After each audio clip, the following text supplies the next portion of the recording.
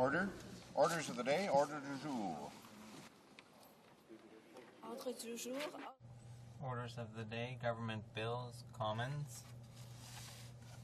Ms. Chow on the second reading of Bill C-50, Budget Implementation Act 2008. Order. Resuming debate.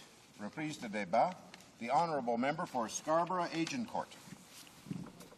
Thank you, Mr. Speaker.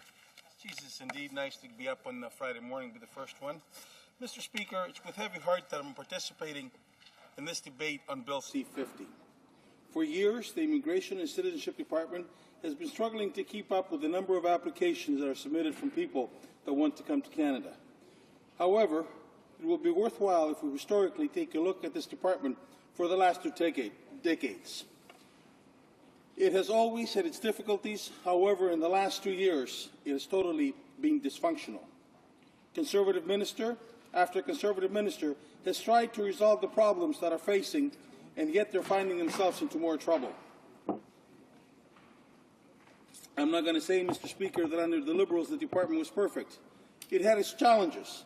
However, in the last 2 years, the department has become the challenge. When the Liberals took office in 1993, we inherited a country that was in total chaos and almost bankrupt. The inflation rate was running amok. The deficit was $42 billion, and the debt was in tune of $600 billion plus. We have such a bad credit rating at that time, Mr. Speaker, that it drove international investors and creditors away in hordes.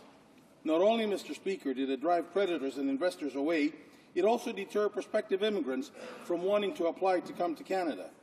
We had, in 1993, Mr. Speaker, an inventory of almost 50,000 applications of people waiting to come to Canada. However, Mr. Speaker, over the years, the situation in Canada changed and times became better. The annual deficit was no longer around. We started paying down the debt. Canada, for the first time in a few decades, started having surpluses, and the good times were here again under the Liberals. Our credit rating went up and investors started investing back in Canada. Well, Mr. Speaker, as we started attracting investors and money from overseas to Canada, we also started attracting new immigrants and more applications by the thousands. Canada became a destination of choice for most immigrants.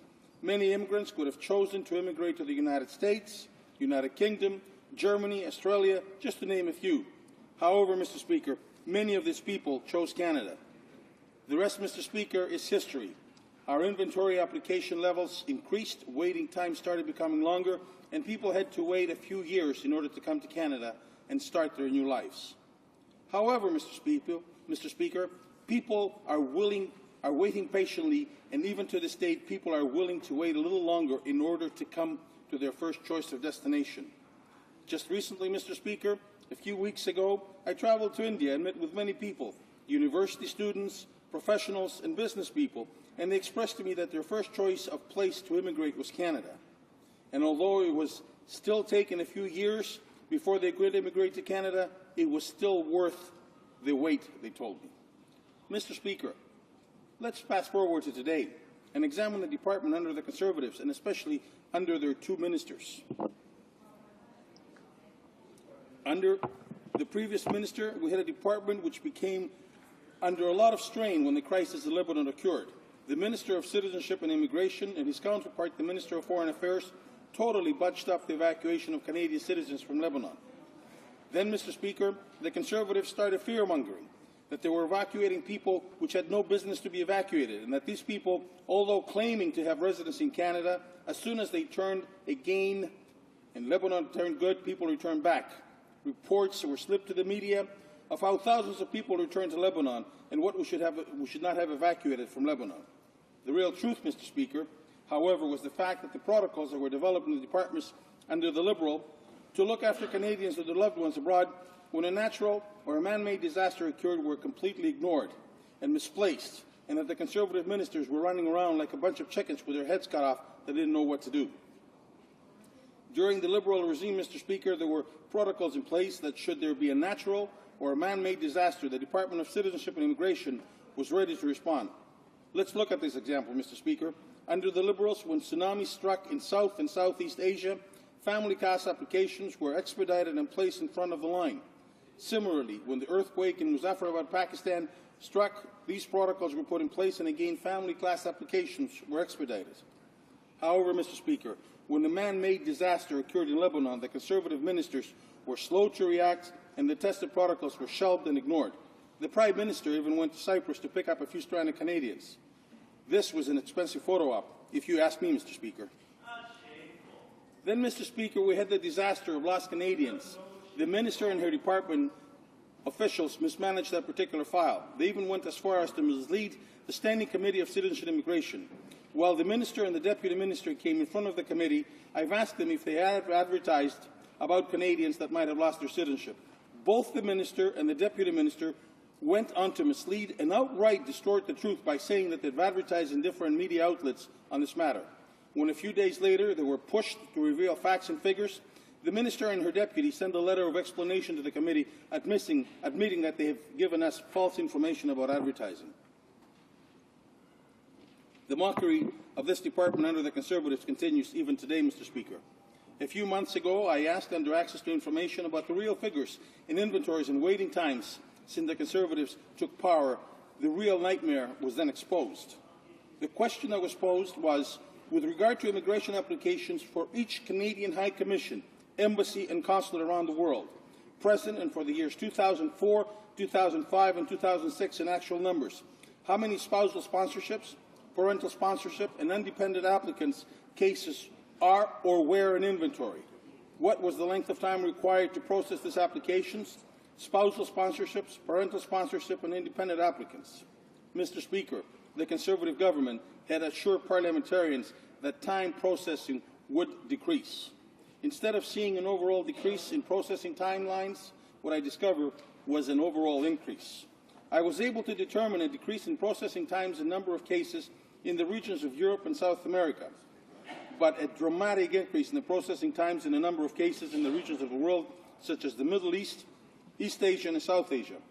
Mr. Speaker, close to 50% of our total inventory applications come from 7 countries, and to be exact, Beijing contributes 6.45% of our total application, Colombo 1.29%, Damascus 5.27%, Hong Kong 6.66%, Islamabad 6.16%, New Delhi 18.87%, Manila 1.71%. Exactly, Mr. Speaker, that is 46.51%.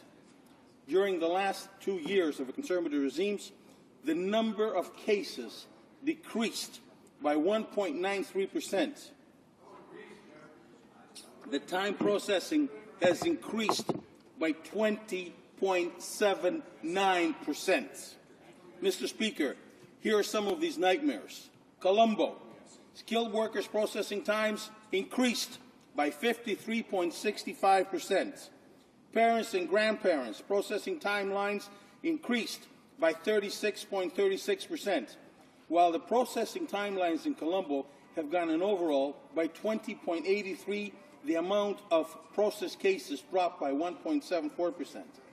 Beijing, Mr. Speaker, the real nightmare. Skilled workers processing times increased by 36.17%. Spouses and partners processing times increased by 25%. Dependent children timelines increased by 33.33%, while the amount of cases processed dropped by 4.07%. Parents and grandparents increased by 54.54%, while the cases dropped by 29.68%.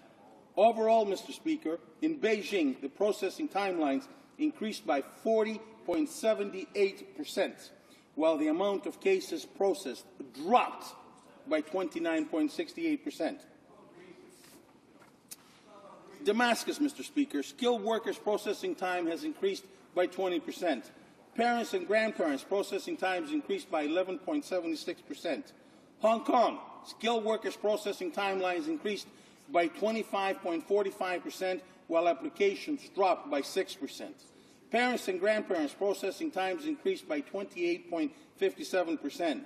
In Hong Kong, while the processing timelines have went up by 10.28%, processing cases dropped by 28%. Islamabad, skilled workers processing times increased by 43.18%. Parents and grandparents processing timelines increased by 8.1%. New Delhi, skilled workers processing times increased by 38%. Spouses and partners processing times increased by 66.66%, while the amount of cases that was processed dropped by 10%. Dependent children processing timelines increased by 66.67%. Parents and grandparents processing timelines increased by 21.62%. Overall, in New Delhi, processing timelines increased by 11.45%. Manila, parents and grandparents processing timelines increased by 51.85%. Overall, the processing timelines increased by 5.88%. While, Mr. Speaker, the minister finally had a revelation that she did notice and the train had run away and needed to do something. Well, what to do? What to do?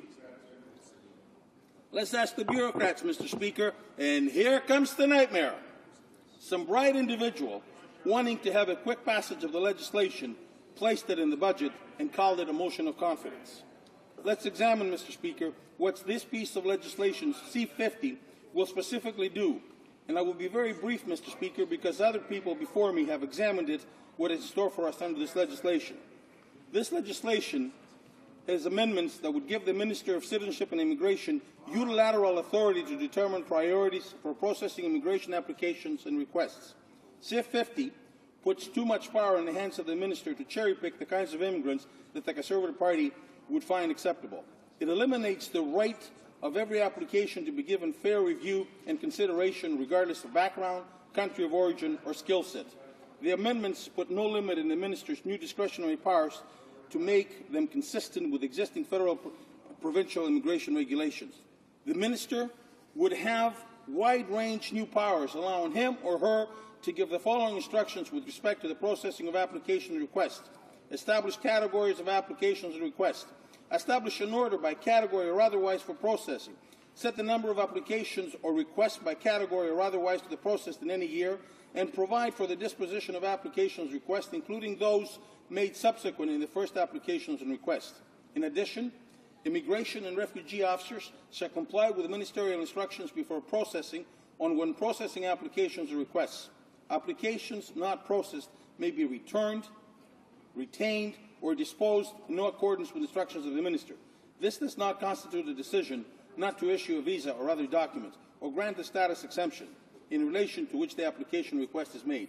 Instructions shall be published in Canada Gazette. Nothing in this section limits the power of the Minister to otherwise determine the most efficient manner in which to administer this act. These amendments essentially give the Minister of Citizenship and Immigration carte blanche to decide which applications to process, which to hold, and which to return without even processing. Particular immigration categories will be adversely affected, such as the family class and permanent resident status made on humanitarian and compassionate H&C grounds. The amendments will reduce the incentives for the government to do what it should do, dedicate the necessary resources to increase Department and Human Resources capacity to process the number of applications received each year. However, Mr. Speaker, the bright individual in the government side which decided they would go a little farther, the bright individual decided that would take this piece of legislation out of its regular place and refer it to the Finance Committee. Mr. Speaker, the place of this bill should be debated is specifically the Standing Committee of Citizenship and Immigration, where, Mr. Speaker, we can invite both the Minister of Citizenship and Immigration, the Minister responsible for CBSA. Also, Mr. Speaker, we can invite community groups, stakeholders, lawyers, immigration practitioners, and others who would have an opportunity to come and testify and give evidence where it would be in favor and or against this ill-thought piece of legislation. However, Mr. Speaker, this will not be the case this time. The Conservatives have decided to circumvent all of this and put the bill in front of the House and declare it a motion of confidence and get it passed in order for the Minister to look after the backlog of immigration cases. So she says. Well, Mr. Speaker, I have news for the Minister. Whether she'll open her ears and listen, however, is another story. The piece of legislation will be challenged in courts and will be struck down. This piece of legislation is not charter compliant, although she claims it is. Mr. Speaker, I would like at this time to refer to a few famous conservative quotes on citizenship and immigration, and maybe my colleagues across the way will open their ears and listen. Quote number 1, you've got to remember that west of Winnipeg, the ridings the Liberals hold are dominated by people who are either recent Asian immigrants or recent immigrants from Eastern Canada, people who live in these ghettos and are not integrated into the Western Canadian society. Who said that? The present Prime Minister. Quote number 2, well, I've always believed that we have to get a lot tougher with undocumented refugee claimants, whether the best thing is to send them right out of the country or simply detain them until they get a full information. We can look at either but there's no problem that does not find to be fixed. Particularly post 9/11, we can't take these kind of security risks. Who said that? The current Prime Minister. Another potential threat to domestic security is Canada's refuge determination. Take a look at www.oneconservative.ca. When the Prime Minister was the chief policy officer of the Reform Party, his party platform stated that immigration should be essentially economic in nature and should not be explicitly designed to radically or suddenly alter the ethnic makeup of Canada. Platform and statement on principles, Reform Party of Canada, August 14, 1988. Another quote, Mr. Speaker. Multiculturalism policy has been an abscess failure. Immigration continues to change the country's face more extensively than any other country since the turn of the century. Who said that? The member of Kootenay, Columbia, Calgary Herald. Mr. Speaker, the Canadian people simply do not trust the Conservatives to deliver on immigration. And frankly, Mr. Speaker, neither do I. So I will be voting against this misguided legislation. Order. Questions and comments? The Honourable Parliamentary Secretary to the Minister of Citizenship and Immigration. Thank you, Mr. Speaker. I think the member loses himself in statistics, and I wonder how he explains last year we had the highest number of newcomers in our history, 429,649, and we actually did have that number. And I can say, Mr. Speaker, that of the two concerns he had, the two ministers we've passed lost Canadian legislation that will get thousands of lost Canadians back into the fold. And in this new minister, we're going to amend the Act to ensure that we can bring people in quicker and faster and more of them. And I would encourage him to support that legislation. One of his own people indicated, the member from Etobicoke Centre said, I'm almost reaching the point where I believe our whole immigration system has become dysfunctional, and in fact, it's at the point of being broken.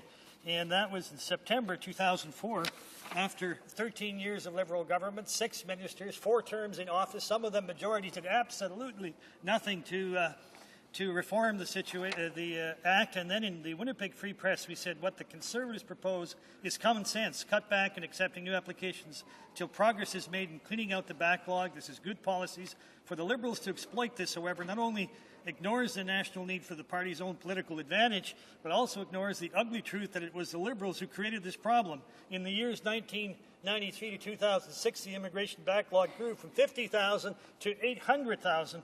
Canadians, new and old, have been offered a clear choice. Conservative policy will benefit Canada, or politics that will benefit Liberals. And I'd ask this member, when he do the honourable thing and stand up in accordance with the instructions of his leader, to vote in favour of this legislation when it comes up for a vote. The Honourable Member for Scarborough Agincourt. Thank you, Mr. Speaker. It's with great interest that I listen to the Parliamentary Secretary. Half the time he seems to know what he's talking about, and the other half the time he's out left field.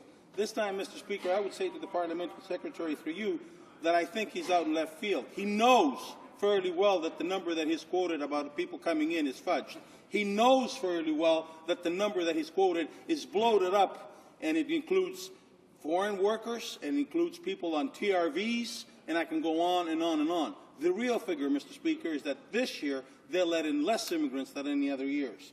Fairly well, Mr. Speaker, through you to the Parliamentary Secretary, you, sir, know fairly well the only place, Mr. Speaker, I said through you to the Parliamentary Secretary, the Parliamentary Secretary knows fairly well the only place to discuss this is in the Standing Committee of Citizenship and Immigration.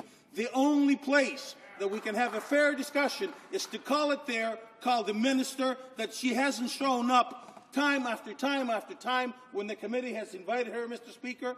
The only place that we can have a fair discussion with stakeholders, community groups, refugee associations, And even us as members of Parliament, the only place that we can have that in the Standing Committee of Citizenship and Immigration. So through you, Mr. Speaker, to the Parliamentary Secretary, will he do the honourable thing and ask his minister to bring this to that place, or are they going to hide behind everything and send it to the Committee of Finance?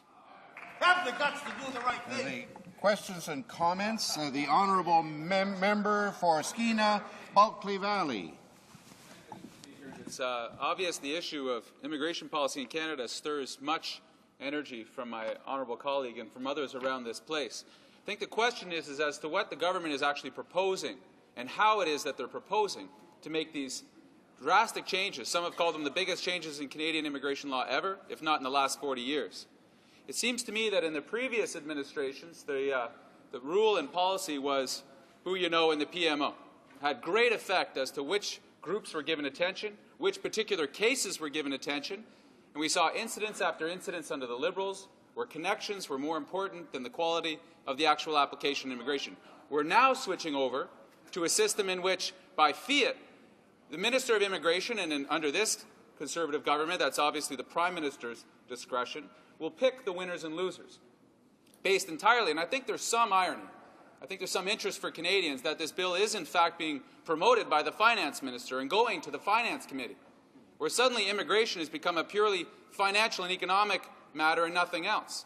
That a country that prides itself on being a refuge and prides itself on being a place built on the energy, enthusiasm of the immigrants that have come from all across this country. And I think the reason we have so much passion in this place for this issue, so many of us, are like myself, the sons and daughters of immigrants, or are immigrants themselves.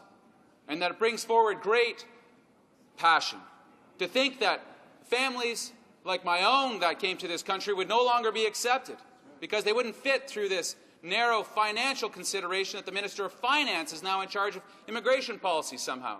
That immigration policy is made through budget measures. How ridiculous is this? I'm interested if my honourable colleague can give us some proper accounting. He's indicated today that he's voting against this measure. If there's any accounting within the rest of his party, if he's actually going to show to vote and express his lack of confidence in this government, as New Democrats have, does he have any assessment or understanding of any other Liberals in this place that may also rise on their feet and express non-confidence in this immigration policy and in this government? Where does the Liberal Party stand? The honourable member for Scarborough Agincourt. Mr. Speaker, I want to thank the honourable colleague from the NDP for putting forward his question. However, I want to go back about a year ago today when the Committee of Citizenship and Immigration, the Standing Committee of Citizenship and Immigration, was discussing at the time undocumented workers. We were looking at the plight of these individuals that have been here for a number of years. Some of them have been here 5, 6, 10 years. They're working underground. They're being exploited. And they're trying to get themselves normalized in Canada. And there was a motion in front of the House, in front of the committee that was brought to the House. And the motion stated that the committee study, this is the Standing Committee of Citizenship and Immigration, study the bill, study the motion, and that people not to be deported, undocumented workers not to be deported from Canada until the committee had an opportunity to finally look at it. Mr. Speaker, I came to this House and I asked for unanimous consent in order for us to move that.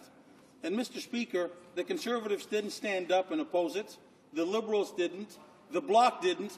The only person that ran in huffing and puffing and said that it was not going to give unanimous consent for undocumented workers to be deported from this country was a member of the NDP. They found faith. They found faith by siding with the Conservatives and wanting to throw out of this country the undocumented workers. And that, Mr. Speaker, the honourable member should take up with his colleague from Trinity Spadina, because she was the only one that ran in here and opposed it. So how does he dare, the NDP, stand up and give this side of the House lessons? They should look in the mirror themselves. And maybe when they get up in the morning, it will crack. Order. Questions and comments? The honourable member for Mississauga South. Thank you, Mr. Speaker. There is an issue which the member may be able to assist the House as a member of Citizenship and Immigration, and it has to do with the question about, is the real issue the backlog, or is the real issue the number of landed Canadians in a year? And it would appear, Mr. Speaker, that there can be external forces which affect the backlog or the number of applicants.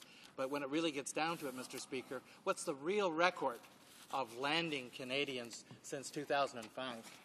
The Honourable Member for Scarborough Agincourt. Thank you, Mr. Speaker. As I was making my speech, Mr. Speaker, and I certainly want to thank my colleague from Mississauga South for his question, is indeed a great question. As I was making my speech, I did state that in the years under the Conservatives, the application records have gone down, and especially out of China, mainland China, where we used to get tons of people applying to come to Canada. In my riding of Scarborough Agincourt, I have a great number of people that are applying for mainland China to come to Scarborough. There, Mr. Speaker, applications dropped by about 50%. So the real issue, Mr. Speaker, indeed is the backlog, and indeed we do have to deal with the backlog, but it's very simple, Mr. Speaker. We should allocate resources where they're needed. We should expedite cases where we should.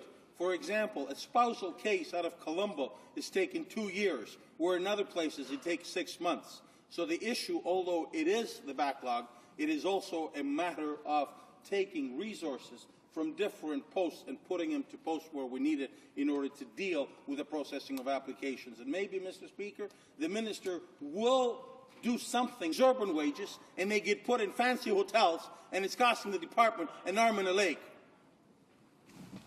Resuming debate, reprise de débat. Resuming debate, the Honourable Member for Saint-Bruno-Saint-Hubert. Thank you very much, Mr. Speaker. I'm very pleased to speak to this debate. I would like to thank my colleagues for their applause as well, especially someone who is not from the same party. But I'm very pleased today to talk about the budget implementation legislation. We know that when it comes to the budget, there are a number of important issues for all Quebecers. The Bloc Québécois had made special requests beginning in January. Our demands were very clear, and in this budget, clearly, none of these demands have been reflected. Mr. Speaker, this budget implementation bill is aimed at implementing various measures that were announced in the February 2008 budget, and there are amendments to various legislation that we have, for example, to the Income Tax Act that creates the tax-free savings account. We have changes to the RSP. We have the Northern tax deduction. We have the disability tax credit, an extension for exploration measures. We have changes to charitable donation measures and tax credits. We have various legislative provisions to prevent the implementation of a private member's bill from the Liberals that would have affected RESPs and the tax deductibility for those types of plans. We also have the non-taxation of certain medical procedures. We have the fifth, Part 5, which deals with student loans and other aspects, which is in fact aimed at providing more funding for students.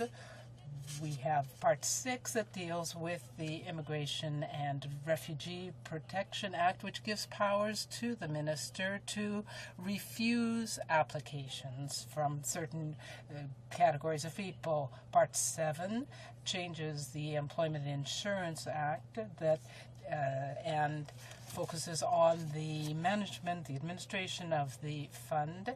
The surpluses will no longer go into the Consolidated Revenue Fund.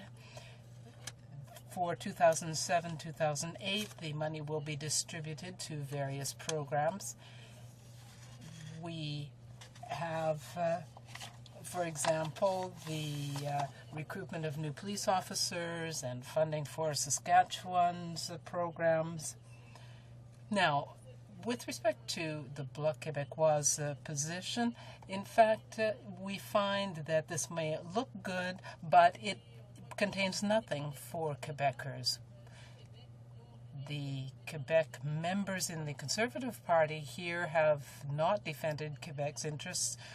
This party defends the interests of Alberta, and it is not able, therefore, to also defend the interests of Quebec. This budget may seem like a fine document, but it does not meet the demands of the Bloc Québécois, which we made public on January 23rd. It does not provide any direct and immediate assistance to the forestry and manufacturing sectors that are in crisis. Thousands, tens of thousands of jobs have been lost and are being lost. The budget does not contain anything. The government does not want to do anything to address this crisis. There are no provisions either to help seniors who have been shortchanged by the GIS. We find that there are measures that help the oil and gas industry.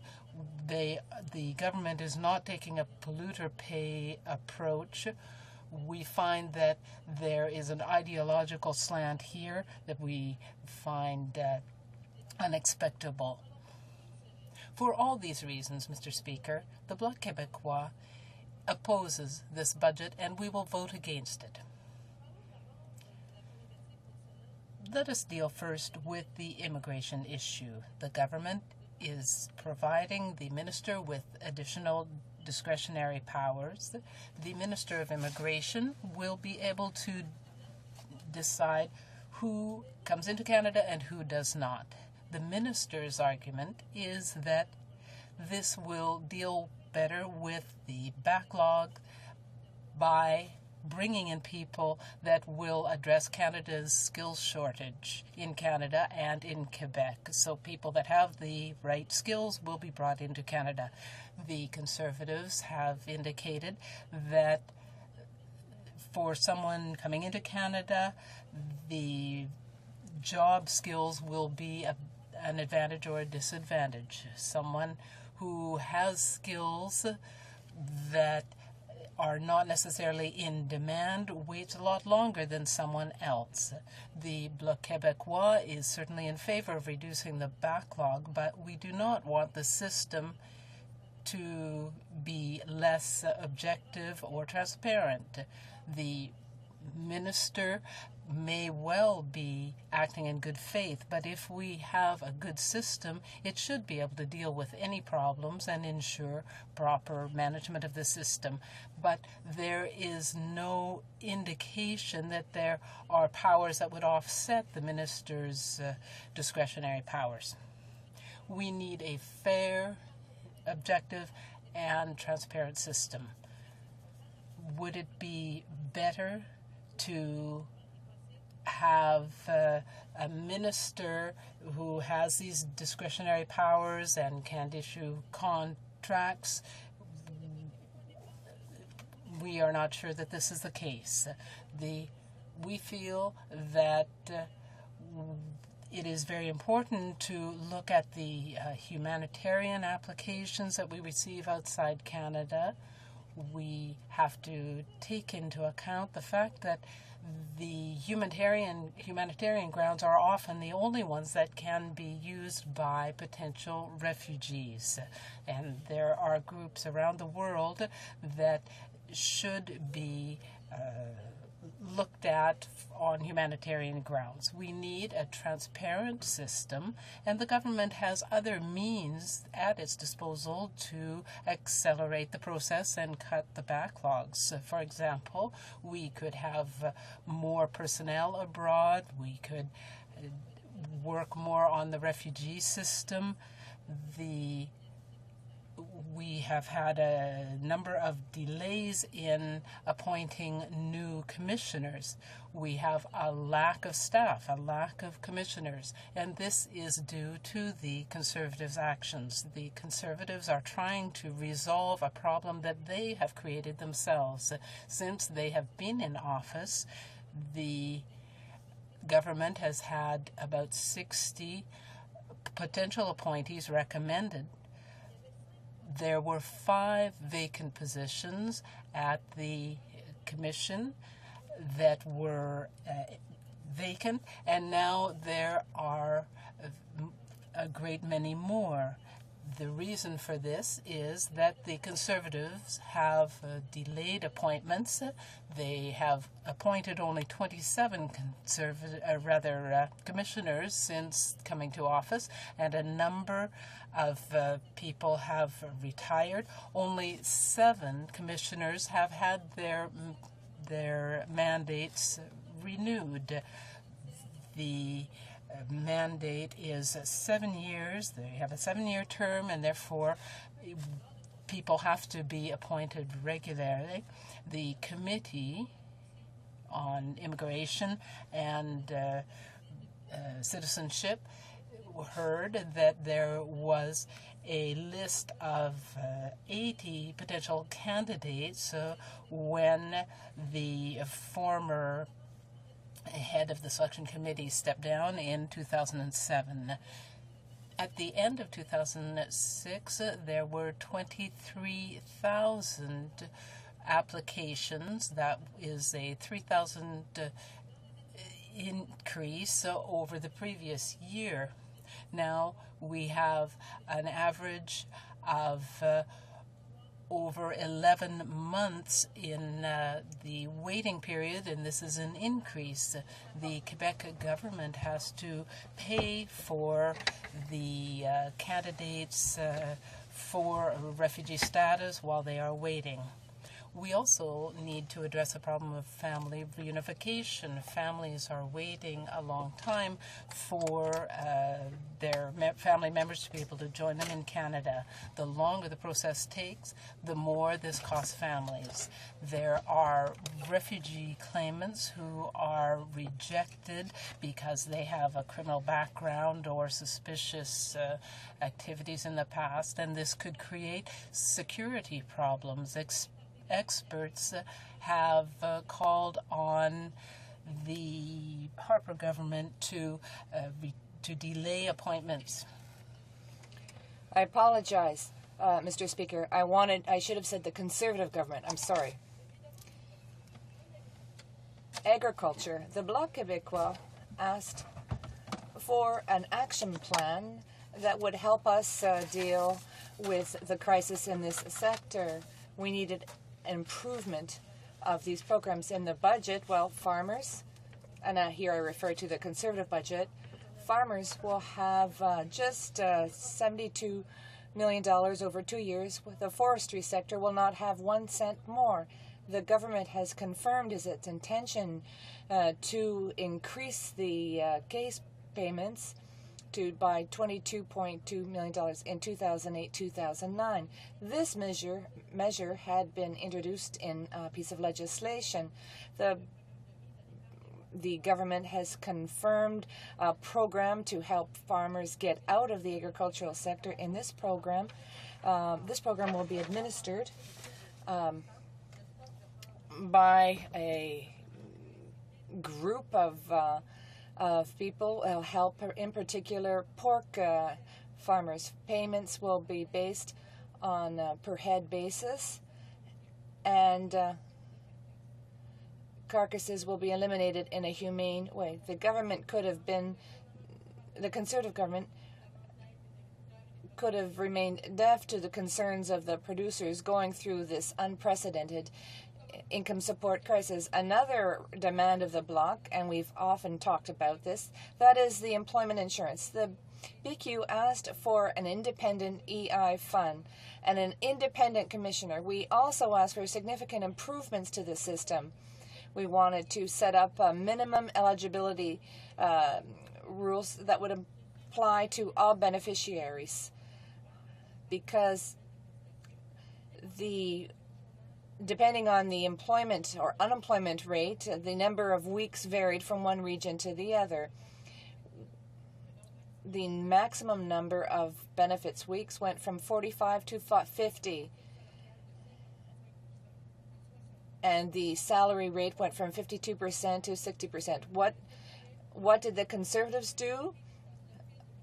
There will be a new fund that will come under the Minister of Human Resources and Social Development. This agency will be independent, and any surplus from this fund will be kept and invested until the funds are required for the needs of the program. In addition, starting in 2009, there will be a new contribution setting mechanism that will take into account the deficits or surpluses of this independent fund.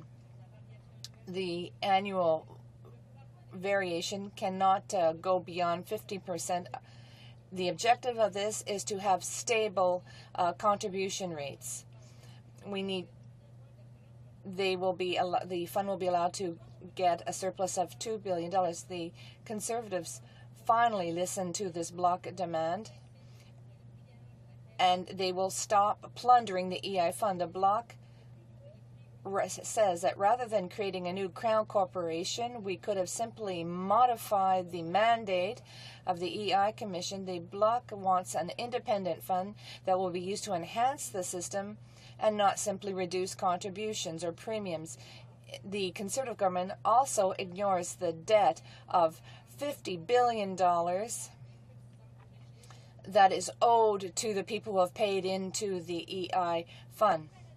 It is quite paradoxical to see that the Conservatives are stating that they want to guarantee that the funds will be there just for beneficiaries, but we can see that the previous surpluses were used to pay down the debt. The bloc asked for a creation of $1.5 billion to ensure that the surplus in this year will be used strictly for the EI fund. The Conservative budget ignores any improvements to the EI fund, and there is an absence, and this government simply doesn't take into account the needs of the unemployed. We consider this EI fund to be a victory for the BQ. The Aboriginal people now, there needs to be an improvement in relations there, and we need to have a proper funding. The bloc is expecting that the federal government meet the deficit needs with respect to Aboriginal housing. The budget calls for an investment of $600 million over 2 years for economic development and improve education, health for families, and improve the management of water. Unfortunately, this investment of $600 million will be coming from the 2006 budget. The budget doesn't meet the needs of Aboriginal Canadians because the amounts announced should have been for 2006, which is simply, so that means that the investments announced are simply coming from past budgets and are really not going to do very much to improve the situation. The Kelowna agreement is now being discarded, and we can see that the disappointment is widespread. Despite the lack of 10,000 housing units in Quebec alone, not enough money is earmarked for the First Nations. Despite the surpluses in the last fiscal year, there is no money provided to deal with poverty amongst Aboriginal people. Now I would like to talk about the bloc demand with respect to the status of women. The bloc has asked for a series of measures to create better equality between men and women.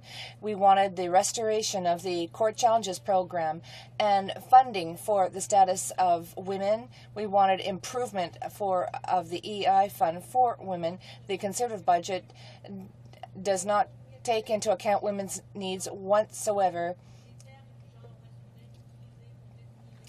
And just look at the fact that they use only male terminology when referring to different job postings. The budget of 2007 has earmarked some money to promote women's issues, but the government had to be pushed to do this, and they need to come up with an action plan that will improve the women's economic status in Quebec and encourage greater participation in democracy. We want funding. You will recall that the funding of women's promotions programs was funded in prior years, but this has been cut. The Conservative budget ignores the concerns of women, particularly with respect to salary wage equity. The Bloc is impatient to see this Conservative action plan for women's issues, and we find that the Conservative government is simply reactionary. And just take a look at the bill which was just tabled by a Conservative member recently. The Bloc had many expectations. 0.7% of the GDP was to be spent on poverty, according to the UN statement. We could do this. We could do this over the next 3 years. And we could do this up into the year 2015. In the 2008 budget, what we find is that the government is committing to double in international aid with respect to 2000 and 2001 levels, and this until 2011. So there'll be $100 million for the development of Afghanistan, 2008, 2009. Aid will be doubled for Africa. There's $400 million for the next few years for the fight against AIDS, tuberculosis, and malaria. And what about $50 million?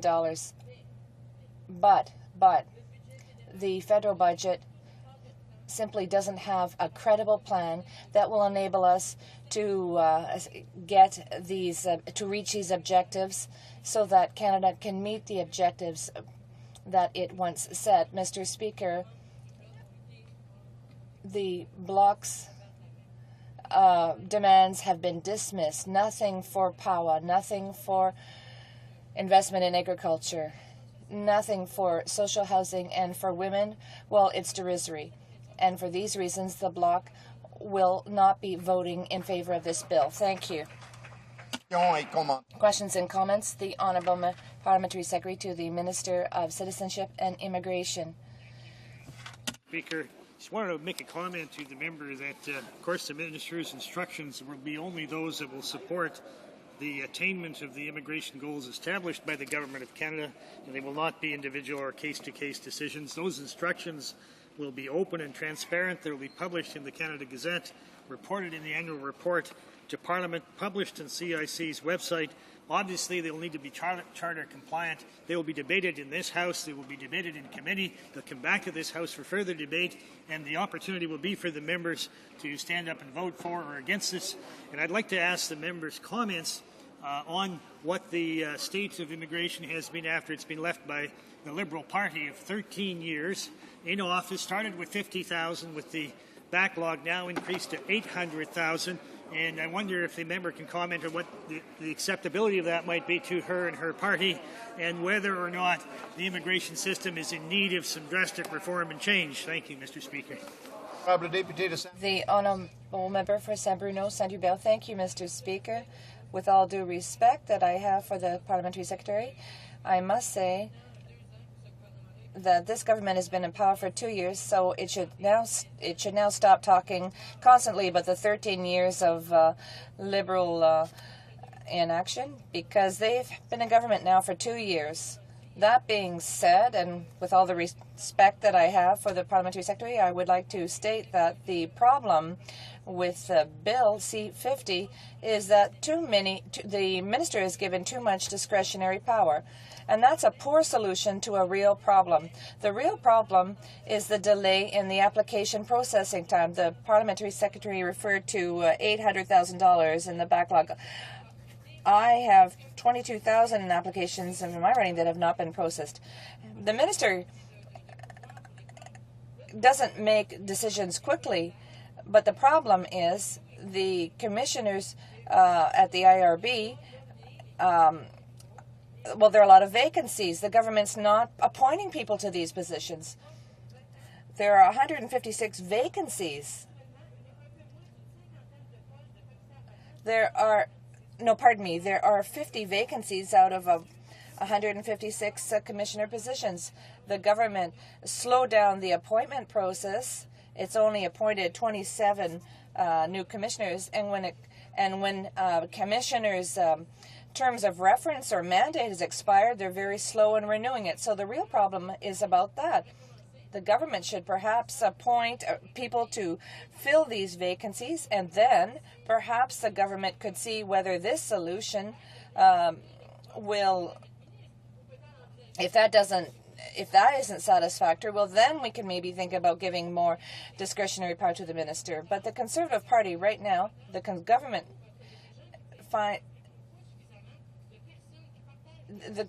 is having trouble finding enough people that share their ideology to fill these vacancies. That's the real problem. Questions and comments? The Honourable Member for Laval. Thank you, Mr. Speaker. I listened to my colleague's speech very carefully.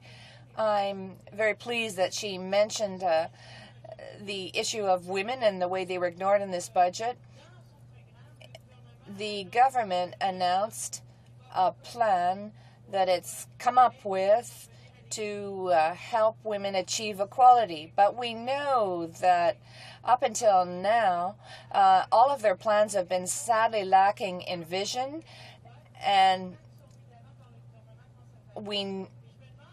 I was wondering whether the member could comment on the fact that the Conservative government in its budget put only $25 million for the status of women, which represents $1.21 per woman. What does she think of this position? And what does she think about the fact that the expenditures for this issue has increased by 69%? But for social housing, very little has been done. How does she see? I would like her to discuss this absence of social housing. The Honourable Member for Saint-Bruno, Saint-Hubert. Mr. Speaker, I can't say that I'm unhappy with this question because, indeed, status of women has always been something that's been very important. In my opinion, I had the pleasure to participate in the foundation of Femmes du Québec a few years ago, I would say. Actually, it was 35 years ago, Mr. Speaker. But anyway, I was very young. That being said, and on a more serious note, the attitude of this government towards women is a cause for concern for all kinds of reasons, including the slashes that they've made to status of women. They really took the rug out from under this organization's feet. This was a program or an agency that promoted equality, but they were cut. I'm afraid their plan scares me a little bit. I know.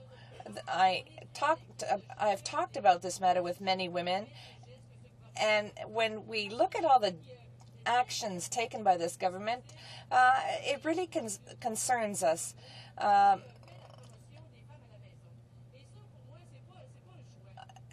It seems to me that everybody makes a choice when they decide whether they want to stay at home or go to work. But when the government comes up with programs that are more advantageous for women who decide to stay at home, that's compared to what they do for women who are working, that's a source of concern. There are Conservative members that promote women in the House, saying that they're protecting women, pregnant women, but we can see when they introduce bills that the Honourable Parliamentary Secretary of the Government House Leader is rising on a question of privilege. Rise on a point of privilege. And Mr. Speaker, I thank you for recognizing me. Mr. Speaker, I would like to offer through you and to you and to every member in this House my deepest apologies or some profoundly unacceptable and offensive remarks that I've made in the past, which have recently come to the public forum, particularly in the last 24 hours. Mr. Speaker, despite the fact that I made these comments over 17 years ago, or just about 17 years ago, does not lessen the shame that I feel for making those comments in the first place, nor, Mr. Speaker, does it diminish the hurtful aspect to those comments that were contained in my remarks of 1991. So therefore, Mr. Speaker, I feel absolutely compelled that I must stand here today and publicly apologize to a number of people. First and foremost, Mr. Speaker, I want to apologize to all of my friends and colleagues who are gay or lesbian. I have no idea, Mr. Speaker, what they must think of me now. I have no idea what they were thinking when they first heard or read about my comments. And to say that I'm ashamed, Mr. Speaker, is not putting it in context and certainly not putting it in strong enough terms. Mr. Speaker, their friendship and support for me during my entire career and my personal life has been extremely important to me. And today I ask their forgiveness. Mr. Speaker, just being in the public sphere means little to me compared to the opinion that I value of their opinion towards me. And to them I say I'm truly sorry. Mr. Speaker, to the entire gay and lesbian community, I also want to extend my deepest and most abject apologies. The comments I made, Mr. Speaker, should not be tolerated in any society. They should not be tolerated today. They should not have been tolerated in 1991. They should not have been tolerated in years previous to that. The words I used were more than just hurtful, Mr. Speaker. They are words that should not be allowed to be spoken today, either publicly or privately. And, Mr. Speaker, I know there is an awful lot of anger directed towards me from members of the gay and lesbian community. And, Mr. Speaker, that anger is certainly understandable, and I would say it is justified. All I can say, Mr. Speaker, I hope that over the passage of time, my apologies will be accepted. Mr. Speaker, there's many other people who I need to apologize to because of their relationship to me. And because of that relationship, the criticisms that will be made directed towards me will end up affecting these people. And they will, in effect, probably bear the brunt of much of that criticism when, in fact, they had absolutely nothing to do with this incident. To my family, to my friends, to my colleagues, to my staff, to my Prime Minister, to the people of Saskatchewan, and most particularly to the people of Lumsden Lake Centre, I offer not only my apologies for my remarks, but I apologize for the embarrassment and the hurt that I've surely caused them. Mr. Speaker, I also want to make a comment to the honourable member from Burnaby Douglas who raised this issue in question period yesterday. And I simply want to thank the honourable member for allowing me to personally apologize to him. And he accepted my phone call with that in mind. Mr. Speaker, I will never forget the member's generosity and kindness. Mr. Speaker, there are times when people say things that they do not mean. And this is one of those times with respect to my comments. Mr. Speaker, while it is very, very true, I made those hurtful comments. That does not reflect my personal beliefs. It did not respect my personal beliefs in 1991. It does not reflect my personal beliefs now. Which lends itself to the obvious question then, Mr. Speaker, if I didn't mean what I said, why did I say those things to begin with? And the only explanation, Mr. Speaker, that I can give to you and to the members of this House is that I was stupid, thoughtless, and insensitive. But, Mr. Speaker, I'm not using that as a defense. I'm merely stating the way that I felt and the actions that I took. Mr. Speaker, let me just conclude by saying this, that there's absolutely nothing that I could say, in or outside of this Assembly, that would do adequate apologies to those people that I have hurt. Mr. Speaker, I deeply regret and I have deep remorse for my words of 17 years ago. But I can assure you, Mr. Speaker, and all of my colleagues in this House, that I will spend the rest of my career and my life trying to make up for those shameless comments. Thank you.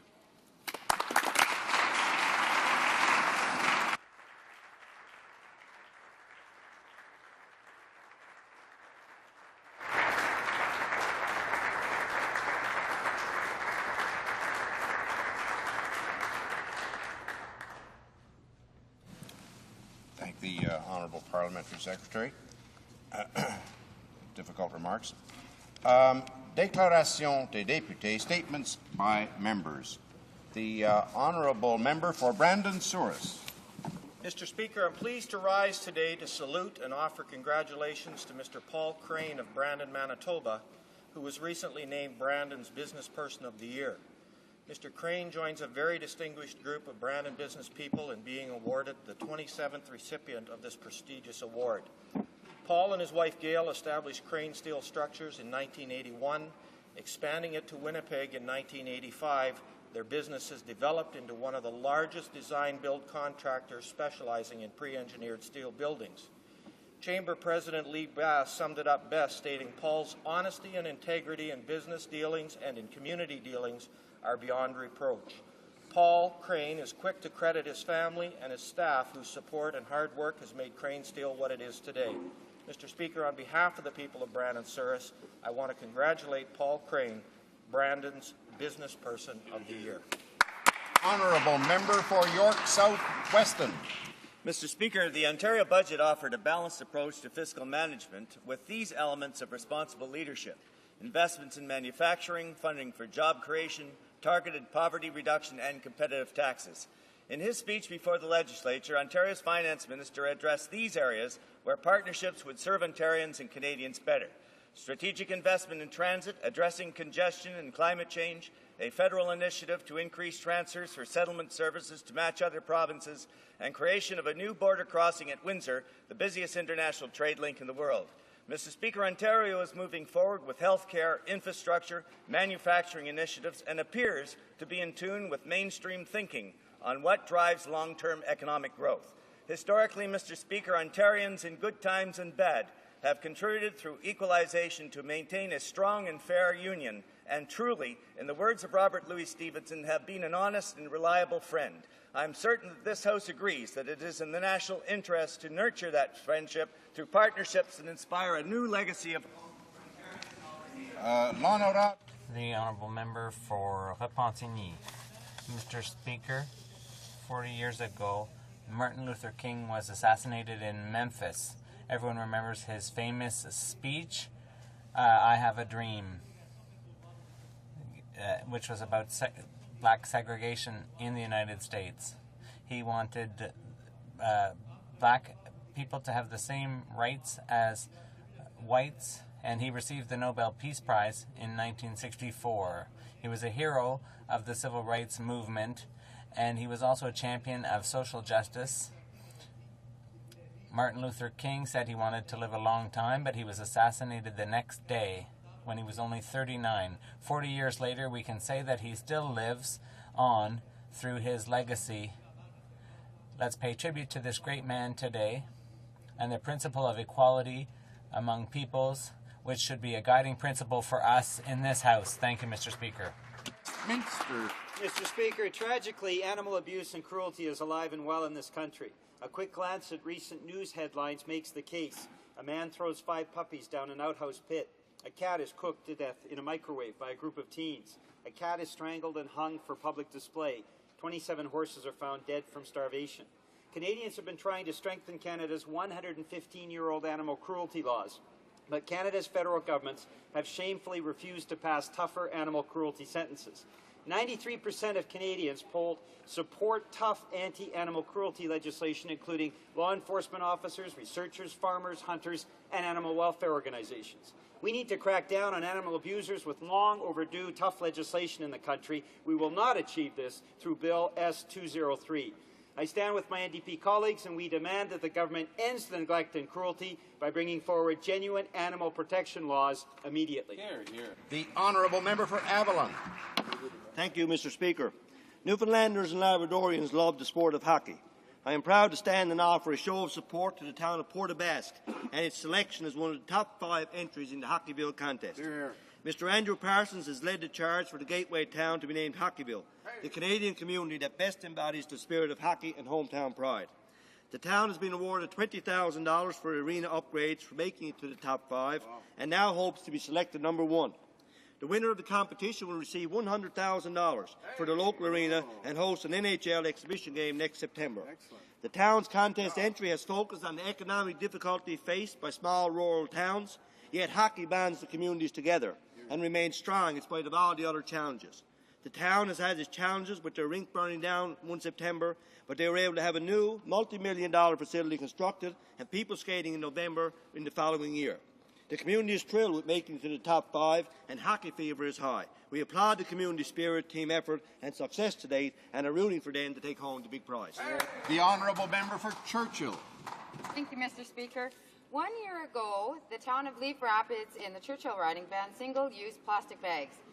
This ambitious move was the first of its kind in North America. And now it's a regular part of life in this northern town that people utilize reusable bags. Today's cities, big and small, are catching on, including a recent ban in San Francisco, California. Mr. Speaker, the results are clear. It's a policy that works, and it is an example of how we can all contribute to a cleaner environment in Canada. Prior to the ban, plastic bags could be found on the sides of roads, stuck in trees, and made up a sizable and unnecessary portion of the local landfill. Since the ban was implemented, it has been greatly reduced. I would like to commend the environmental stewardship of this community of Leaf Rapids and encourage others to look to the north for an inspirational and progressive model towards a greener future. Thank you, Mr. Speaker. The honourable member for Charles Woodson James Assiniboia. Mr. Speaker, April is the Canadian Cancer Society's Daffodil Month in recognition of the millions of Canadians touched by cancer. In November 2006, the Prime Minister announced the creation of the Canadian Partnership Against Cancer. This organization is responsible for the implementation of the Canadian Strategy of Cancer Control, a $260 million investment in support of a pan-Canadian cancer control across the country. CPAC will work with governments and non-governmental partners to support the goals of the Canadian Strategy for Cancer Control, which are to reduce the number of new cancer cases and the number of deaths, as well as to enhance the quality of life of those living with the disease. These efforts will result in state-of-the-art information about preventing, diagnosing, and treating cancer, as well as encouraging new research across the cancer control spectrum being shared across the country. I encourage all Canadians to join in the fight against cancer. The Honourable Member for Gatineau. Mr. Speaker, Impératif Français has awarded its Lise Daniel, Gaston Lallemand, and Impératif Français prizes. The Lise Daniel Awards are given to individuals and organizations who've distinguished themselves through their contributions to the promotion and defense of the French language and culture. The Gaston Lallemand Award goes to students who participated in the Des mots pour le dire poetry contest. The Impératif Français Award pays tribute to an individual who stands out for their exceptional contribution to the vitality of French culture.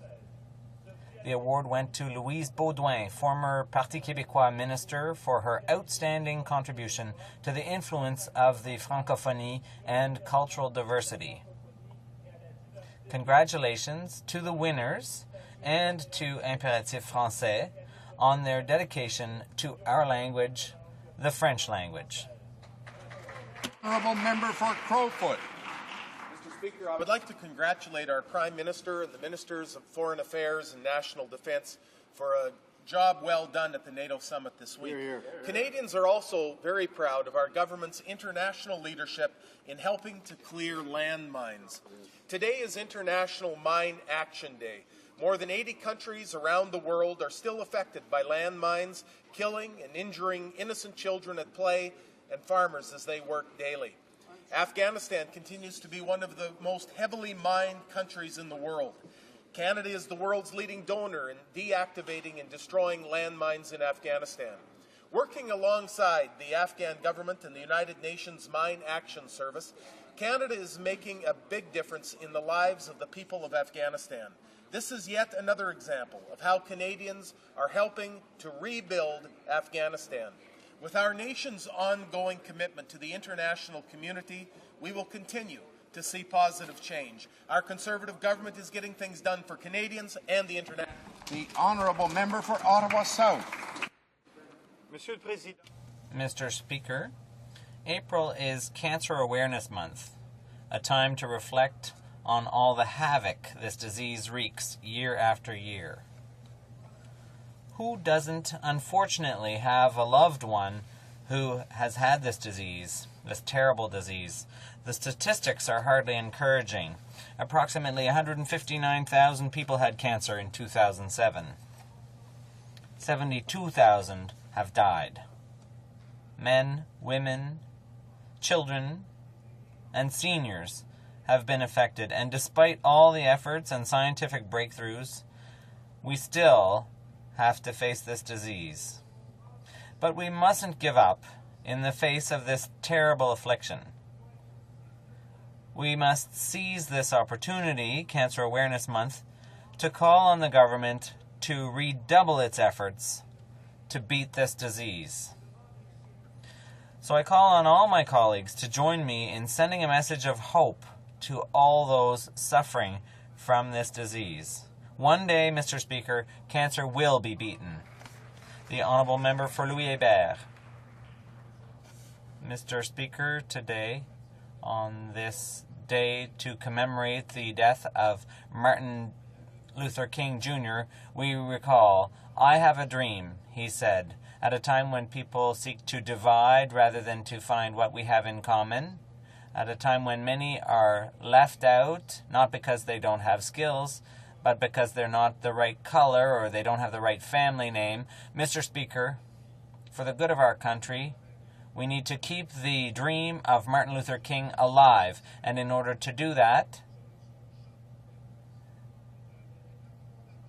everyone has to work toward the development of our country. We all have a personal responsibility in this area. Mr. Speaker, I too have a dream. Thank you. The Honourable Member for Skeena-Bulkley Valley. I rise today to commemorate the 40th anniversary of the assassination of Dr. Martin Luther King. As a political leader, he formed a lesson for us all of what it is to have a dream and to sacrifice on behalf of that dream. During the course of his political life, Dr. King was firebombed, stabbed, threatened, harassed by his own government, and eventually tragically assassinated. We must all learn to act against injustice wherever we see it. We must realize as political leaders to have the courage of our convictions and to fight on behalf of others, not ourselves. King's legacy was that we all must bring our nation together and not separate it along lines of region, race, or religion. And to quote from Dr. King, "If physical death is the price I must pay to free my white brothers and sisters from a permanent death of the spirit, then nothing can be more redemptive." We all owe Dr. King a great honor. Thank you. The Honourable Member for Mount Royal. Speaker, today a Canadian delegation, including constituents of mine, was the target of deliberate sniper fire while visiting Sderot, an Israeli town that I recently visited that has endured 7 years of relentless rocket attacks targeting schools, synagogues, playgrounds, and daycare centers with the objective of killing Jews because they are Jews. Indeed, more than 1,000 rockets have been launched in the first 3 months of this year alone, a double war crime whereby Palestinian terrorists deliberately target Israeli civilians while shielding themselves behind Palestinian civilians in Gaza. Mr. Speaker, Sderot is the only community in the world today that is a standing target of relentless terrorist attacks. As a mother told me, a child learns red alert, the alarm notice, before even the words mommy or daddy. Why should anybody anywhere have to live under this terrorism and trauma. Tragically, the international community remains indifferent and silent. Why has there not been one single condemnation by any international UN agency of these daily war crimes? Mr. Speaker, we know that the surest way to ensure that evil will triumph in the world is for enough good people to do nothing. Let Parliament speak, the international community act, and let this culture of impunity end. Thank you. The Honourable Member for Argenteuil-Papineau-Mirabel. Mr. Speaker, my colleague, the Bloc candidate in the riding of Rimouski-Neigette-Témiscouata-les-Basques, Claude Guimont, and the entire Bloc Québécois congratulate the city of Rimouski on hosting the 2009 Memorial Cup. The whole world knows hockey's Quebec's national sport. Regardless of age or gender, everyone plays it and loves it. We'd also like to congratulate the other Quebec cities that were in the running for the Memorial Cup, Shawinigan and Saguenay. To all the organizers and participants in this tournament in 2009, the Bloc Québécois wishes you good luck. The Honourable Member for Willowdale. Mr. Speaker, April is Parkinson's Awareness Month, a time to join together to raise awareness and funds to help fight this debilitating disease. La maladie de Parkinson affects... Parkinson's affects over 100,000 Canadians and their loved ones. That the number of people diagnosed with Parkinson's will increase twofold. Monsieur le Président, Mr. Speaker, we have to do everything we can to better understand this terrible disease, pursue the research efforts, and help people who have it and those who help them through this terrible ordeal. also acknowledge the tireless efforts of researchers who are working so hard to determine the cause of Parkinson's and who are working toward a cure. Mr. Speaker, I encourage all members of this House and all Canadians to support their local awareness campaigns not only this month, but whenever possible, in the hopes of finding a cure for this devastating disease. Thank you, Mr. Speaker. The Honourable Member for Westlock St. Paul. Mr. Speaker, Canadians will not easily forget the biggest scandal in Canada's history, the Liberal sponsorship scandal. They won't forget the money that was taken from them, and Canadians elect public officials with the understanding that they will manage the taxpayers' money with the utmost care. As much as the Liberals hope that this will just quietly go away, this affair is not over. This issue will not go away until those who took advantage of their position of power for their personal and partisan benefit have been held accountable for their shameful actions. Today, media reports that Canadian taxpayers will be getting some of their money back. Eric Lafleur, son of Jean Lafleur and a former ad man whose company received $10 million in sponsorship subcontracts, is being forced to pay back $150,000. Good news, but this is just a small portion. When will Canadians see the rest of the money that was taken from them? Why has the Liberal leader not encouraged those who receive sponsorship money to pay it back to the taxpayers? Tell us, Ralph. And when will we find out what happened to... Order. Oral questions. Questions orales. L'honorable The Honourable Member for King's Hands. Speaker, the hateful, offensive words of the member for Regina Lumsden Lake Centre demonstrate a prejudice that is unacceptable for an officer of the House of Commons. Will the Prime Minister show leadership and relieve the member of his responsibility as Parliamentary Secretary to the Government House Leader? The Honourable Government House Leader. Mr. Speaker, the comments that were made in the tape 17 years ago that came to light yesterday were unacceptable and inappropriate. We had, from the Parliamentary Secretary involved, a very genuine, heartfelt and sincere apology yesterday, and a further one just before we began member statements here today in the House. We accept that apology is genuine and is sincere. It's clear that the member does not hold those views, and we believe that the matter at this point is closed. The Honourable Member for King's Hands. Mr. Speaker, hateful and offensive comments are unacceptable on behalf of officials of this House. Will the Prime Minister exercise his leadership and have the member step down as Parliamentary Secretary to the Government House Leader? The Honourable Government House Leader. For intolerant comments of the type that were reflected in the statement and as seen on the tape. That is certainly the view of this government. Such comments are unacceptable. That is also, though, the view of the Parliamentary Secretary in a very forthcoming, full and genuine apology that he has offered to this House, to members of the gay and lesbian community, and to all Canadians. We believe that apology is sincere and genuine. We are satisfied that the member does not hold those views, and as a result, we believe this matter is... The Honourable Member for Kings Hants. Mr. Speaker, the member was 40 years old when he made these hateful remarks. Allowing the member to remain an officer of the House of Commons debases this institution. Does the Prime Minister realize that his tepid response to these hateful remarks against gays and Canadians suffering from AIDS tells Canadians that hate, bigotry, and prejudice are just fine in his Canada? The Honourable Government House Leader. Quite clearly not. Those kind of comments are inappropriate and unacceptable, even in the social context where they occurred, and even 17 years ago they were unacceptable. That's something that the Parliamentary Secretary himself spoke to today in his apology and indicated that that would be no justification or excuse whatsoever. We believe that they are inappropriate, and I think that all members of the House share those sentiments. The Honourable Member for Vancouver Quadra. Mr. Speaker, when Reform Whip Bob Ringma said he believed employers should be able to fire gays and visible minorities, he was kicked out.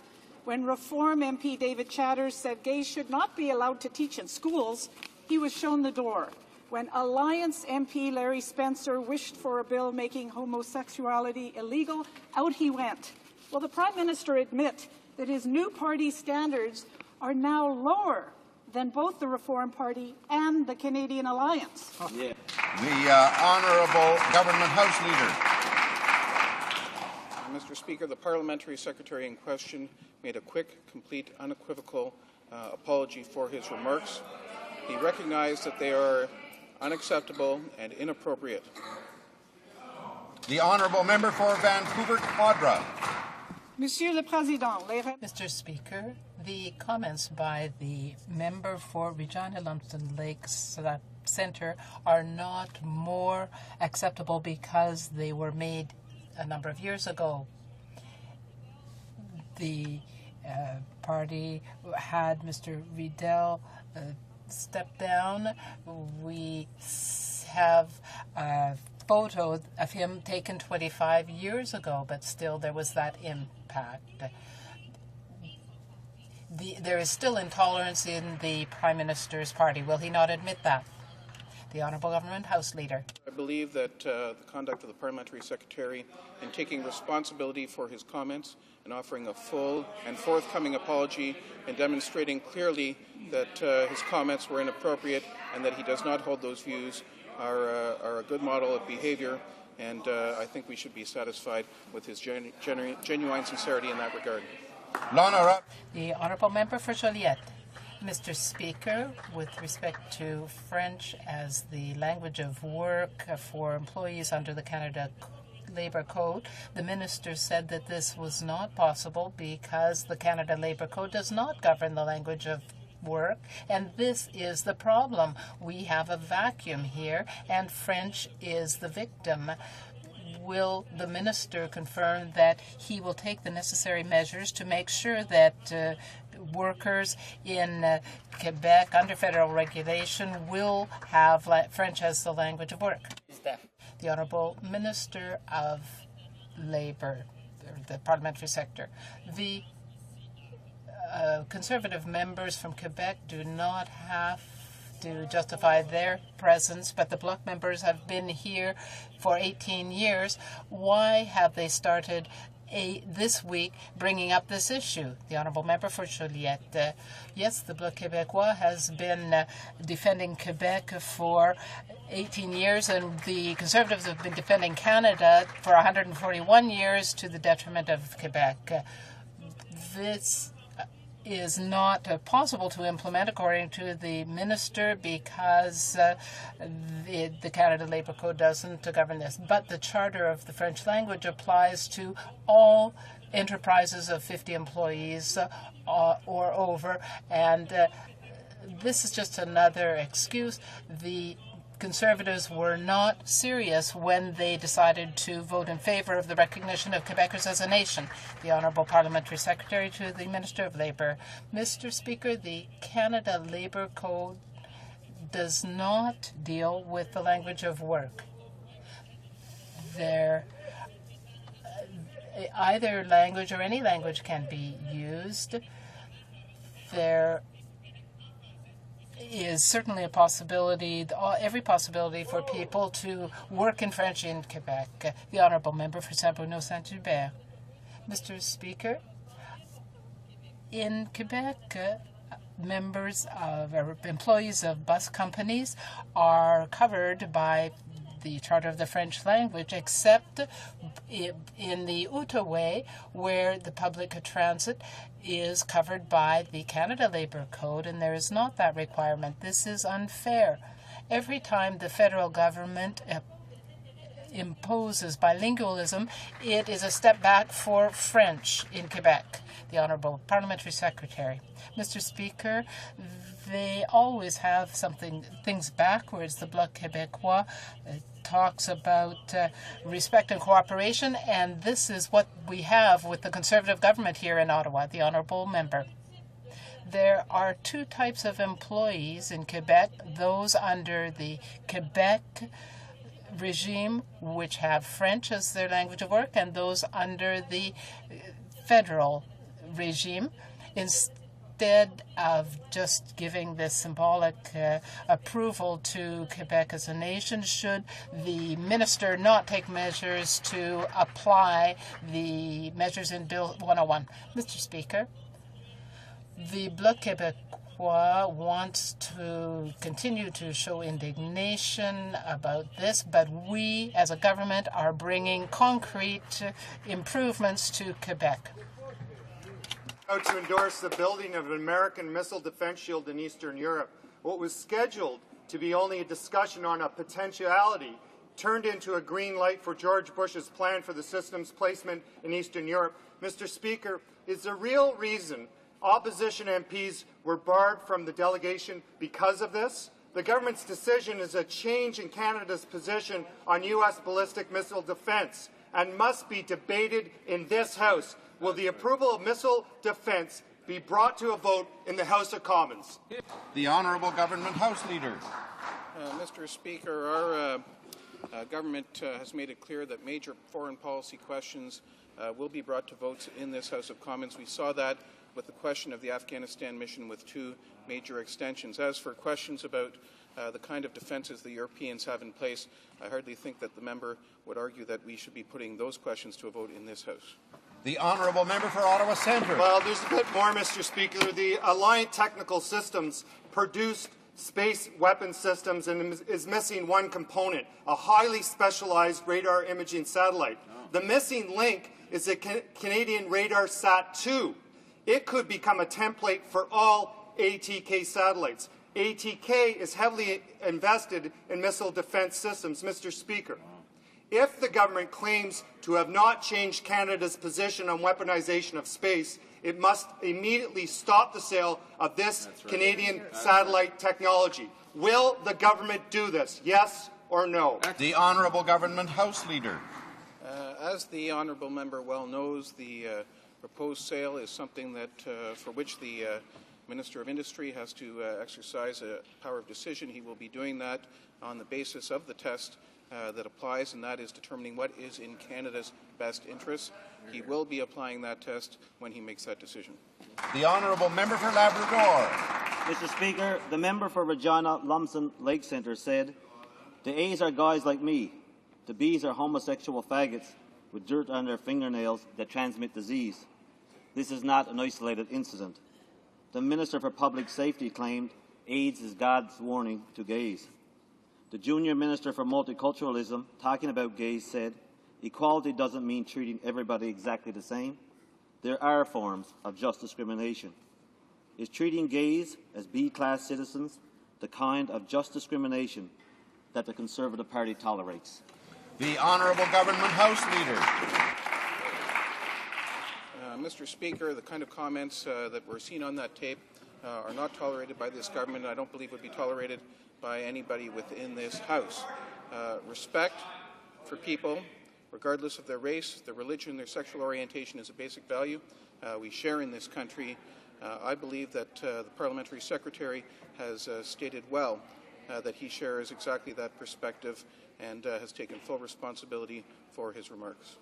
The Honourable Member for Labrador. Mr. Speaker, to allow these comments to stand with no consequences to the member in question is to condone them. The division between A-class and B-class citizens permeates that party's thinking in everything from immigration to gay rights. They can rebrand the Reform Party, but they still stand for the same things. Is the Prime Minister in refusing to fire the member because he knows he would also have to kick out other members of his caucus who also demonstrate such intolerance? The Honourable Government House Leader. Mr. Speaker, that's simply not the case, and in terms of consequences, I think the Parliamentary Secretary spoke quite strongly to the consequences he is facing in terms of the shame that he feels, in terms of the damage of relationships that he has, in terms of a perception that he will have to work years to correct. I think those were heartfelt, sincere, and genuine comments. Those kind of comments that were made and captured on the tape are not appropriate and not acceptable, and I think everyone in this House shares that view. The Honourable Member for Wascana. Mr. Speaker, the government may not grasp the gravity of their problem. They say no discipline is appropriate for these most recently revealed anti-gay slurs. So that changes the nature of the issue. It's no longer about a single MP or a parliamentary secretary. It's now about the Prime Minister and his standards. Does the Prime Minister not realize, if he does not act on this matter, if he does nothing, then he owns it? The Honourable Government House Leader. Mr. Speaker, it's clear that comments of this nature are not appropriate, not acceptable. This government has spoken clearly on that. In fact, so has the Parliamentary Secretary in question.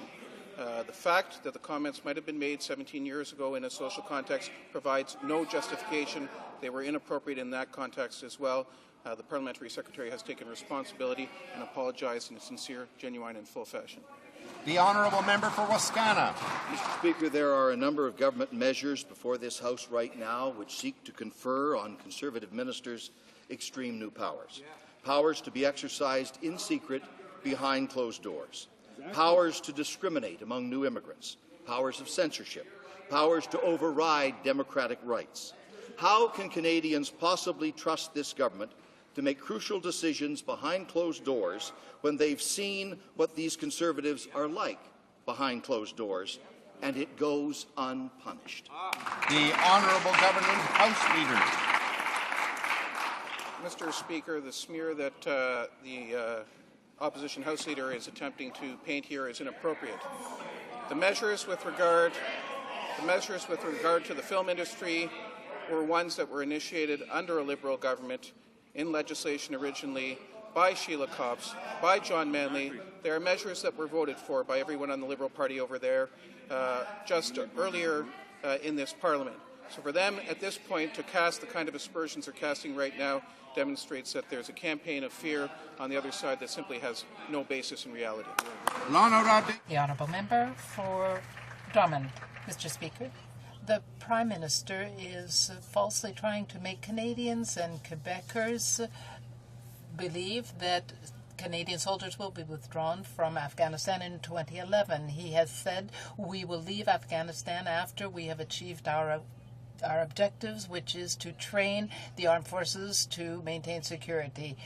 Is the minister preparing to extend our Afghan mission beyond 2011? I would like a clear answer. The Honourable Parliamentary Secretary. This has been very clear.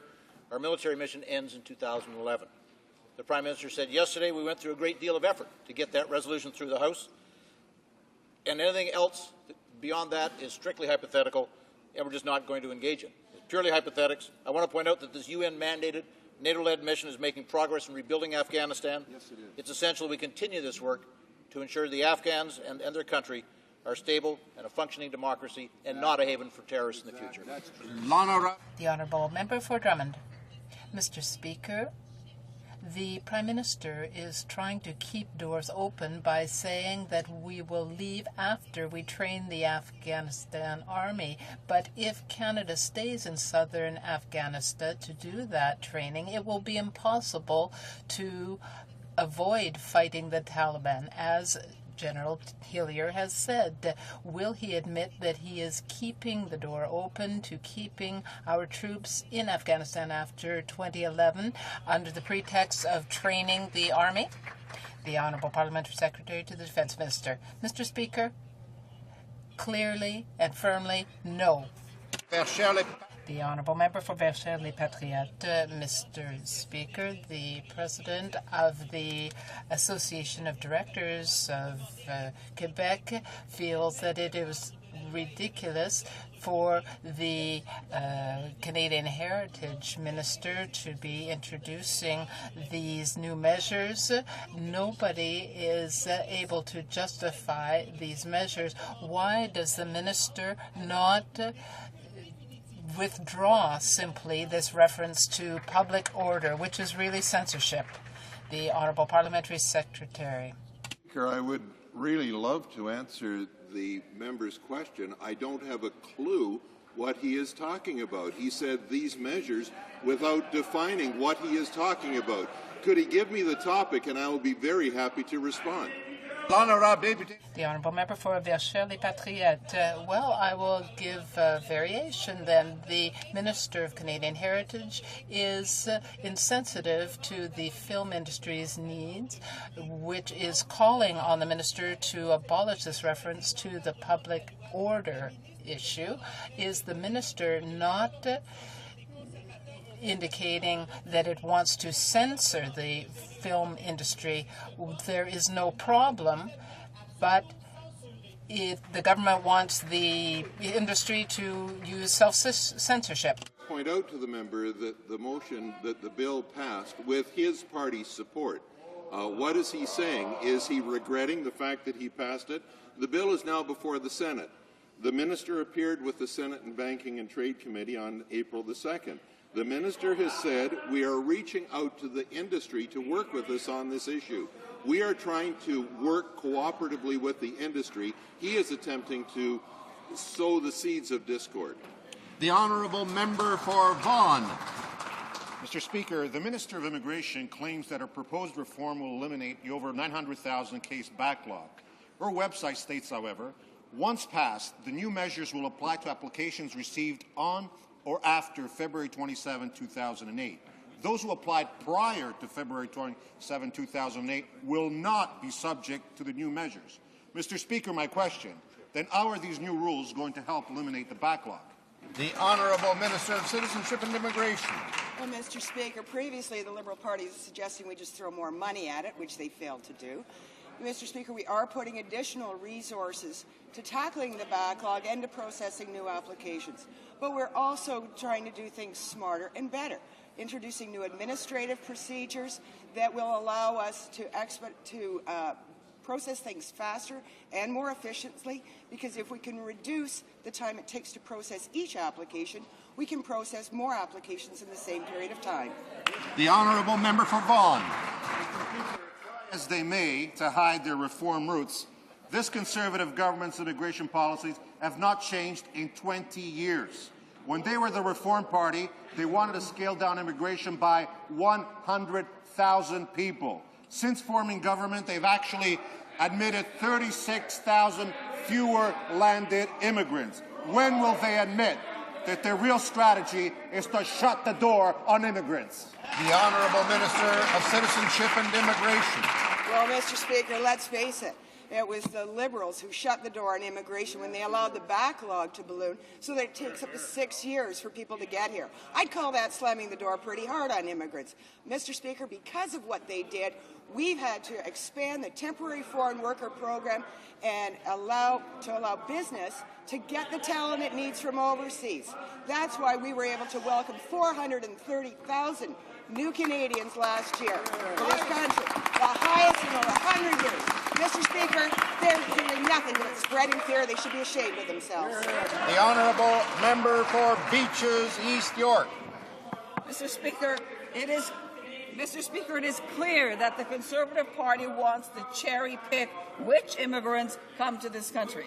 What Canadians are wondering is, what criteria is the minister going to use to put some on the A list and others on the B list, and simply veto other applications altogether? What's the criteria? The Honourable Minister of Citizenship and Immigration. Well, Mr. Speaker, Canada's a wonderful country, and that's why the number of applications for people to come here each year exceeds the capacity we have to process and welcome them. Mr. Speaker, we know that the previous Prime Minister from the other side had 54 top priorities. We're going to narrow that list down so that we can actually tackle the backlog mess that they created by identifying categories that best meet the needs of Canadians and the Canadian industry. Mr. Speaker, I don't know why the Liberal Party wants to keep people waiting 10 years to come to this country. The Honourable Member for Beaches, East York. Speaker, the minister knows it's got nothing to do with the backlog. The sweeping changes this government wants to make to the Immigration and Refugee Act essentially mean that the minister will have the sole power to handpick which applications will be considered. There will be no accountability and no transparency. Why is this government going to back to its Reform Party roots for its immigration policy? Honourable Minister of Citizenship and Immigration.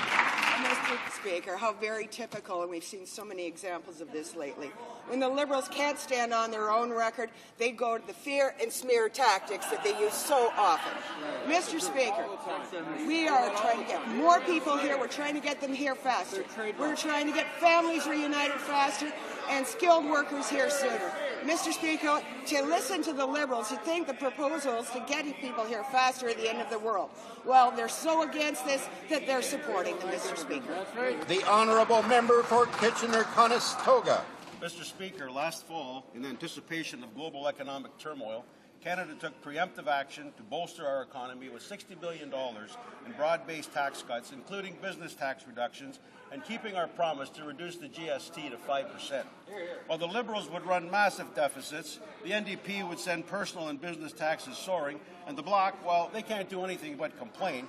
This Conservative government is taking prudent and responsible action to ensure Canada's economic fundamentals remain solid.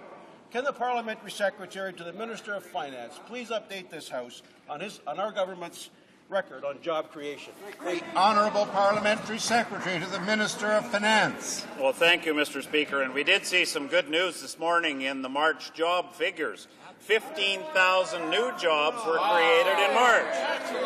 That means the number of Canadians working is at a record high, Mr. Speaker.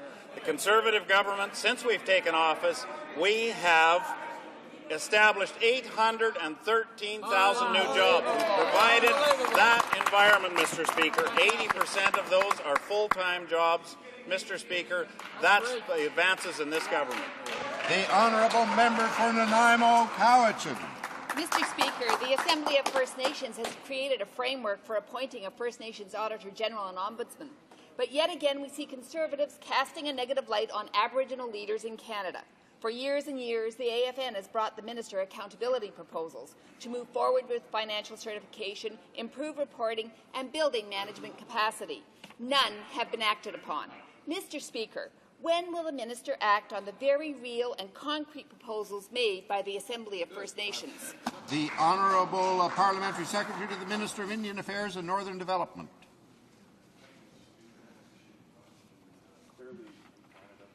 We expect to receive accountable governance in our communities. And I know that First Nation citizens across Canada in the communities throughout our great land also expect accountability, and so our government will be working with First Nations governments to ensure that accountability will be in place. Thank you, Mr. Speaker. The Honourable Member for Nanaimo Cowichan. Well, Mr. Speaker, the Conservative government is proving yet again it can't be trusted. The Aboriginal audit announcement plays on false impressions and myths created by Conservatives about First Nations funding and accountability. In fact, the audit clause proposed creates no new powers or process. Indian and Northern Affairs Canada has always had the audit option under existing contribution agreements. Mr. Speaker, when will this government stop the shell game and implement the AFN proposals on accountability?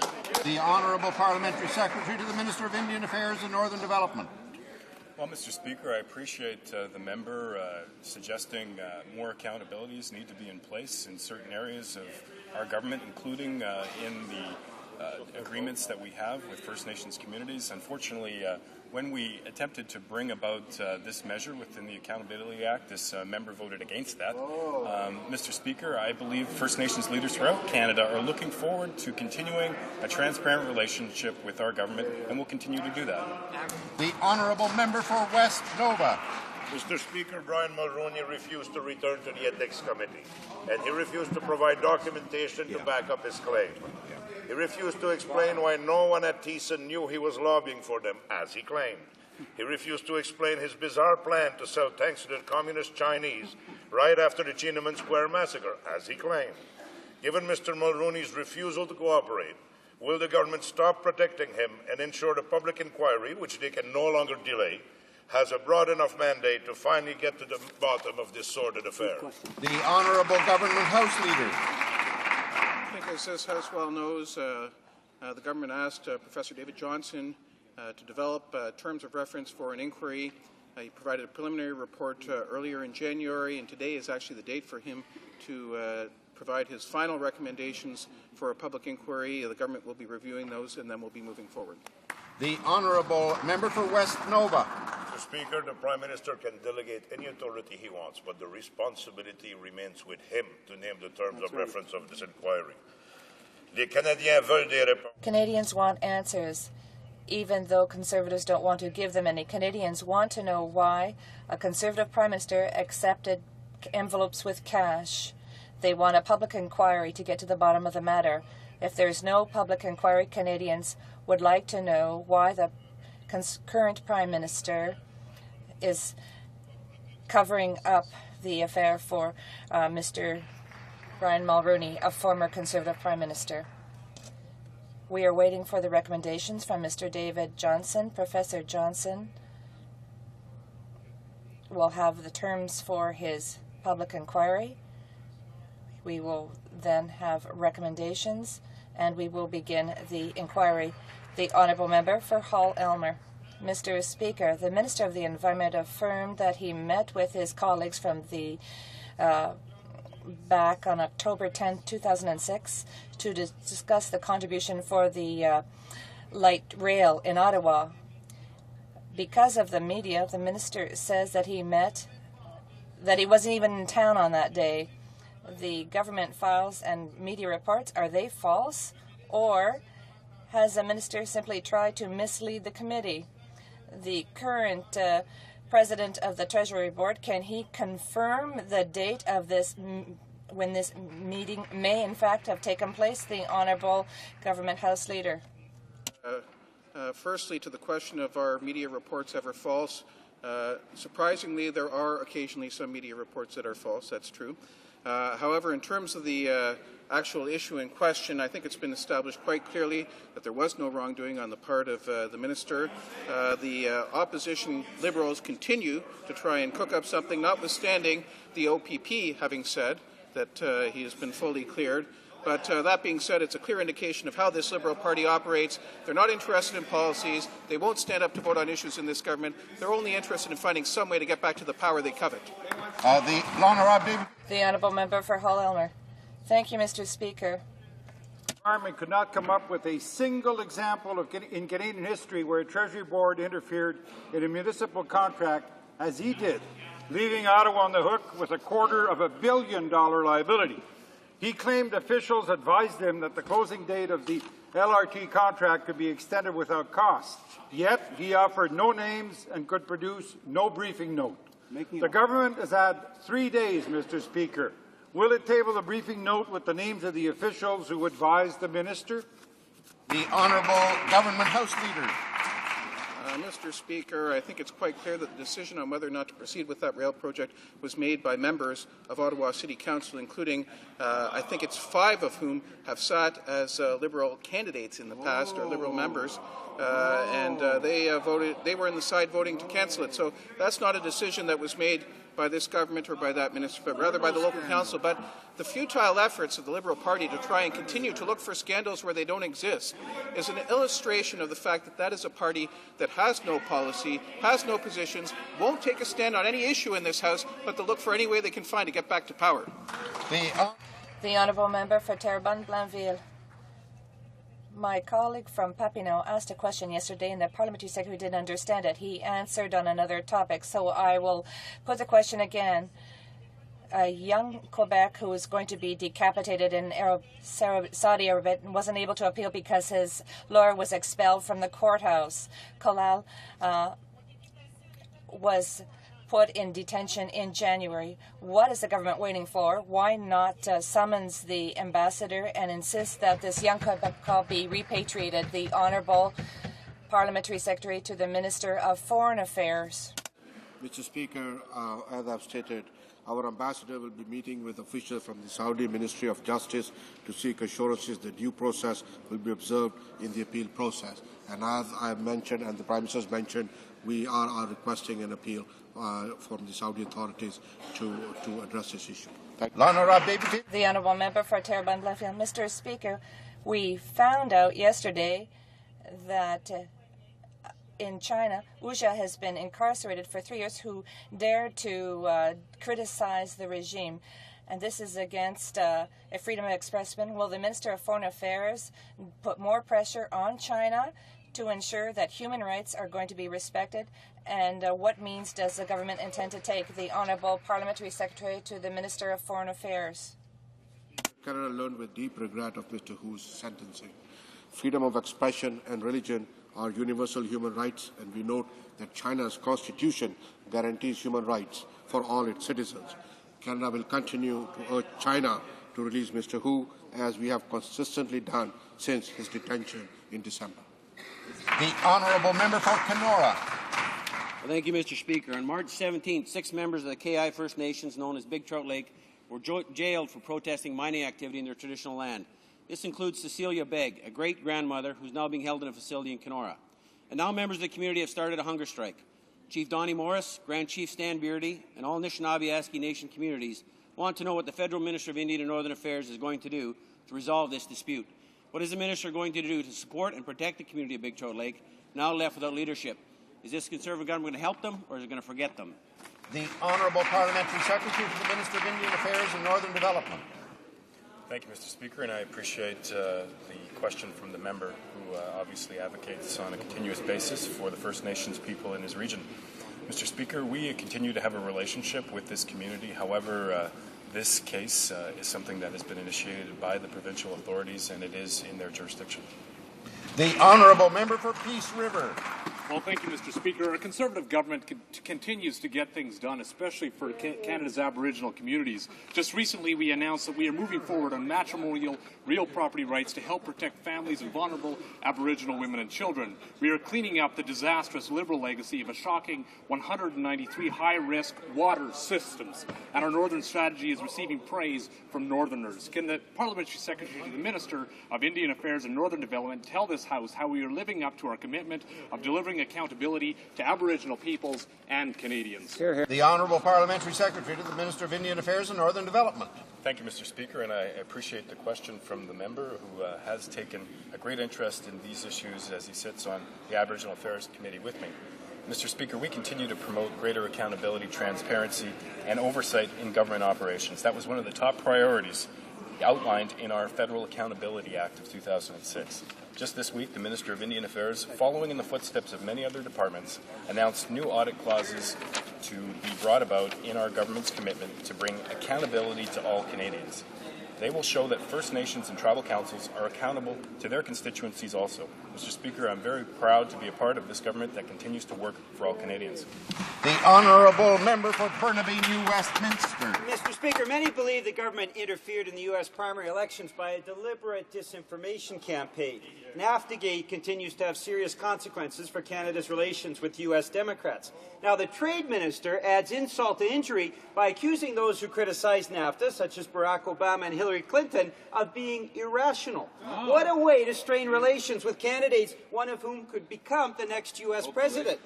Will the government apologize to Barack Obama and Hillary Clinton for the minister's insulting comments? The honourable government House Leader. Mr. Speaker, when it comes to the substantive policy question of free trade and NAFTA, we are not going to make any apology for standing up for Canada's interest. And one of those aspects of standing up is recognizing that NAFTA has been very positive. The free trade agreement has been very positive for Canadians. It's been positive for Americans, too. Our standard of living is higher than ever before as a result of that. There are more Canadians working than ever before, partly as a consequence of that free trade agreement. We believe it's very much in Canada's interest, and we will continue to stand tall and advance that agenda, and we will always fight for Canada's best interests on trade issues. The honourable member for Burnaby New Westminster. Well, Mr. Speaker, two-thirds of Canadian families are actually earning less now than when the agreement was signed, so that simply doesn't hold water. It must be deliberate policy to undermine relations with U.S. Democrats. Now, weeks ago, NAFTA-gate broke, and the alleged disinformation campaign of the government to interfere with the U.S. primary elections was revealed. The Conservatives are sweeping under carpet the biggest scandal we've had with the U.S. by privatizing the investigation. So when is the government going to release the mandate and results of the inquiry, and when are we going to know the truth about NAFTA-gate? Good. The honourable government House Leader. Mr. Speaker, the question of determining where the unfortunate leak occurred of the foreign affairs document out of the consulate in Chicago is ongoing. That's being led by the Chief Clerk of the Privy Council. It is a matter of great concern to us because our relations with the United States are important, and the subject matter, the North American Free Trade Agreement, is particularly important for Canadians. That agreement has been, contrary to what the honourable member said, very, very productive for Canadians. We had a massive increase in job growth as a result of increased trade with the United States. Canadians have been successful. We've been able to compete. We've been able to do well. More Canadians got jobs at higher incomes because we can compete. The honourable member for Churchill. Mr. Speaker, the Mackenzie River Delta's 45,000 lakes are the lifeline and lifeblood of many northern and Aboriginal communities. Coastal communities in the north are experiencing more flooding sooner than anticipated, and widespread environmental changes could occur in the Delta because of the climate change crisis. Yet this government is ignoring the warning signs. Their narrow agenda for the Delta is focused only on development and the oil and gas industry. Mr. Speaker, in light of all the warnings, how can the government justify the ongoing failure to get serious about the climate change crisis?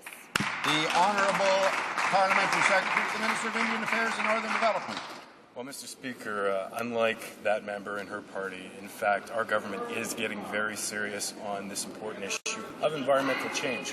That's why we've brought about an important new measure to bring down greenhouse gas emissions by 20% by the year 2020. This is a remarkable initiative brought about by our environmental minister, and of course, I'm very proud to be assisting him on that front. The Honourable Member for Caribou, Prince George. Mr. Speaker, under the previous Liberal government, we saw systematic and continued reduction to our fisheries and oceans enforcement resources. Fishermen in the fishing industry were neglected by the previous Liberal government and suffered directly from these cuts.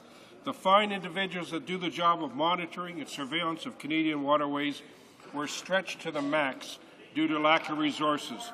So would the Parliamentary Secretary for Fisheries and Oceans please update the House on the progress our government has made in this area? The Honourable Parliamentary Secretary to the Minister of Fisheries and Oceans. Well, thank you, Mr. Speaker, and I'd like to thank my colleague for his very good question. And I'm pleased to report that one of the first actions of the Minister of Fisheries and Oceans was to immediately reverse the irresponsible Liberal cuts to enforcement and conservation. And we continue to add officers. Very recently, 21 new officers celebrated their graduation from the DFO training program in Regina. These men and women will be posted across the country in Newfoundland and Labrador, Nova Scotia, New Brunswick, Prince Edward Island, Quebec, and, of course, British Columbia. This brings the number of new hires to 105 since our government was elected in 2006, and more will be added in the near future. The Honourable Member for Montcalm. Mr. Speaker, there was a federal provincial meeting on social housing. This is the first meeting in 2 years. The minister responsible didn't commit to any new funding for social housing. What is the minister waiting for? Why not invest in social housing and help Quebec's organizations, Quebec provinces and organizations to do something with social housing? We need $1 billion in additional money, and this should come from the CMHS. The Honourable Parliamentary Secretary. Government's made made substantial investments in housing. We have made $1 billion in affordable housing, $270 million in partnering strategy, with $1.4 billion in new housing trust. Mr. Speaker, this government cares a lot about the vulnerable Canadians who find themselves in these positions with needing affordable housing, and that's why we made a big investment. And we'd like to thank the Liberal Party for helping and supporting our budget. Thank you. The Honourable Member for Skeena Bulkley Valley. The Queen of the North on BC's north coast was an avoidable tragedy. The BC Ferry Corporation asked for and received safety exemptions from the federal government. Other single-compartment vessels had sunk prior to the sinking of the Queen of the North. Has this government taken any responsibility for this disaster or even attempted to apologize to the families who were devastated by this tragedy? The Honourable Government House Leader. Mr. Speaker, this government takes very seriously the safety of Canadians, particularly when it comes to transportation matters, and I'm sure the Minister of Transport, when he's back here today, would be happy to sit down and take up the matter with the member. The Honourable Member for Mount Royal. Mr. Speaker, nearly a month ago, the government supported a House motion that it would stand consistently against the death penalty as a matter of principle both in Canada and around the world. Yet the government still won't seek clemency for Ronald Allen Smith, the only Canadian on death row in the United States. Today we learned that the ACLU is intervening on Mr. Smith's behalf to stop this cruel and unusual punishment. Mr. Speaker, how can this government affirm it's against the death penalty around the world, yet not seek clemency for Mr. Smith's death sentence? Why does it affirm one principle in the House and oppose that principle outside the House? The Honourable Parliamentary Secretary to the Minister of Justice. Mr. Speaker, our government has stood steadfast on the issue of human rights and on this issue, not only in Canada but around the world. Mr. Smith has availed himself of some rights in the country in which he is to an appeal, and it would be inappropriate to comment on that appeal at this time. The Honourable Member for Kings Hants. Mr. Speaker, the Conservatives believe that a 14-year-old who breaks the law should be punished as an adult. But the Conservatives also believe that a 40-year-old should be able to utter hate and prejudice and escape all punishment. Why the double standard, Mr. Speaker? Why are the Conservatives soft on hate? The Honourable Government House Leader. Mr. Speaker, the type of comments he's referring to were unacceptable to this government, unacceptable in this country. The Parliamentary Secretary has apologized for the comments from this 17-year-old tape. And the comparison, I think, between the two issues really doesn't apply. Tabling of documents, dépôt de documents. The Honourable Parliamentary Secretary to the Minister of Citizenship and Immigration. Yes, Mr. Speaker, pursuant to Standing Order 36 sub 8, I have the honour to table in both official languages the government's responses to 3 petitions. The Honourable Parliamentary Secretary to the Minister of Fisheries and Oceans. Thank you, Mr. Speaker. It's my pleasure under Section 32(2) of the Standing Orders of the House of Commons to be able to table in both official languages a treaty entitled Agreement between the Government of Canada and the Government of the United States of America on Pacific hake whiting. An explanatory memorandum is enclosed with the treaty. Introduction of government bills. Statements by ministers. Reports from interparliamentary delegations. Presenting reports from committees. The Honourable Parliamentary Secretary to the Minister for Official Languages. Thank you, Mr. Speaker. Pursuant to its mandate under the standing orders, I have the honour to present the 16th report of the Standing Committee on Procedure and House Affairs regarding changes to membership of standing and standing joint committees. If the House consents, I will move concurrence in the 16th report later today. Presenting reports from committees. Minister of Human Resources and Social Development. Thank you, Mr. Speaker. I have the honour to present in both official languages the 4th report of the Standing Committee on Human Resources, Social Development and the Status of Persons with Disabilities. Introduction of private members' bills. The Honourable Member for Burnaby, New Westminster. No, instant, sir. We need just a moment.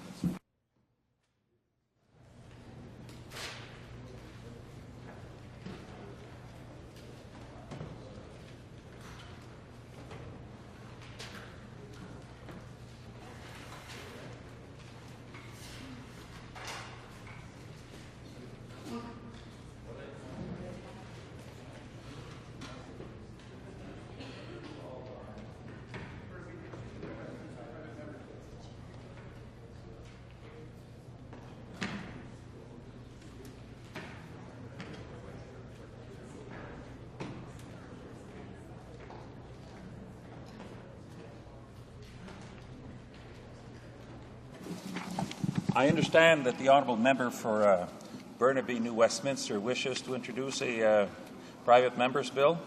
We need to know. I need to know who his seconder is.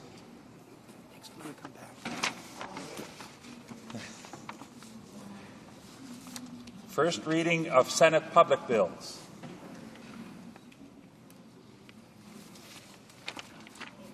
Motions? L'Honorable. The Honourable Parliamentary Secretary to the Minister for Official Languages. I move that the 16th report of the Standing Committee on Procedure and House Affairs presented to the House earlier this day be concurred in. Thank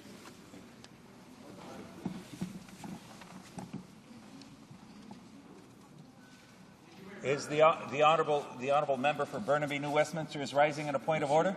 No.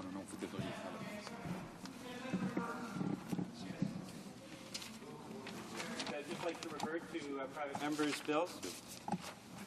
Does the honourable member have the unanimous consent of the House to move this motion?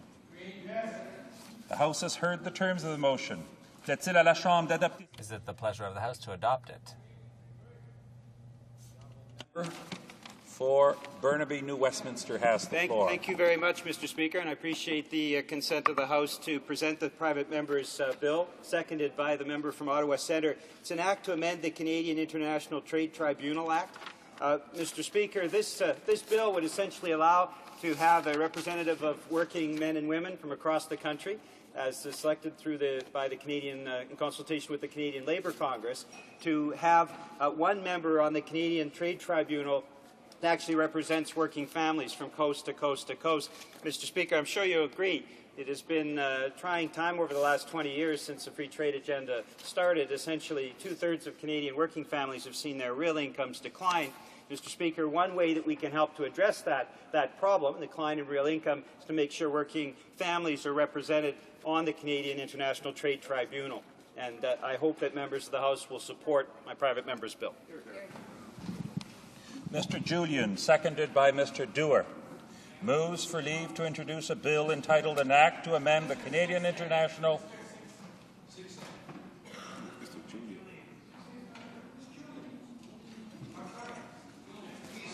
I appreciate the good help from the minister from the member from Mississauga South. Mr. Julian, seconded by Mr. Dewar, moves for leave to introduce a bill entitled An Act to Amend the Canadian International Trade Tribunal Act, appointment of permanent members, and the motion is deemed adopted. The honourable member for Burnaby, New Westminster. has done this. When shall the bill be read a second time? À la prochaine séance. At the next sitting of the House. First reading of this bill. Premier lecteur de ce projet de loi. Under motions, the Parliamentary Secretary moved a motion to which I was not sufficiently attentive. Very good, Mr. Speaker. I'm happy to repeat my motion. If the House gives its consent, I move that the 16th report of the Standing Committee on Procedure and House Affairs presented to the House earlier this day be concurred in. Thank you. Honorable député.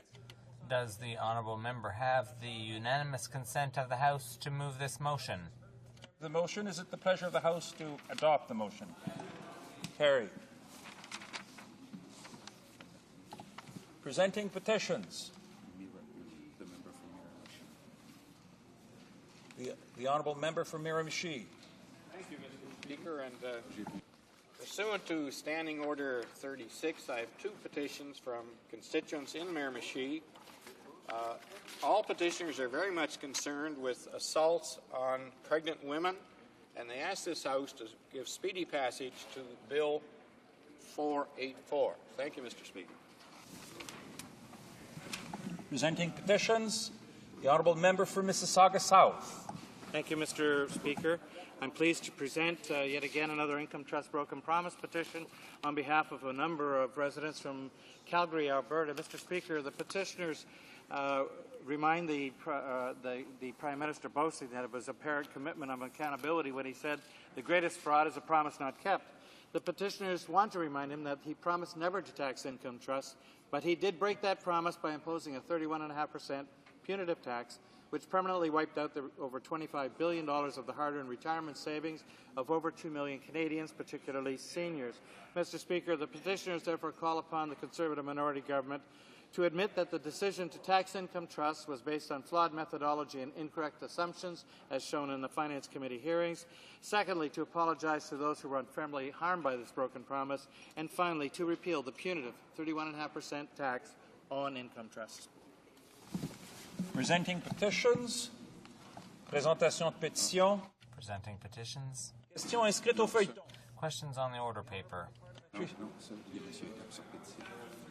The honourable, under presenting petitions, the honourable member for Edmonton Sherwood Park. Thank you, Mr. Speaker. I appreciate the compliment you just gave me. I guess I'm losing so much weight that I'm no longer visible. I'm very, very honored today, Mr. Speaker, to present yet another handful of signatures that are in support of Bill C-484, my private member's bill, which, of course, will provide for criminal sanctions against someone who would attack a pregnant woman and thereby injure or cause the death of her unborn child. These petitioners, this one, by the way, Mr. Speaker, is a total of almost 2,500 signatures that I have here today, and these people are urging that this particular bill be passed. That, by the way, Mr. Speaker, brings the total number of names now presented to 17,547 in the House. Thank you. Presenting petitions.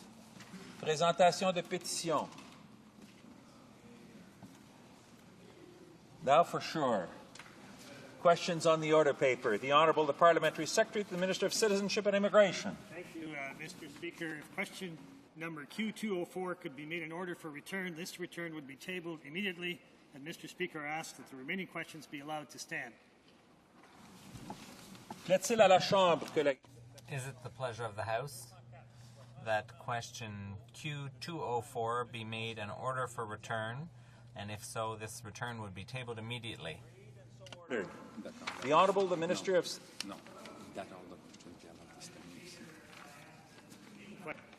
Be allowed to stand. Agreed? So ordered. The Honourable the Minister of Citizenship and Immigration is rising on a point of order. Yes, I am. Thank you, Mr. Speaker.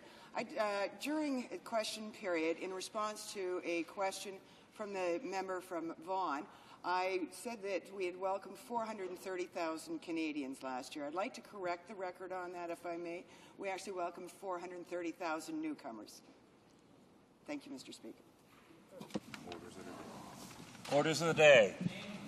Ordre du jour. Orders of the day, Government Orders, Government Bill, Resuming debate at the second reading stage of Bill C-50, Budget Implementation Act 2008, and on the amendment of Ms. Chow. Resuming debate, the honourable member for Vaughan.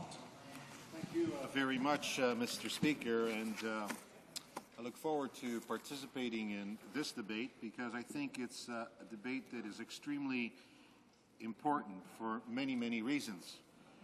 Mr. Speaker, I'd like to give this debate a bit of context as it relates to the immigration component of Bill C-50. As Canadians know quite well, Mr. Speaker, Canada today is essentially an aging society. We have an aging society, an aging population. We have a declining birth rate. We are faced with skill shortages that people on both sides of this House, I'm sure, are quite aware of. We also live in a world that is extremely very competitive when it comes to globalization, when it comes to competing for the economic well-being and raising the standard of living and quality of life of the people that we represent. Given that context, Mr. Speaker, you wonder why, during an era where Canada needs people, from all over the world, in fact, this Conservative government has actually reduced the number of landed immigrants coming to Canada in the first 2 years, Mr. Speaker, by 36,000 people. From a logical point of view, both from an economic perspective and social and cultural perspective, that type of measure simply does not make any sense.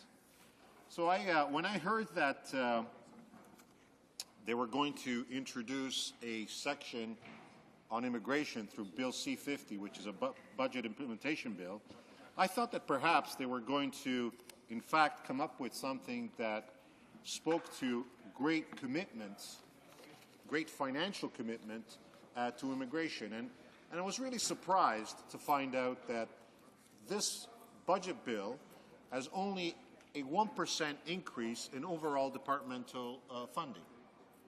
Mr. Speaker, what's really odd about this is that while we are faced with a 900,000 case backlog, that you would have such a meager increase in departmental investments when it comes to immigration. And that is of concern to me as an individual who appreciates the great contribution that Canadian newcomers have made to Canada.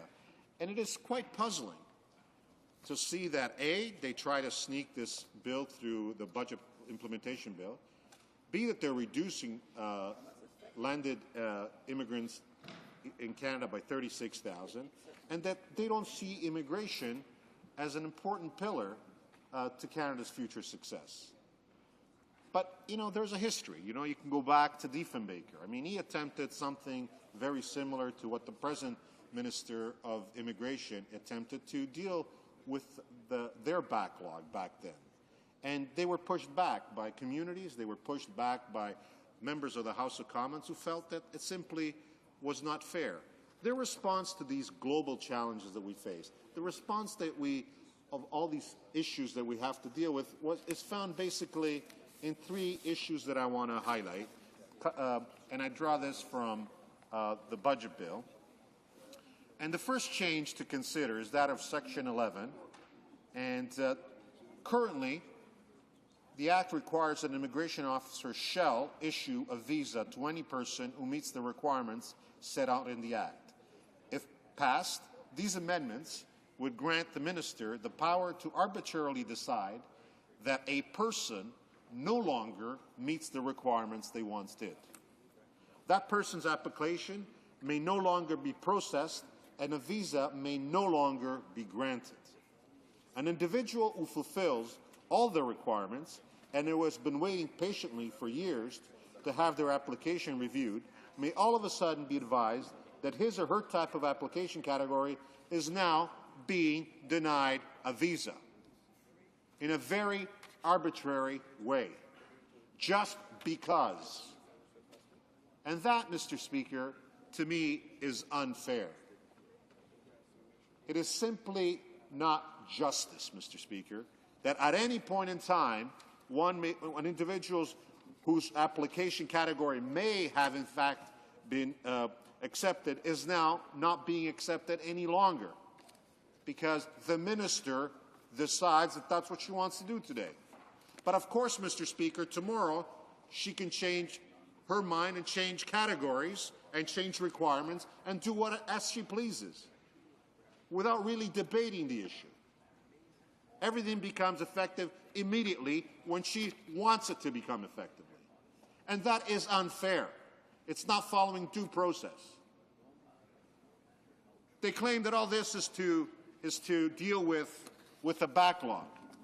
Then, you do a little bit of research, and what happens? You discover that that doesn't make sense either, because you go to their legislation website, the departmental website, and you find this quote. It says, once passed, the new measures will apply to applications received on or after February 27, 2008. Those who applied prior to February 27, 2008 will not be subject to the new measures and will be dealt with fairly under the existing rules. Well, if these rules are not applied to the backlog, then how are they going to help the backlog? And exactly what does this mean? Will be dealt with fairly under the existing rules. Are you telling me that the new rules are unfair? Is that what the minister is telling Canadians? That anybody prior to February 27, 2008 will be dealt with fairly, but after that they will not be dealt with fairly? These are quotes that concern me a great deal. And I'm sure, Mr. Speaker, they concern the honourable member from Beaches, East York, who I'm sharing time with, and she will also elaborate on all these points, because this is unfair legislation. It speaks to total disregard by the Conservative government to the immigration community, to immigrants who have helped build this country. And it's time that they come clean with their agenda. They need to explain to Canadians why is it that in their first 2 years in government, they have reduced landed immigrant status and landings by 36,000. 36,000 fewer immigrants have been allowed into this country. Why? Why is this happening? Why is this Conservative government shutting its doors on immigrants?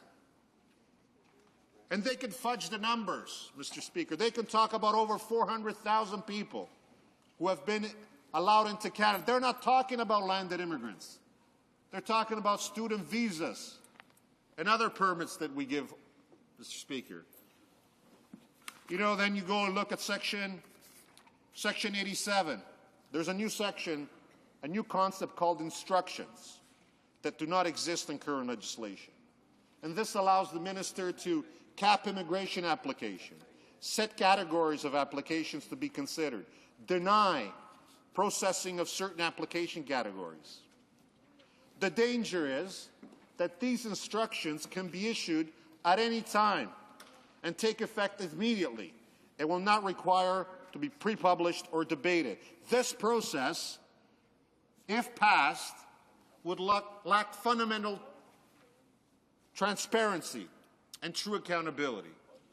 Mr. Speaker, in this day and age, when Canada requires the help of immigrants from across the globe, people who have helped build this country, we cannot stand still here in the House of Commons and accept from the Conservative government an agenda that shuts the door on immigrants in a very arbitrary way just because they feel like it. And they also try to fool Canadians by saying that they're serious about reducing the backlog. 900,000. What do? They increase the departmental budget by a mere 1%. The parliamentary secretary knows that that job will not be done with $22 million. It will not be done. And when the minister says that she will eliminate Canadians, will eliminate the backlog, She knows she's misleading Canadians. She knows that she will not be able to deliver. She knows she will not get her job done. Questions and comments? Questions et commentaires. The Honourable, the Parliamentary Secretary to the Minister of Citizenship and Immigration. Just to comment, I think this member should first of all stand up and apologize for what the Liberal Party has done to the immigration system over 13 years, 6 ministers, 4 terms in office, most of them majorities, and they haven't done anything. And shamefully, they've increased the backlog from 50,000 to 800,000. And this member should stand up and say, I'm sorry, we're ashamed for what we've done to immigration. That's what they should do. And they shouldn't fearmonger. And I'll just quote what Susan Riley, the Ottawa Citizen, she said, while some concerns about the changes are valid, some amount to fear-mongering, which isn't limited just to the Liberals. But let me go further and quote a portion in the Winnipeg Free Press. This is what it said. What the Conservatives propose is common sense. For the Liberals to exploit this, however, not only ignores the national need for the party's own political advantage, but also ignores the ugly truth that it was the Liberals who created this problem. In the years 1993 to 2006, the immigration backlog grew from 50,000 to 800,000, and the 429,000 newcomers admitted includes those that were skilled workers and temporary foreign workers and those students that needed to work to meet our economy and the demands of our economy. And they're in those numbers. Those are true and correct, and the trend is upward. More newcomers, more immigrants, faster and more efficiently, and that's what we're proposing to do. He should stand up and apologize for the past record. Member for Vaughan. Mr. Speaker, the honourable member must be kidding that I have to apologize. I mean, come on. The Conservative government stated that you would eliminate the backlog. Since you've been in office, the backlog has actually increased. Now, you can fudge your numbers. You can talk about 400,000. The honourable member for Vaughan is an experienced member of this House. He's a Privy Councillor, and he knows not to address other members in the second person, but in the third person. Yes, thank you, Mr. Speaker. Appreciate that. The reality is, Mr. Speaker, that as the honourable member well knows, I mean, I know that he knows these facts because I speak to him regularly, and he knows that the Conservative government, in their first 2 years, Mr. Speaker, has actually reduced the number of landed immigrants coming into Canada by 36,000. Now, they claim, of course, that they understand the demographic pressures that Canada is facing. They claim that they understand that with emerging markets like China and India, that in fact there's greater competition for skilled labor. They claim to understand all these, but their actions speak to a different reality. So when they shut the door on 36,000 people, when I look at their history dating back to the years of Diefenbaker, and when I look at their roots as the Reform Party, when they actually called for the reduction of landed immigrants by 100,000, these are in documents that are part and parcel of your genetic makeup as in understanding. Comments? The Honourable, the Chief Government Whip. Thank you, Mr. Speaker. Mr. Speaker, I could go on for quite some time about this, but I know time is short, so I'll limit my comments to this, that I would ask the honourable member to think about a prospective immigrant, a person that would apply, and certainly I've met those people. I've had the great privilege of traveling quite extensively in my role as a parliamentarian over the past almost 15 years that I've been honored to be the representative for Prince George Peace River in this House. And when you're in foreign countries and you see the enthusiasm of especially young people that want to immigrate to Canada, and put yourself, Mr. Speaker, in the position of some young person, for example, say in China. They're 19 or 20 years of age, they're finishing their university education, and they apply to come to Canada. They want to immigrate to our great country. And they're told over a series of interviews that the backlog is 6 to 7 years. Imagine your disappointment if you're that young person. And imagine how much can change, Mr. Speaker. I ask you to reflect back on your own life. And I ask the honourable colleague to reflect back on his life. Between the age of 19 and, say, 25, 26, a lot can happen. People meet future spouses, they fall in love, sometimes they start families, they start a career. And 6 or 7 years later, the Canadian authorities get a hold of this individual after putting their application for immigration through the process, and they say, okay, we've accepted you. Their whole situation has changed. Mr. Speaker, that's what we're trying to do. We're trying to change this backlog that was created by the previous government. And I ask the honourable member, in all sincerity, to reflect upon that and to say, isn't there some way that we can bring forward change like we're trying to do so that we don't have to disappoint thousands upon thousands of prospective immigrants, that their situation changes dramatically? The Honourable, the Chief Government Whip, has burned the clock, but I will allow the Honourable Member for Vaughan equal time. Well, thank you very much, Mr. Speaker. And I guess I really don't have to put myself in the shoes of an immigrant, because I am an immigrant myself to this country. And I appreciate all the experiences that I've had to deal with the changes that occur to the life of an immigrant. So you can rest assured that I'm very sensitive to those concerns. But the reality is, even if you were to apply those changes, the changes that you are advocating, which I do not support, actually are not applied to the backlog. So that's something that the honourable member, I'm sure, understands quite well. And that is one of the reasons why this piece of legislation is deeply flawed.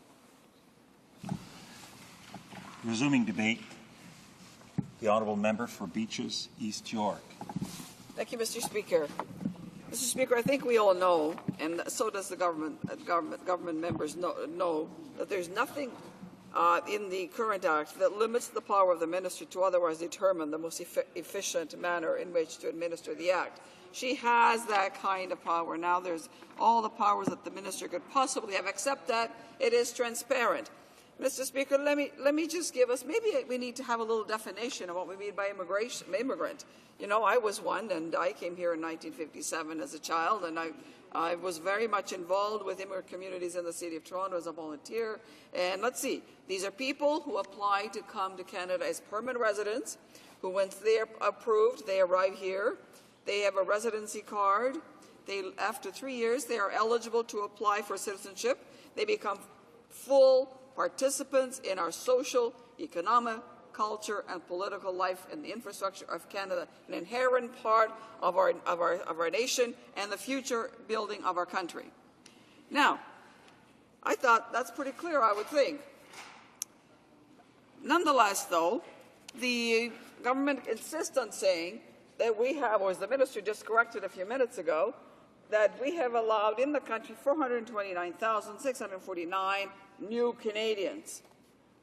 In my view, and in all of my 30 years of volunteerism in the community, new immigrants means immigrants, or new Canadians is still the same thing, immigrants who come to settle here. Oh, but gee, that's not what that figure is not really true. Well, because in 2007, only 236,689 were actually given landed status, visas. And the previous year, actually, it was 262,000, so actually 36,000 less came. The number is being inflated, we know now, by foreign students and foreign workers and all kinds of visitors' visas, what have you. These are not people who are yet in the position. They're coming here, yes, to assist with work, some of them. Some of them are coming to study. They are not immigrants. They're not people who are fighting to come to this country. The government is purposely misleading Canadians, purposely fudging the numbers, intentionally doing this to confuse and confiscate the whole thing.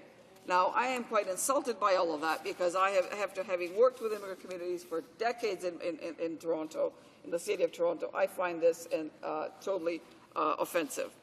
And so will many people. Let me tell the honourable members opposite how reform of immigration is actually done.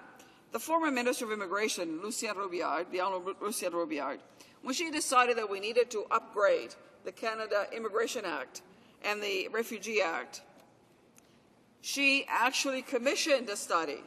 Then she took herself and the bureaucrats and others, members of the House, across this country of ours and consulted with Canadians across the land as to what kind of Canada they wanted to see, the kind of rules that they thought were needed, and the kind of changes that should be made to the Immigration Act. And it was open and transparent. Legislation was placed in the House of Commons. It was debated at committee.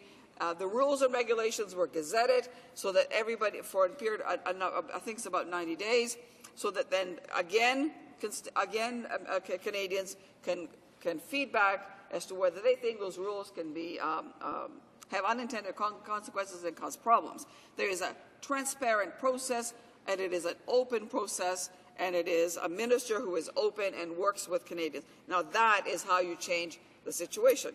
So this government, unfortunately, is doing something quite altogether different. It is changing the, first of all, it is not tabled a proper bill in the House. It is tacked it after the fact through the budget bill, which is totally insulting to not only this House, but Canadians of immigrant background and all Canadians all citizens in this country. Secondly, it's trying to hinge its excuses, or it's trying to camouflage and trying to excuse itself by saying that we have 900,000 people backlogged in this country, and that's why we have to do this. Well, first of all of these powers for the minister to decide at the last minute, changing of categories, changing of which category comes in more or less, so whether it's the family class or not, which I think the minister may decide to reduce, and nobody will know. To do all of these changes, she doesn't need that. None of those things will actually affect the backlog. She can go and cherry pick a few people, or change the categories. It will not change the backlog. What will change that is if the government had followed through on $700 million of monies that had been allocated to address the problem of human resources of the Immigration Department. I have said for many years, Mr. Speaker, that one of the problems with the Immigration Department is it does not have enough human resources to deal with the applicants and deal with the work that it has. But no, they chose to cut that back. And now we're trying to say that they are dealing with a backlog to which they have been partnering, increasing for the last while, and that is supposed to resolve the problem. While the minister in private quarters, somewhere, invisible, unobserved, and unchecked by anybody, is going to change things and decide when and where and who gets to come to this country. You know, there are right now, for instance, what's called a point system, a category. If she really truly decides that we need to have more skilled labor, that is, fewer people with university graduates and more of skilled labor, because that's where the shortage is, well, she is free to change the point system. She is free to then publish that in the Gazette openly and for people to comment. She has all the powers in the current act to act and adjust if she needs to. She doesn't have to totally eliminate that part and give herself, or the government give her, the kind of powers where she can do as she pleases behind closed doors. You know, Mr. Speaker, I remember a time, of course it was before my time, but I do remember history, when Southern Europeans were not allowed in this country. There were very few Italian Canadians or Southern Europeans that came, and only to work on the railway in the northern part of the country, and weren't necessarily allowed to bring their spouses. We know what happened with the Chinese tax and the Chinese members of this community. We also know what happened to Italian Canadians during the last World War when they were put in military camps and declared enemies of the state. We know what happens when there's too much power and it is not transparent. We live in a modern democracy here. We are not a backward third world country. And Canada's history is not unblemished. You know, obviously in the past, with the kind of policies that existed, I and my family would never have come here because I come from the Mediterranean part of Europe. So I have to tell you, Mr. Speaker, these changes scare me. I find them offensive. I think they are extremely destructive and anti-democratic. And I believe that the government needs to review and its reasons for doing what it wants to do. The numbers are clear, and I think it's time that the government stop misinforming and purposely misinforming the public and this House with its numbers, and who the minister very proudly sends up and says 429,000 new Canadians. They are not new Canadians. They're not here to stay. A student is here to study and will most likely leave unless he or she applies. Somebody with a work permit comes here on a temporary basis unless they apply. An immigrant is someone who has decided to make their life in this country on a permanent basis, to commit for the rest of their lives to this country. That's a new Canadian. And they're not visitors either. So, Mr. Speaker, this is highly unacceptable, highly insulting, and I would hope that the government and this minister review its conscience and get out of the gutter that they have been in with respect to their former reform situation, because that's where they were. That's where the Reform Party. I'll tell you, Mr. Speaker, when I listened to some of the Reform Party comments when I was in this House and the racial slurs that they used to throw across the floor as Reform Party at that time made me worry about the kind of policies that they would bring forward. Well, you know what? I think today I have seen it. I have seen what they can do, and this is exactly what it is. Secrecy, behind closed door policy, no transparency, no democracy. Thank you very much. Questions and comments? The Honourable, the Parliamentary Secretary to the Minister of Citizenship and Immigration. Mr. Speaker, when the honourable member runs out of facts, he tries to fearmonger and throw out various innuendos, but the fact of the matter is that the process is open. The member is allowed to speak in this House. All members are allowed to speak to the bill. It will go to committee. There will be an opportunity for witnesses to be called, for this issue to be directed, and also they'll be brought back to this House for further debate. And so it's an open process. The instructions will be published in the Canada Gazette. They will be in the annual report to Parliament. It will be charter compliant. But just with respect to her remark for us to take some lessons in terms of how to reform the system from the past government, who has actually caused the backlog to balloon from 50,000 to 800,000, is not something that I would say that we should take into account. But I want to end by saying this, that this honourable member's party has voted against $1.3 billion in new settlement funding for newcomers to Canada. They voted against Foreign Credential Referral Office to help newcomers. They voted against us cutting the $975 immigrant hit tax. Now, I'm asking this member, will she support this particular reform that will actually allow more people to come in faster and become landed Canadian immigrants, or is she going to oppose it? Will she follow her leader's orders or not? The Honourable Member for Beaches, East York. Mr. Speaker, first of all, the honourable member's contention that this is a transparent process is a joke, because if, in fact, they wanted to have a debate and discussion of immigration in this country, which I think we ought to have, and it's a great debate, then it should never have been attached to the budget after the fact, which suggests to me that they have no intention of making it a real discussion. Further, if they wanted it to be a transparent situation, they would not have put forward a bill that, in fact, gives those kinds of powers to the minister. I mean, it's obvious that those kinds of powers are not transparent powers. And quite frankly, I think that the honourable member, when he's talking about backlogs yet over again, the powers the minister is being given has got nothing whatever to do with bringing back or catching up or eliminating the backlogs. They can do that in many more ways that they will do this. And I ask the honourable member to do the right thing. Questions and comments? The Honourable Member for Ottawa Centre. Thank you, Mr. Speaker, and I thank my colleague for her comments, her analysis, and her concerns.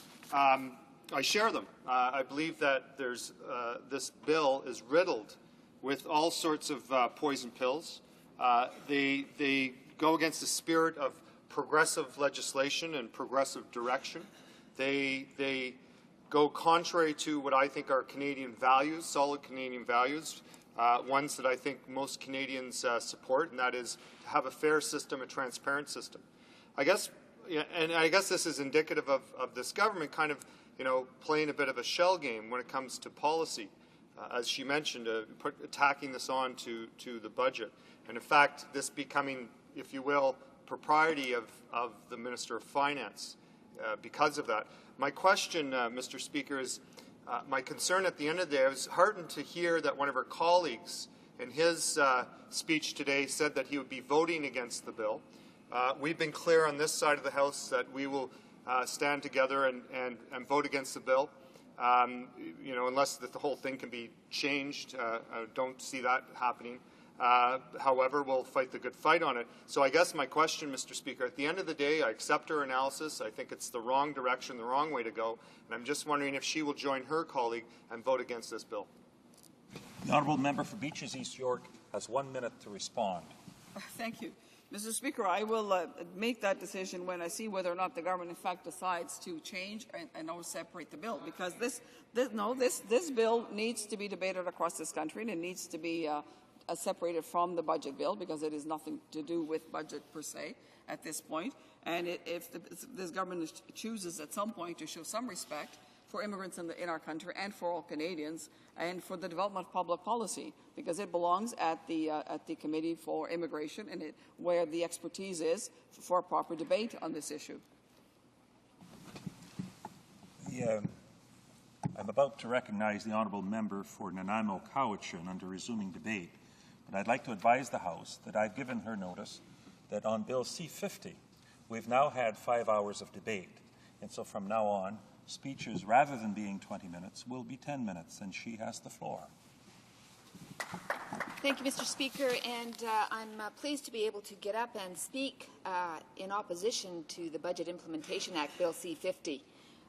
New Democrats have been very clear that we feel that the Conservative agenda fails working and middle-class families, that this budget is taking Canada in the wrong direction, and in fact, it will actually cause some grief for many Canadian working middle-class families. I think the Canadian Centre for Policy Alternatives in their alternative federal budget clearly outline some of the concerns, and I want to quote briefly from their paper. They say that budgets are all about making choices, and that is certainly true of this budget and previous budgets. And they indicate that the legacy of this minority government is one of neglect, that the Conservative government has failed to address some of the most pressing issues of our time. Climate change is the most pressing planetary issue in terms of its potentially catastrophic environmental, human and economic consequences, yet the Conservative government's plan to reduce greenhouse gas emissions has been widely condemned as ineffectual. They go on to say that Canadians are working harder, but they are struggling to afford the basics: housing, childcare, post-secondary education. There has been nothing in the previous 2 Conservative budgets to address these issues. Canadians have not been able to count on the government to get them through shaky financial times. Well, Mr. Speaker, I think that's a very good summary of why New Democrats have been so strong in opposing the budget implementation. And I want to thank the member from Trinity Spadina for introducing an amendment that would allow us to put a halt to this absolutely wrong-headed direction. In my own riding in Nanaimo-Cowichan, my riding has, of course, been working very hard over the last several years to diversify its economy, but we are still heavily reliant on the forestry sector. And despite the $1 billion community trust that was announced prior to the budget, this Budget Implementation Act and the economic statement before it, although it acknowledged the difficulties in both manufacturing and forestry, aside from that $1 billion, which again disadvantages BC in that it doesn't recognize the percentage of our GDP that's reliant on forestry. And New Democrats have consistently called for a national forestry and manufacturing strategy, and we don't see the kind of movement that is important to making sure that those important sectors have the kind of support that is needed to keep them healthy. On one hand, people talk about corporate tax cuts, but if your industry is going into receivership, corporate tax cuts don't mean a darn thing to them. And in my riding, we recently, just in this last 2 weeks, have had another company that makes products for the forestry sector go into receivership. And that follows on 2 other forestry companies over the last couple of months that have closed their doors. And this is hundreds and hundreds of jobs in my riding, Mr. Speaker. And yet we have this government's indifference to the plight of working families in my riding and ridings across this country. In addition, I want to talk about housing just for one moment. This budget failed dismally on the housing front. And in a recent meeting of housing ministers, provincial housing ministers across this country, the government once again failed to talk about addressing a national housing strategy. And in fact, the minister, who did attend for a brief period of time, would not commit to extending some of those very important funding programs, which I'll address further in one moment. But I just want to talk about a couple of numbers in my riding. In the city of Nanaimo, what we're seeing is, and this is CMHC's own statistics. So this is a credible organization who talks about trends. And what they're seeing in my riding is Nanaimo apartment rents are rising. And as of course, in part the vacancy rate is dropping. And many people on fixed incomes and low income do rely on rental accommodation for their living space. And as rents rise, as vacancy rates drop, and as no new units are built, we're seeing people being squeezed out of their homes. And when you've had somebody who's lived in the riding all of their life, it seems unfair to say, well, sorry, you have to move now because you simply can't afford and can't find accommodation. And in the south end of the riding, in Cowichan, there was a study done on inadequate shelter in the Cowichan Valley from the fall of 2006. And they talk about the fact that no new rental units have been built in the Cowichan region during the last 20 years. Therefore, the supply is scarce. Vacancy rates in private rental buildings in the city of Duncan and North Cowichan have declined in recent years from 8.4% in October 2002 to 1.6% in October 2005. In 2001, more than 6% of households in the CVRD, the Cowichan Valley Regional District, had incomes of less than $10,000, and an additional 14% had incomes of between $10,000 and $19,000. Now, Mr. Speaker, with those kinds of numbers, what you're seeing is a significant proportion of households in my riding are paying far more than 30% of their income for housing. And you can't, housing is one of the social determinants of health. And if people can't find and access affordable accommodation, it impacts on every other aspect of their lives. And in a country as rich as ours, we should not be asking people to pay more than 30% of their income for their housing, and they should have access to safe, affordable, clean housing. The Federation of Canadian Municipalities has been highly critical of the government. They've talked about the fact that there needs to be a national housing strategy, and they say in their plan, it's sustaining the momentum recommendations for a national action plan on housing and homelessness. They say housing is a basic and fundamental issue affecting individuals and communities and an important determinant of health and well-being. And they go on to talk about the fact that it's not just a social issue, it's an economic issue. Because if workers are not well housed, it's very difficult for them to go to work each and every day and be productive. In fact, people who are forced out on the street often lose their employment because they have no place to shower, they have no place to get adequate sleep, they have no place to store their work clothes. And, Mr. Speaker, it is a fundamental human right. And again, we shouldn't be having this conversation in this day and age in Canada. The Federation of Municipalities has laid out a very concrete action plan, and they've got 5-year targets. They've got specific things around ending chronic homelessness, expanding the stock of affordable non-market housing, reducing the backlog in core housing needs, preserving and modifying Canada's existing social housing stock, and extending and revising the residential rehabilitation assistance program to improve conditions in existing private stock to rehabilitate 10,000 homes annually. And, Mr. Speaker, that's some of the funding that we're going to see disappearing over the next couple of years, and that is funding that has been absolutely critical for the health and well-being, both socially and economically, in our communities.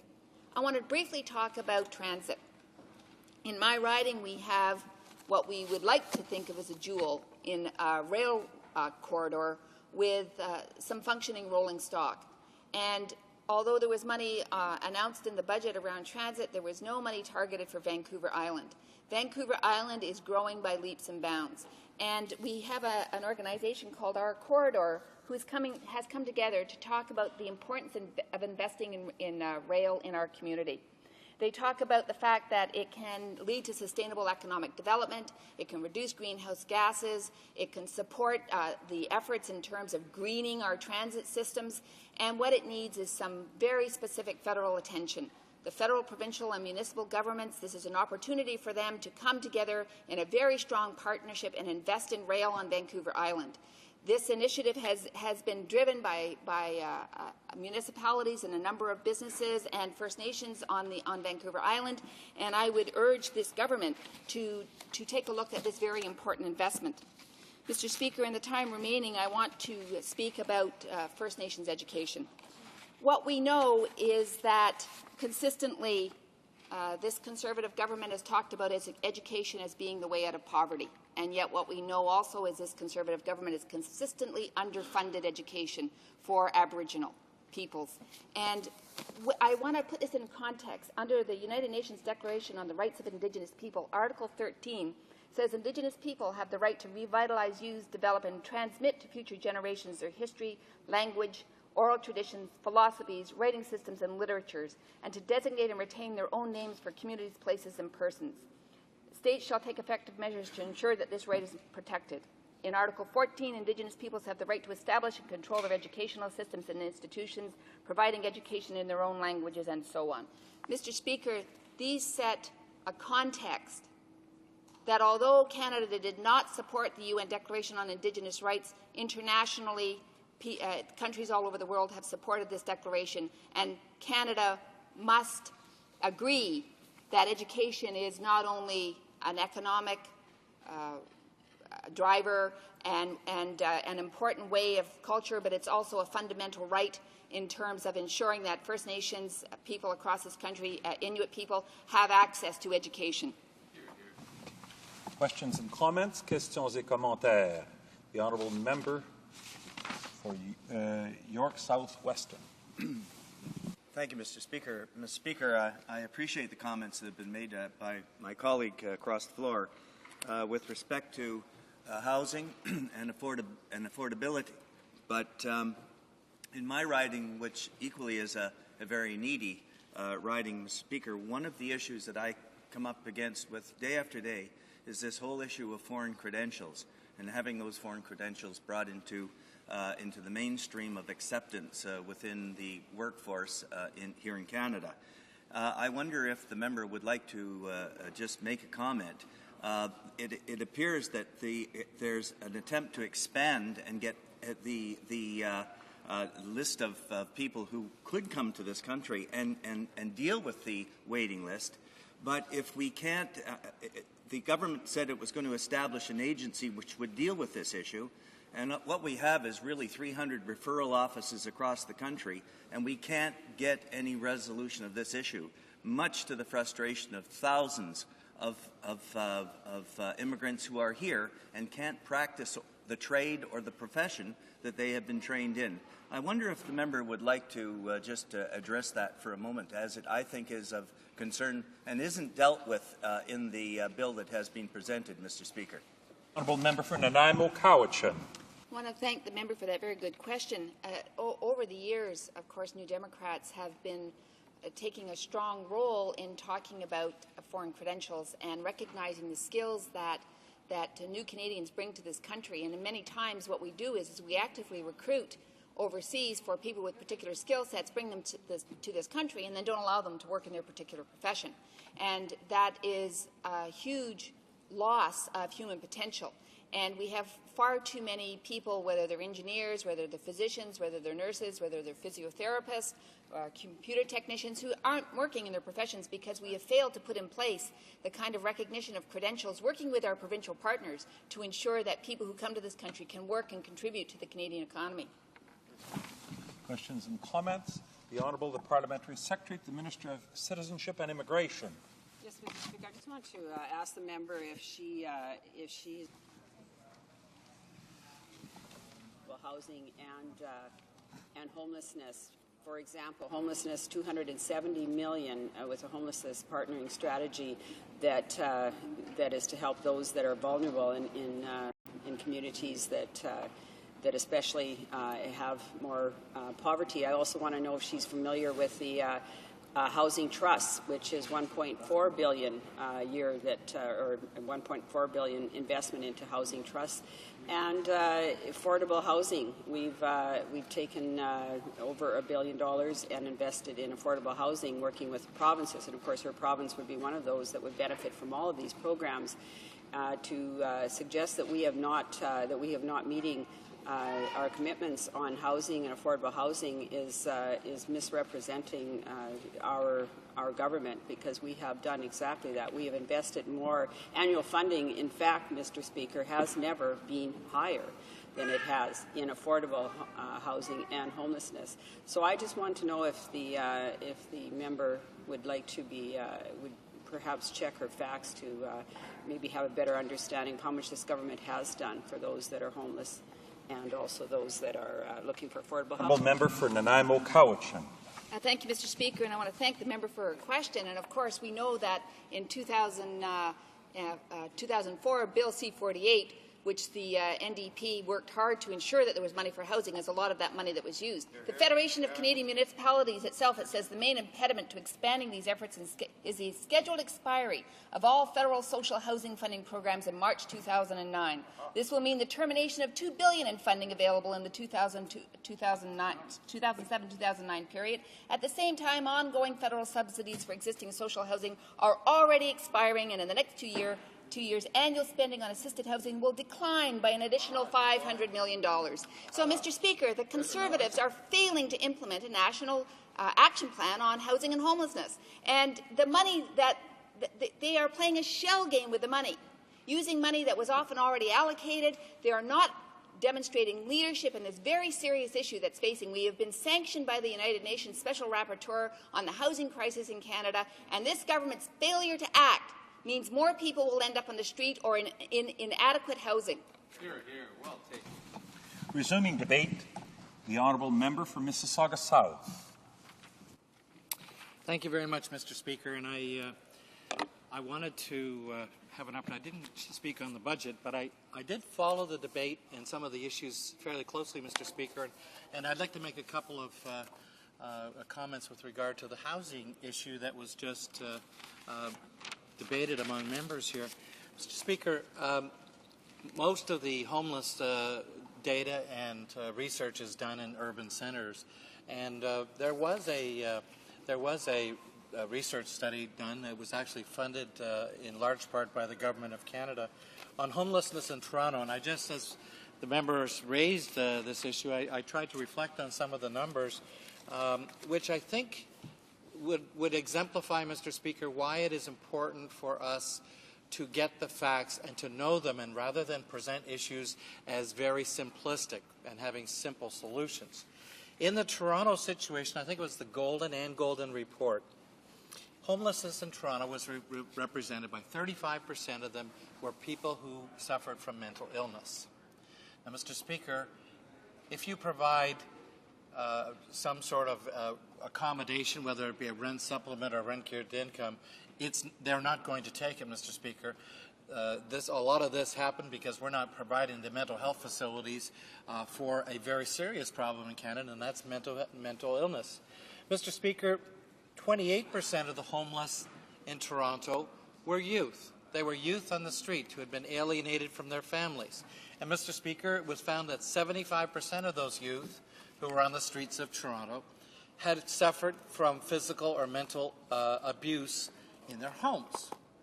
So, Mr. Speaker, this doesn't have a lot to do with economics. It has a lot to do with a serious social problem, and that is family issues and dealing with our youth. And in fact, Mr. Speaker, when 75% of these youth on the streets are suffering from physical and mental abuse, Mr. Speaker, the problem is much more than let's provide a little box somewhere for them to live, Mr. Speaker. You've got to deal with the problem at the beginning. 12% of the homeless, Mr. Speaker, in Toronto, and I'm sure in Manitoba and Winnipeg would be about the same, 12% were Aboriginals off reserve, Mr. Speaker. It's kind of interesting. Very significant number of Aboriginals who are living off reserve, in fact, are a significant number of the homeless in our country. And this is a shame. This is a shame. And I must admit, when the Kelowna Accord was brought forward, I thought there was hope for Aboriginals as a leadership, as a starting role, to bring dignity and assistance that is needed in our Aboriginal communities. But the Conservative government decided that Kelowna just wasn't of interest to them. And then 10% of the homeless, Mr. Speaker, represent abused women. Abused women on the street. And you could only imagine, Mr. Speaker, that there are a lot of circumstances where women who have been the provider for the family in terms of caring for the family home and the children do not have the economic independence maybe that their spouse has after the family or there's a divorce or when there's a breakup because of abuse. So, Mr. Speaker, what happens to women? Well, some in the shelters do their job, Mr. Speaker, but you know what? the mental duress of having a breakdown and of being an abused person, Mr. Speaker. I know, having spent 5 years on the board of my own shelter for battered women, that, Mr. Speaker, there is a great deal of mental stress and duress with regard to that. We have people on the streets. And, Mr. Speaker, just saying we're going to give you a spot to live in a subsidized social housing unit or something like that is not going to solve the problem. And finally, Mr. Speaker, there was about 10% which were actually on the street for economic reasons, and there's no doubt. But putting it all in context, it would appear that the solution to homelessness in Canada, and particularly as it relates to urban centres, is not to provide subsidized homes to people. You have to deal with the root causes. So this is an example, Mr. Speaker, of when we approach problems, we have to demonstrate first that we understand what the problem is, and then, secondly, apply solutions which deal effectively with the root causes of the problem. Now, if we take that as an approach to legislation and to budget making, Mr. Speaker, I think if you look carefully at this budget, you will find that it hasn't identified a problem. It hasn't defined a problem. It hasn't identified a priority or an objective. What it's done, Mr. Speaker, is present Canadians with a litany of gimmicks. A litany of gimmicks trying to look attractive to a bunch of different disparate groups. And it's called trying to appeal to the voters that I want to get for the next election. You know, Mr. Speaker, if that's all that governing was about, it was how could I spend taxpayers' money to get their vote, buy their vote with their money. That's what it really is all about, Mr. Speaker. And you know, Mr. Speaker, why I can say that is because you will know that when the Liberals took over government in 1993, it inherited from the Conservative government a $42 billion deficit in that fiscal year. $42 billion more spent than you brought in. It takes a little time. You couldn't just, let's cut some expenses somewhere and get rid of $42 billion of overspending. It took some time, and it took 3 years, and it wasn't until 1997 that the Government of Canada finally boasted of a balanced budget. That was a very significant, it was a lot of pain, and Canadians will remember. It was a lot of pain for everybody in the country. There was cuts in things as fundamental as health care and social services, and there was nothing left. And the Government of Canada itself, the operations of the Government of Canada, took the biggest hit of all. The good news is that after about 3 years, the fiscal position of Canada was at least back in a balanced position. And then, Mr. Speaker, with strategic initiatives, with investment in infrastructure, which we started right in 1993, with investment in science and technology and research and development, Mr. Speaker, we invested in our future. And, Mr. Speaker, very slowly, surpluses started to be developed. And members will know that we paid down over $100 billion worth of debt. Mr. Speaker, when we started, 43 cents or 42 or 43 cents of every dollar that was being paid by Canadian taxpayers to the Government of Canada to manage had to go to pay down the interest on the debt that we were carrying. Well, Mr. Speaker, it's nothing like that anymore. And all of a sudden, Mr. Speaker, there was more and more, as the fiscal health became stronger, surpluses were being developed. And it wasn't just let's pay down debt. As we earned it, as Canadians earned it, as our economy started to grow, as we started to get more efficiency in the operations of the government, Mr. Speaker, there was more and more dollars to invest back into Canadians, back into health care, back into other issues, Mr. Speaker, which are the priorities of Canadians. And, Mr. Speaker, 10 years of balanced budgets. And when this government across the way here took over, lo and behold, the election was in January. This House of Commons started that first session of Parliament of the current Parliament, Mr. Speaker, in April. The year end of the Government of Canada is March 31st. So before this government even did a thing, we reported for that last year $10 billion surplus, Mr. Speaker, which they'd like to take credit for. Well, I don't care who takes credit for it, Mr. Speaker. But the fact is, there was a fiscal position that was inherited by the Conservative government, which is very healthy. We've been cutting taxes. We were investing in the economy. We were investing in people and our health care and the services that they need. We believe that governments do have a role to play in the lives of people, particularly those who are not in a position to be able to help themselves, Mr. Speaker. So it was really important to get the fiscal house in order. It led to the appropriate investments. We took the opportunity, Mr. Speaker, to get our fiscal health in order, and Canadians have been the beneficiary. So where are we now? Is this only a 10-minute slot, Mr. Speaker? Yeah. Really? Where are we now? Well, the government, Mr. Speaker, are forecasting no more big $10 billion surpluses that can be invested or pay down debt, etc. What are they talking about now, Mr. Speaker? They are talking about being this close. One SARS, one tragedy, one unforeseen circumstance, Mr. Speaker, will put this country back in deficit. So the bottom line, Mr. Speaker, is the budget that the Conservatives have presented to Canadians has no vision, has no purpose other than trying to buy votes with Canadians' own money. And, Mr. Speaker, it's bringing us back down to the old days of being back in deficit financing. That, Mr. Speaker, is what Canadians have to look forward to with another year of Conservative governing. Questions and comments? The honourable member for Edmonton East.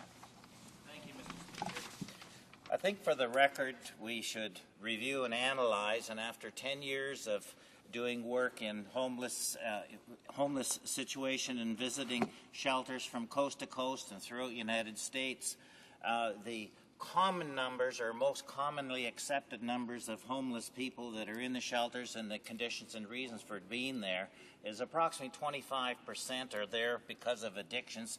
Another 25% are there because of severe mental illness, but fully 50% are in the shelters simply because there is not affordable housing for them.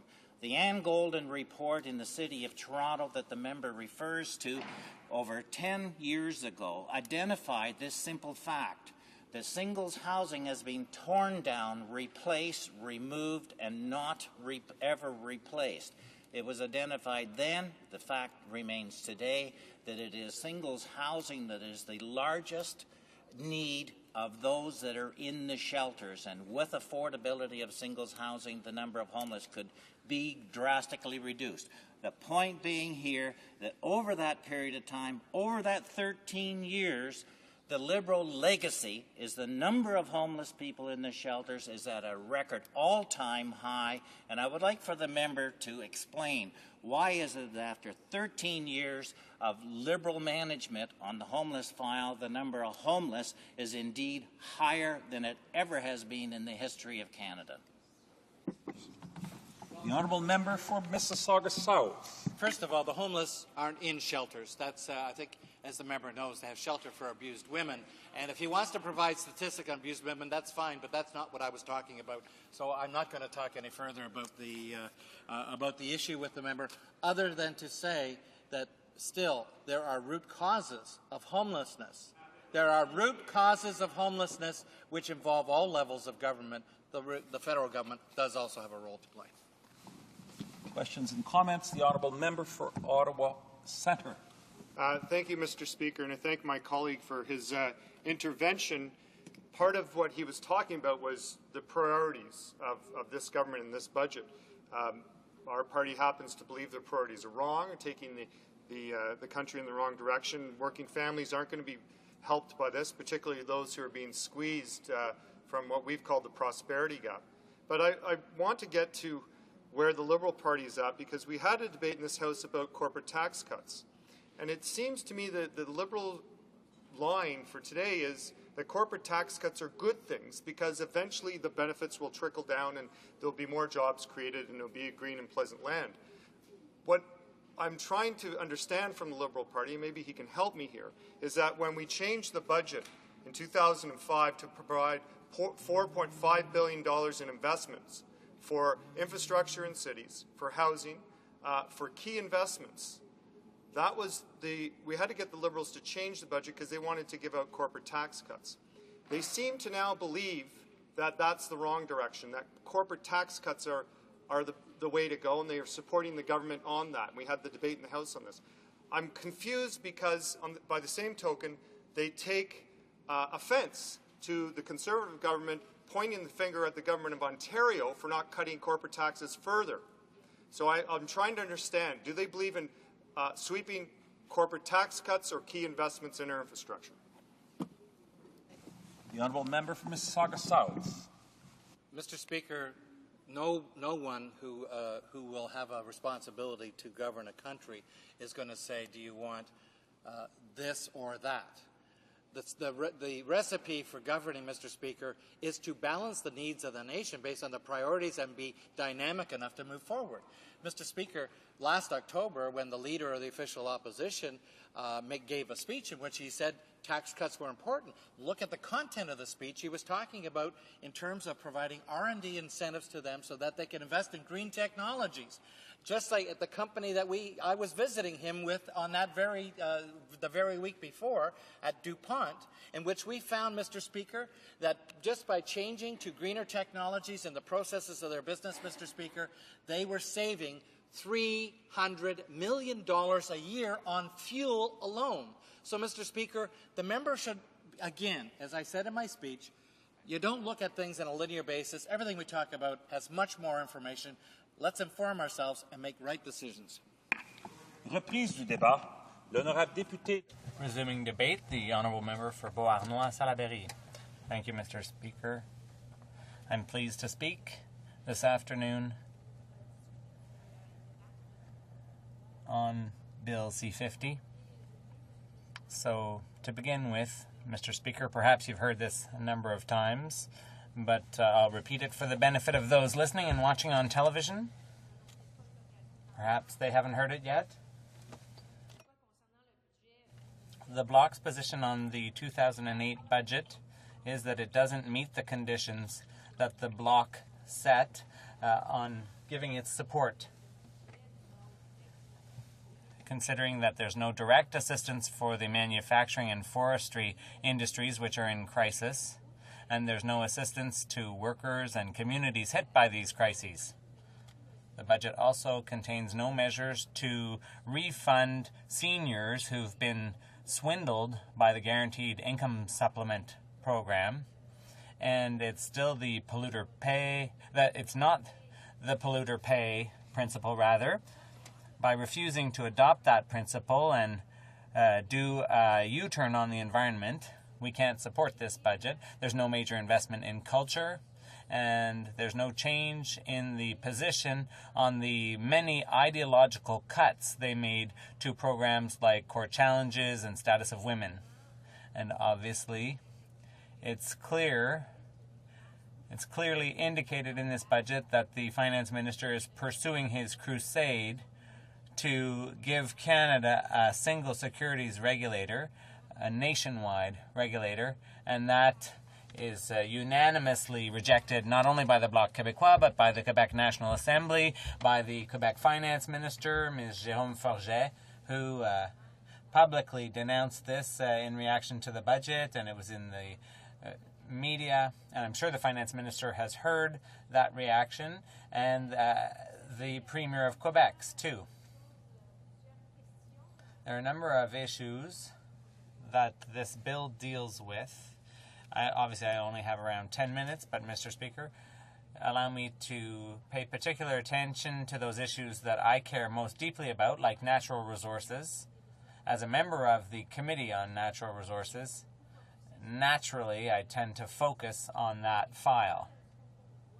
And what you see in the budget is $10 million over 2 years to help the forestry industry to penetrate international markets and to innovate. This is good, Mr. Speaker, because the committee had just completed a study on forestry, and a number of witnesses told us that 10 million was nice, but not enough. Considering the crisis, more would have to be done. And if you agree with the many witnesses who took the time and trouble to come and appear before us as part of our hearings on the forestry crisis, obviously I still have questions. We didn't have an opportunity to question the Minister of Natural Resources because he didn't have time in his agenda to appear before the committee and to explain to us, but apparently that will happen soon, but he as yet hasn't explained what the $300 million in the budget for nuclear energy for CANDU reactors is precisely meant to do.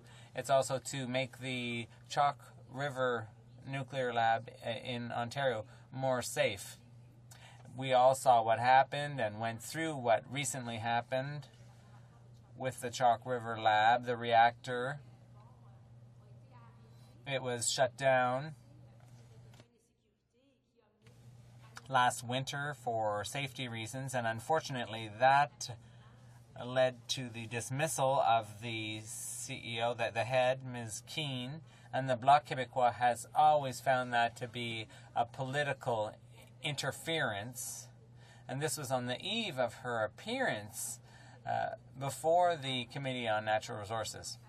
So, as natural resources critic for the Bloc Québécois, I look forward to hearing from the minister and to putting questions to him, because to date we still don't know what the breakdown of that $300 million will be, how much our taxpayers going to have to contribute to pursue the development of the advanced CANDU, and what part of that $300 million will instead be used for safety at the Chalk River site.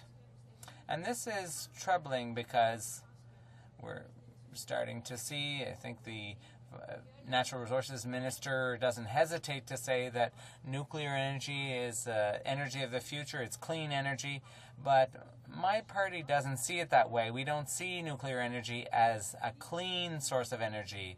It's true, it's not a greenhouse gas emitting source of energy, but it does create waste, nuclear waste, which we still don't know how to manage that and how long we're going to have to deal with that radioactive waste. The choice of energy, of course, is a matter of provincial jurisdiction, but the fact remains that this current Conservative government is promoting nuclear energy both in Canada and internationally.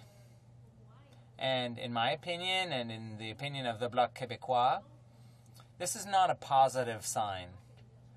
We feel that nuclear energy, in the short term, yes, it may contribute to reducing greenhouse gas emissions, but it's going to create a huge problem, that of managing radioactive waste, and it poses a threat to the safety of people living around nuclear plants, and also to terrorists who might be able to use the waste to create dirty bombs. And it could also lead to a proliferation of this kind of weapon. At the committee, we studied the oil sands and we understood the scope and the importance of the oil sands and the whole future potential for the exploitation of that resource. So heavy investments are being made into the oil sands, and the companies in exchange make great profits. There are people in my riding who've written to me to say, does this make sense? When you make a lot of money, like an oil company with the oil sands and so on, and Alberta has the right to do that, but does it really make sense after they get so much assistance from Quebec and Canadian taxpayers that nothing's being done in the budget, for example, to help those companies pollute less? Because as you remember in the budget, there are money set aside for carbon capture and storage projects.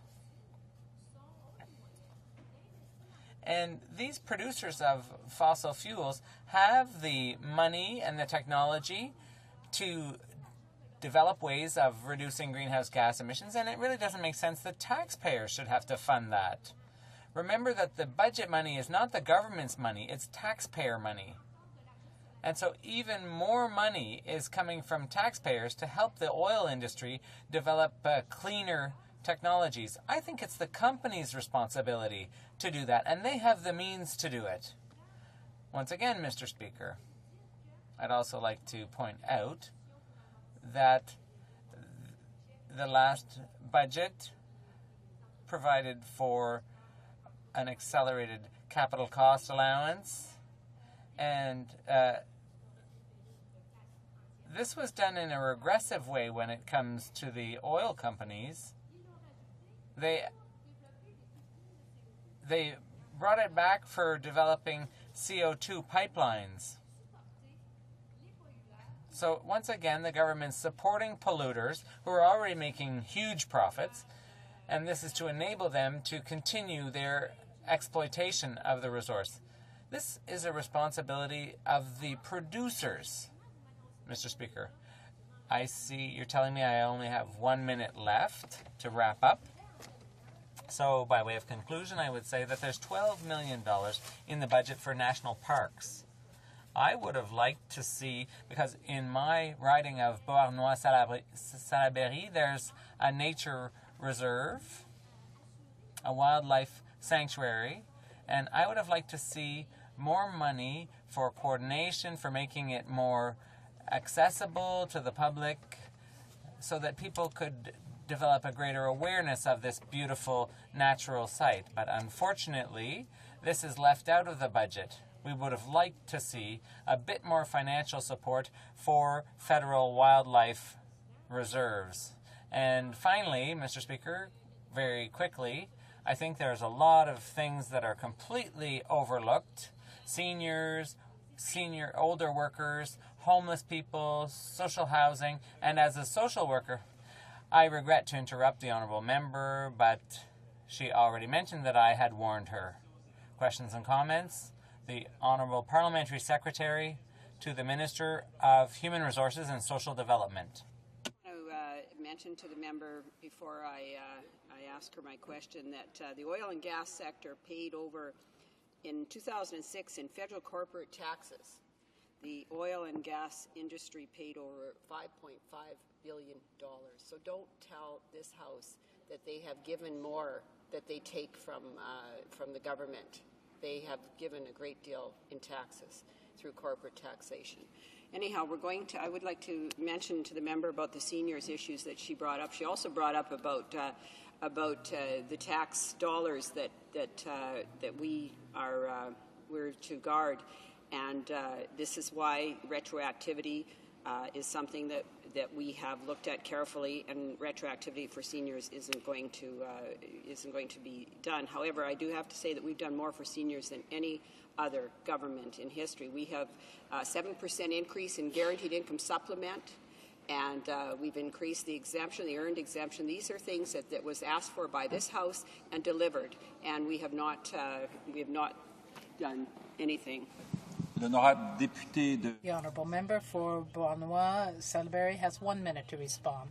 Very quickly, Mr. Speaker, I would remind the member that the latest tax reductions brought in by her government will benefit employers, will give the government millions of dollars to put into various programs like affordable housing, homelessness, and no monies have been provided in the budget for dealing with the problems of the homeless.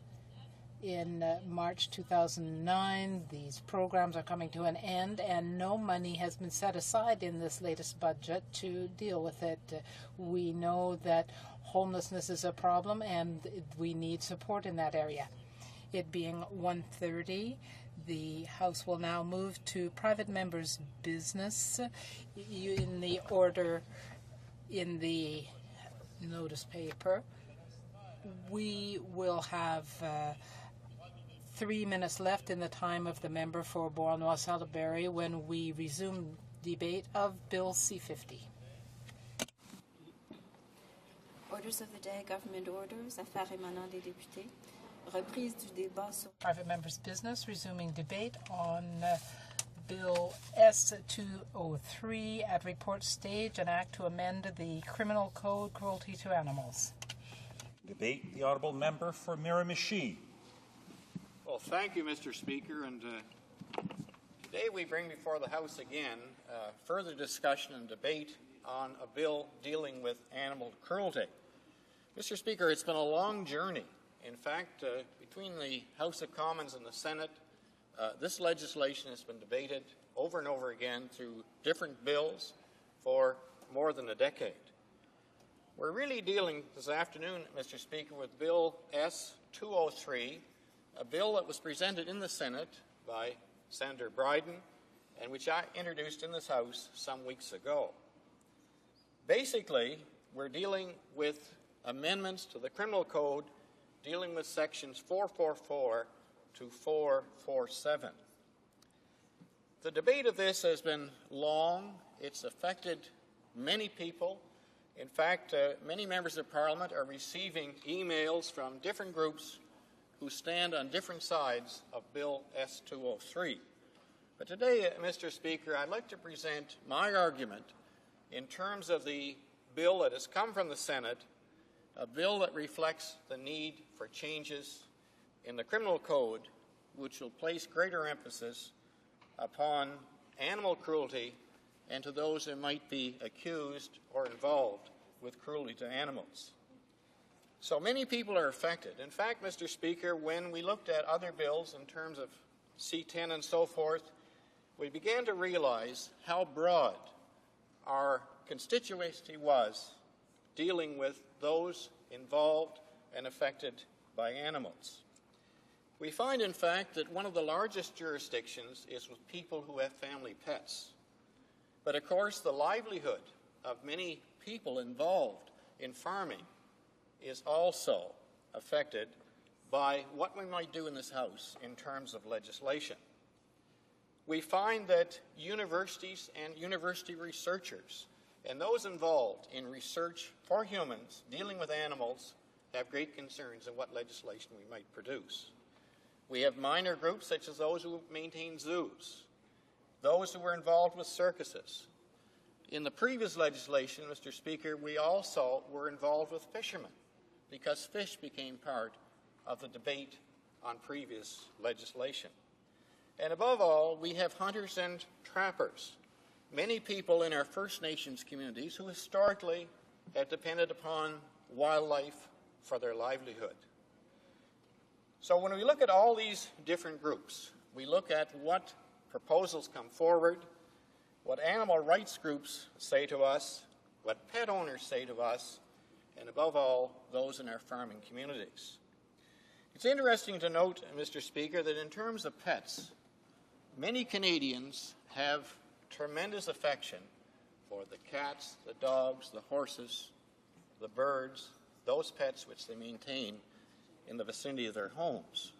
In fact, Mr. Speaker, when we look at American statistics, this industry, the industry of providing health resources to pet owners, approaches $40 billion US each year.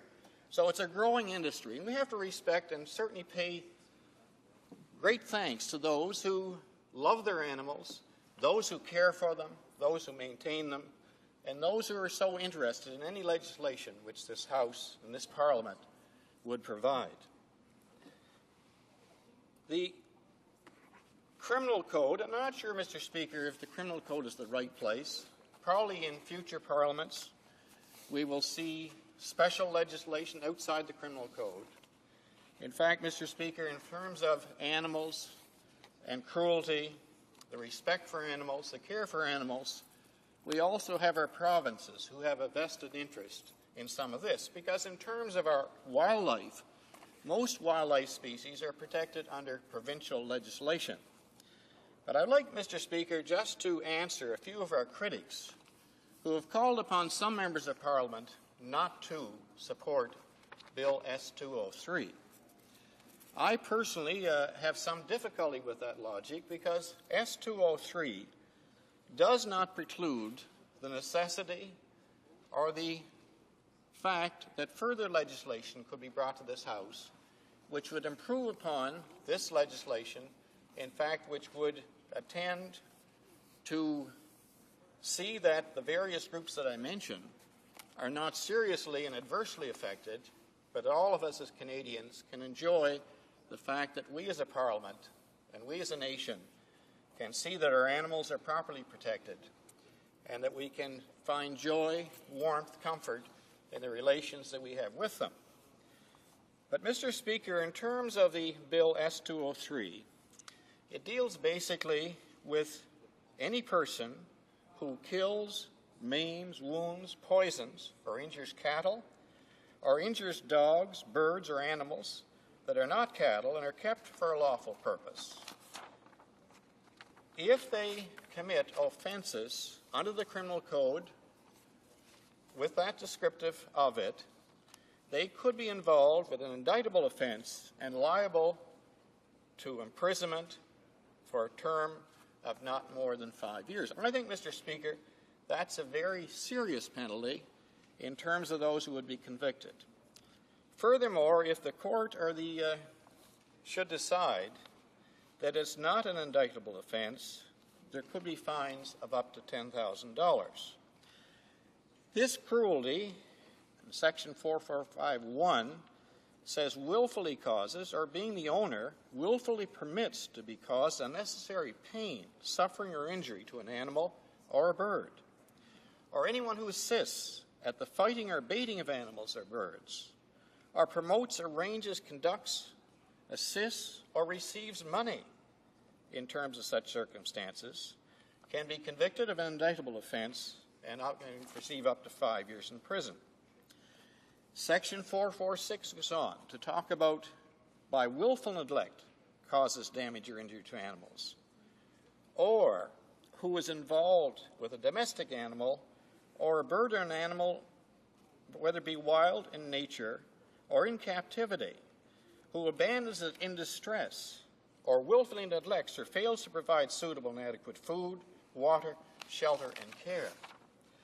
Now, furthermore, Mr. Speaker, Bill S-203 also attempts to preclude from ownership of animals of people who are guilty of these offenses. And the court, under Section 4471, may make an order prohibiting the accused from owning, having the custody or control of, residing in the same premise as an animal or bird during any period that the court considers appropriate, but in the case of a second or subsequent offense, for a minimum of 5 years. So, Mr. Speaker, what I'm advocating today is that this House should approve at report stage and at reading this legislation. I know it's not perfect, Mr. Speaker, but it's a tremendous improvement upon the present legislation, which was put in place almost a century ago. So with it, I would say to those who favor, there is another bill, in fact, Mr. Speaker, that's before this House. It's further down in number than my own. But there will be an opportunity in the future for another government or another member to bring a private member's bill before this Assembly. With it, it can be debated, and I would hope that as time progresses, that we as Canadians can develop legislation which is valuable to all, which protects our animals, our birds, our fish, and above all, does not cause harm or unjustness to our farmers, to our fishermen, and to those who rely upon these species for their livelihood. Thank you, Mr. Speaker.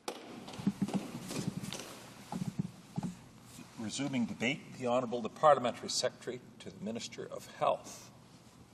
Thank you, Mr. Speaker. I'm pleased today to rise to speak to Bill S-203, a bill introduced by Senator Bryden that amends the animal cruelty provisions in the Criminal Code.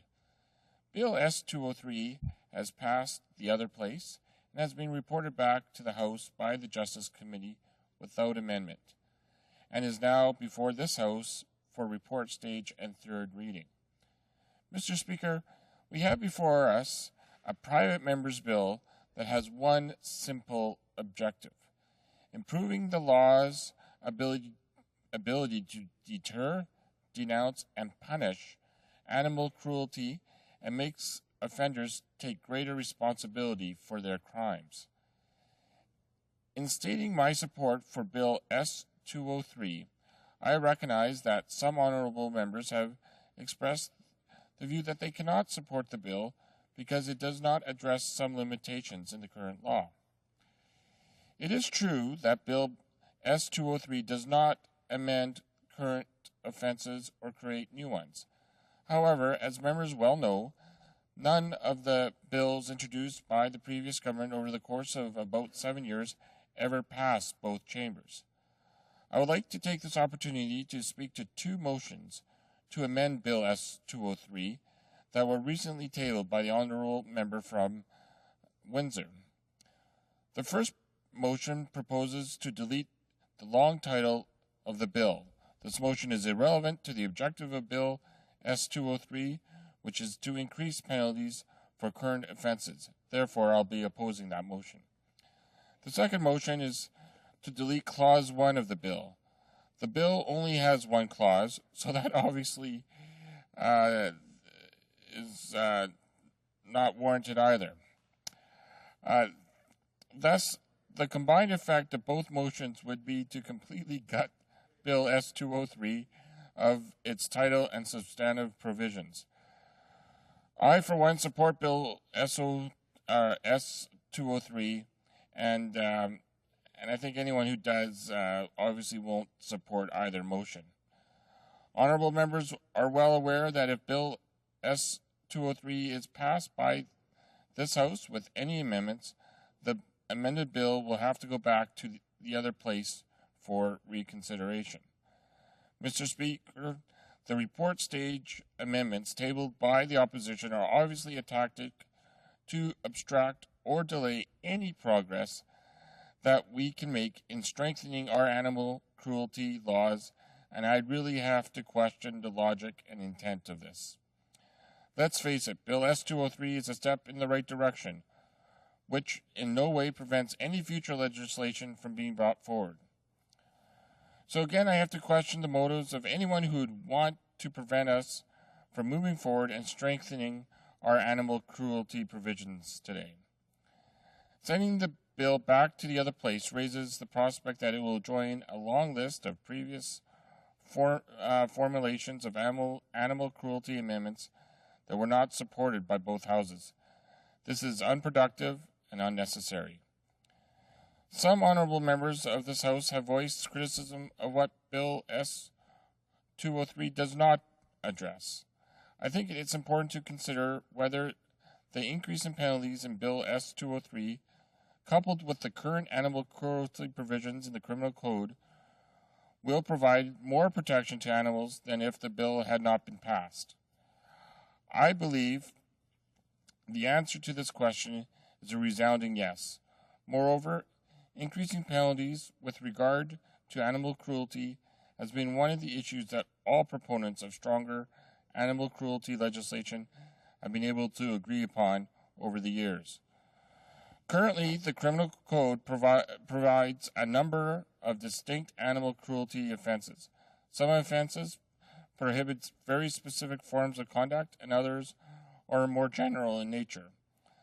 The offenses are set out in sections 444 to 447 of the Criminal Code.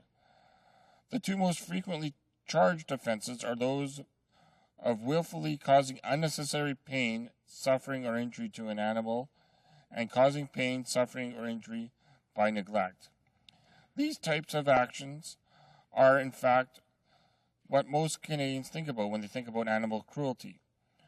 Cruelty can be intentional, meaning that the result of the conduct that person knows will or would likely cause harm, or it can be the result of gross negligence or severe inadvertence. With respect to the maximum available penalties, all offenses, except those concerning cattle, are summary conviction offenses only. This means that the maximum sentence that an offender can get is 6 months in prison, a $2,000 fine, or both. This maximum applies no matter how hideous the act of cruelty may be. I believe by contrast, the offenses in respect of cattle are pure indictable offenses and are subject to a maximum of 5 years in prison. One question raised by the law and addressed by the Bill S-203 is whether the distinction is still justified. I will return to this point in a moment. The Criminal Code also contains what is called a prohibition order. This mechanism allows a judge to order a convicted offender to refrain from owning an animal for up to 2 years. Prohibition orders are mostly preventive. They actually work to keep animals away from animal abusers. In this way, they are aimed primarily at preventing future cruelty towards animals. Prohibition orders are imposed relatively often in animal cruelty cases. The courts clearly feel that prohibition order is a valuable tool at their disposal in dealing with people who abuse animals. Bill S-203 proposes 3 changes to the current animal cruelty regime, all in the nature of penalty enhancement. All the measures address concerns that have been identified with the existing law. There is strong agreement across all sectors that the low maximum penalty for cruelties are inaccurate or inadequate. Both denounce animal cruelty as unacceptable and to punish acts of cruelty when they do occur. Bill S-203 responds to these concerns and does so in the following 3 ways. First, Bill S-203 increases the maximum terms of imprisonment. It makes all offenses hybrid, meaning that the prosecutor may choose to proceed by way of summary conviction procedure or by way of indictment, depending on the seriousness of the case. Currently, all offenses except those in relation to cattle are straight summary conviction offenses. These would be hybridized by Bill S-203. Bill S-203 makes the distinction between penalties for 2 categories of offenses, one for injuring animals intentionally or recklessly, and the second for injuring animals by criminal neglect, which I have already alluded to. This is an important distinction. Some people commit cruelty on purpose, others commit cruelty by extreme neglect.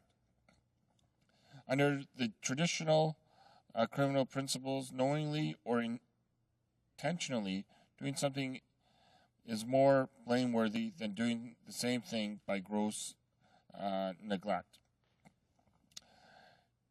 Mr. Speaker, I see I'm coming close to the end of my time. I would like to say that Bill S-203 would introduce a new power to allow the sentencing judge to order the offender to repay the costs of medical care and other forms of care that other persons or organizations spent in caring for the animal that was abused. This new power would mean holding the offenders financially responsible for the costs of their crime. Those are the 3 principles. Unfortunately, I wasn't able to elaborate on the second major one, but together they constitute a significant improvement to the current law, and one which I think all Canadians would agree. Mr. Speaker, I encourage all honourable members to support Bill S-203 and to oppose the 2 motions currently before the House. Thank you, Mr. Speaker, and I wish everyone all the best. Resuming debate, the Honourable Member for Saint-Bruno Saint-Hubert. Thank you very much, Mr. Speaker. The Bloc Québécois, as its reputation dictates, has studied this bill, Bill S-203, carefully as it went through the Standing Committee on Justice. We listened carefully to the various witnesses, and we are aware of the importance of protecting animals. We therefore proposed a series of amendments to improve Bill S-203. In particular, we wanted to introduce a definition of an animal.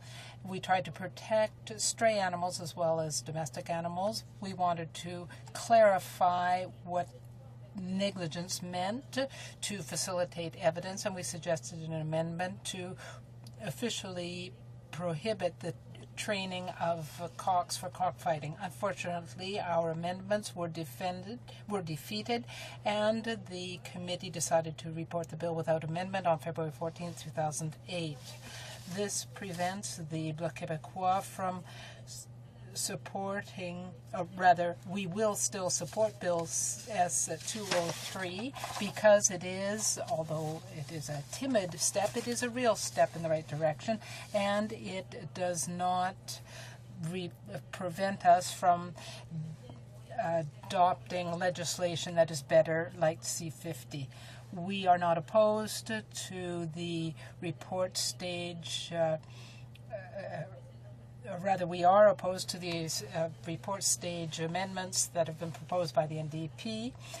The NDP wants to delete the title and delete the bill, and this means the status quo. Where's the logic in that? If the NDP and the Liberals really wanted to protect animals, they would do what we had in mind, that is, take a responsible approach. Although we are aware of the limits of this bill, we feel that it is a real step in the right direction, and we can bring in more complete legislation later.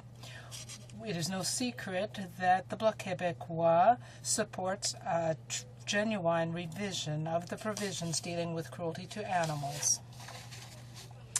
This bill has been brought to us by the Senate, and it has taken a long time getting through the various legislative steps. Over the past number of years, we have had, in fact, 6 pieces of legislation introduced by the Liberal government: the C10, C10B, C15B, C17, C22, and C50. And then we've had 3 Senate bills, S24 and S213, and now we have the S203. They have all been aimed at amending the offenses in the criminal code dealing with cruelty to animals. Some of them have gone further and proposed real changes. We supported the principle of Bill C-50, which would have created a new criminal code section on cruelty to animals. However, since that change raised a number of problems, Bill S-24 was introduced to bring in much more modest changes. Bill S-203 is the same bill as S-213, which was based on S-24. I hope that you can follow the logic there. We support Bill S-203, even though we realize that it does not go far enough. It is better than nothing. This bill will send a message to those who mistreat animals. The protection of animals against cruel treatment is one of the Bloc Québécois' concerns. The maximum penalties in the criminal code are too lax for the seriousness of these cruel activities, and this bill does not threaten legitimate activities that use animals in agriculture and does not threaten hunting and fishing. It is less complete than Bill C-373, which was based on Bill C-50, but we will not be dealing with that bill here. The bill before us amends the criminal code by increasing maximum penalties. For indictable offenses, the maximum penalty is 5 years. For those punishable on summary conviction, they will increase from 6 to 18 months with a possible fine of $10,000. A judge may prohibit someone from being with animals for more than 2 years under this legislation and may require costs to be paid for the expenses incurred. The bill will not resolve all the problems, but the new penalties will better protect animals. By increasing penalties, we are sending a message to criminals, but also to judges, that they will need to take these measures into account in their sentencing. The seriousness of a criminal act is partly determined by the maximum penalty for the crime. If we abolish the maximum length of time for which someone cannot own an animal. This will prevent some abuse, surely. The bill has three major advantages. First of all, it corrects an anachronism. When the criminal code was developed in the 19th century, we did not have the same relationship with animals, and that has changed. The current penalties are not strict enough. Everyone knows that. S203 corrects that anachronism by bringing in more serious penalties, but they are not yet serious enough. The second benefit of this legislation is that the courts will probably use the more strict penalties to make sure that people are convicted when they mutilate, kill, or neglect animals. The minimum penalty has changed. It would be 5 years, and the fine could be as much as $10,000. These two provisions are in Bill C-373, by the way, the bill introduced by the member for Ajax Pickering. This is a very good change because the court will be able to prevent someone from owning an animal for life. The current legislation limits this prohibition for two years. The third benefit of this legislation is that it provides for redress. That is, the court can order someone to pay costs if an animal has been taken by the Humane Society, for example. It will be possible, therefore, to order redress, and people who have been negligent or cruel intentionally may have to pay for this mistreatment. These are three reasons, then, for us to support the bill. A number of people have written to us indicating that this bill is not the same as S213, which I hope we will be debating. That is the bill by the member for Ajax Pickering. If I remember correctly, the bill is in at the 124th place. Thank you very much, Mr. Speaker. The honourable member for Ottawa Centre. Thank you, Mr. Speaker. And I rise today to speak against Bill S203 and to do so very strongly. Before I begin my comments as to why our party is opposing this bill, I want to pick up on a couple of points that have been stated in debate, and I hope provide a responsible refutation of those points. I say to my friend from the Conservative Party from Winnipeg, this idea that my colleague from Windsor-Tecumseh brought forward amendments that aren't plausible or reasonable. I just underline and confirm for him they were done with very direct intent. It was to delete the bill simply because the bill is wrong. It is a bill that doesn't deserve to be passed, and that's why he put that forward. So I would say to my friend from Winnipeg, no, he didn't fall off the turnip wagon. He knew exactly what he was doing. He was ensuring that this bill doesn't go farther and further. I say to my friends from the Liberal Party, it is strange, is all I can say, that at the same time as they have one of their members putting forward a progressive piece of legislation that is a private members initiative, that they would even think of supporting S203.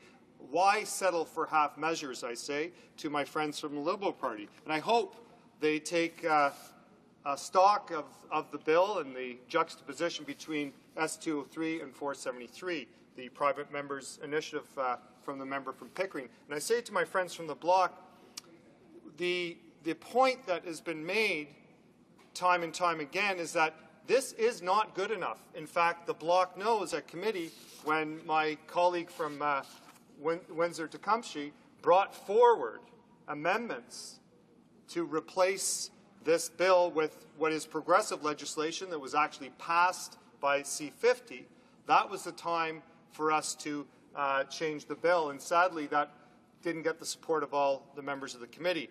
So what's wrong with the bill?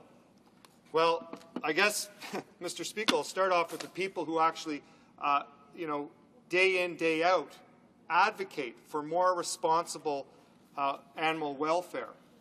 These people are not extremists. These people are responsible citizens. They are looking at the proposition that was brought forward by one of the members of the Liberal Party that we support as being the way to go. They believe that S203 is going to only take us halfway. And what is the problem with that? The problem is this kind of issue, or this issue directly, sorry, Mr. Speaker, has been languishing since the 1800s.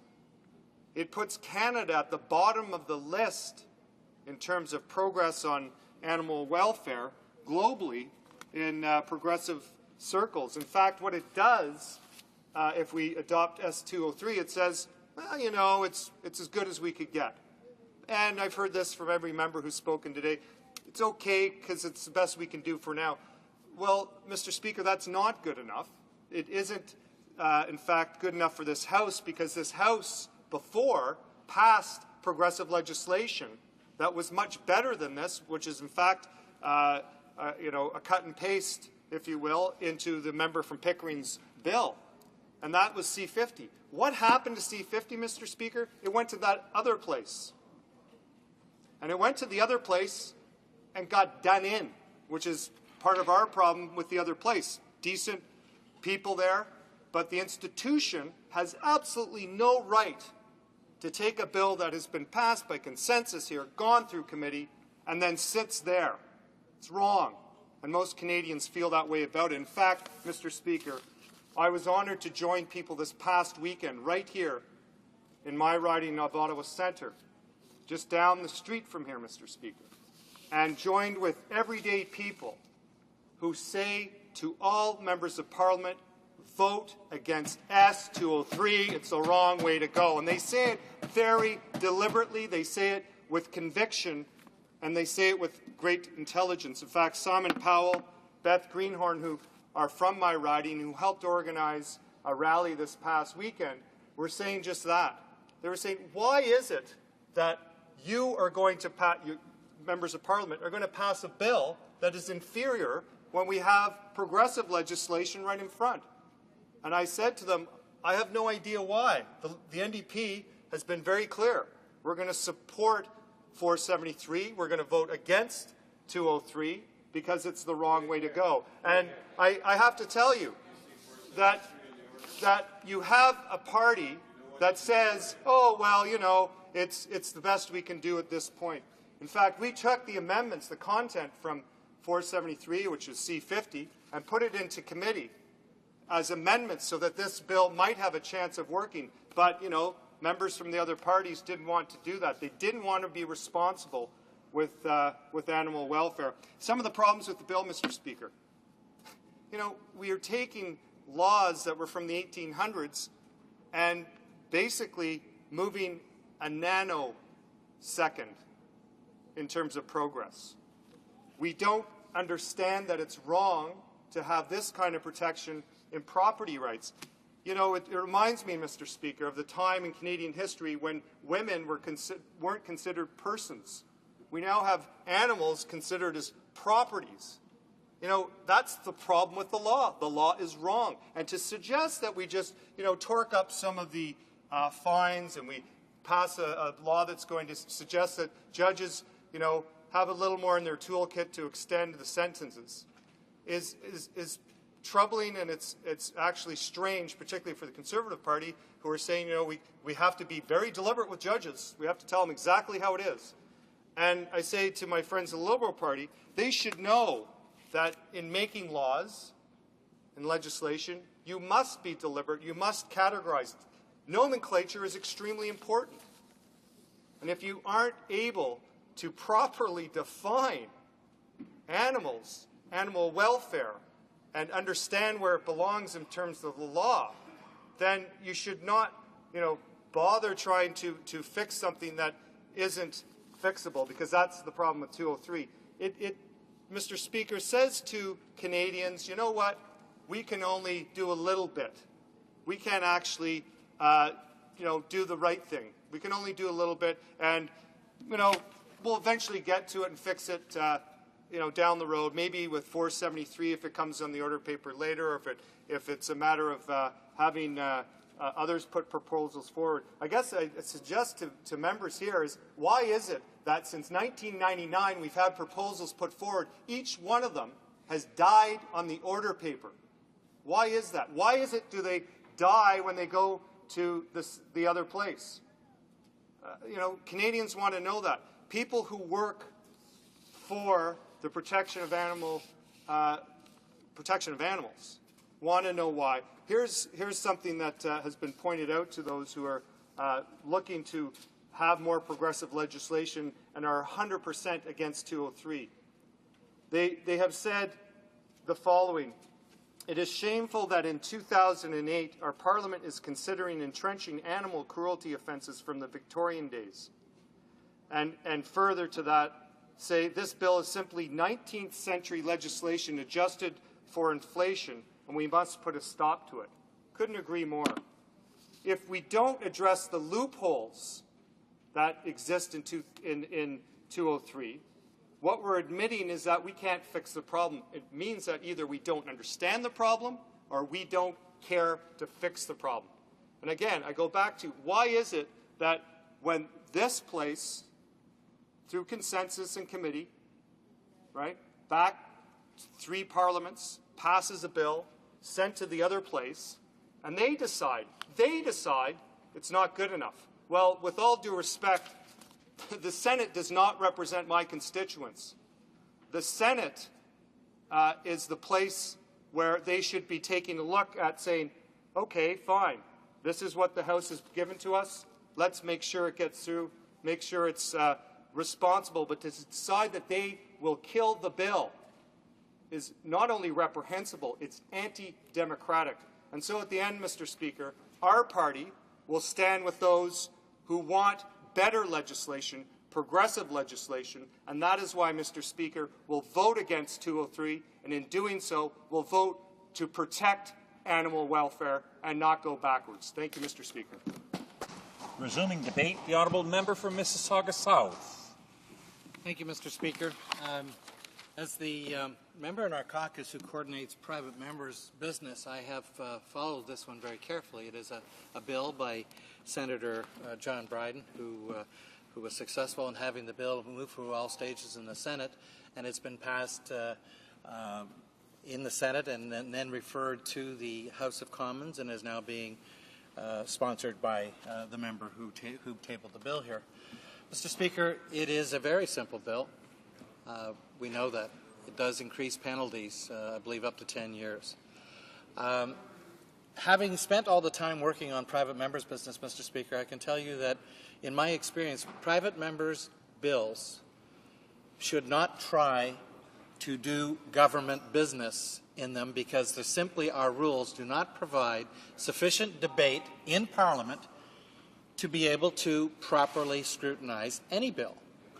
You will note, Mr. Speaker, of the items that come before this place, private members' items, those bills are usually a paragraph long, Mr. Speaker. They're usually about a paragraph long. Some are shorter than that. They are simply trying to make a very specific, focused change. And the reason for that, Mr. Speaker, is that under our rules, there is only 2 hours of debate allowed at second reading. Just 2 hours. Then, Mr. Speaker, so, that might be, 12 speakers of the 304 members here. Only 12 people could even speak. Then it goes to committee. Committees are busy. Private members' businesses are a nuisance, and they very rarely get a lot of attention there. But let's assume they spent a meeting. That's another couple of hours. And then it gets referred back to the House if it passes that committee, and it gets another 2 hours at report stage third reading. So in grand total, Mr. Speaker, a bill at all stages in the House may only get 6 hours of debate. It's ridiculous, Mr. Speaker, to think that you could do very much at all stages in just 6 hours.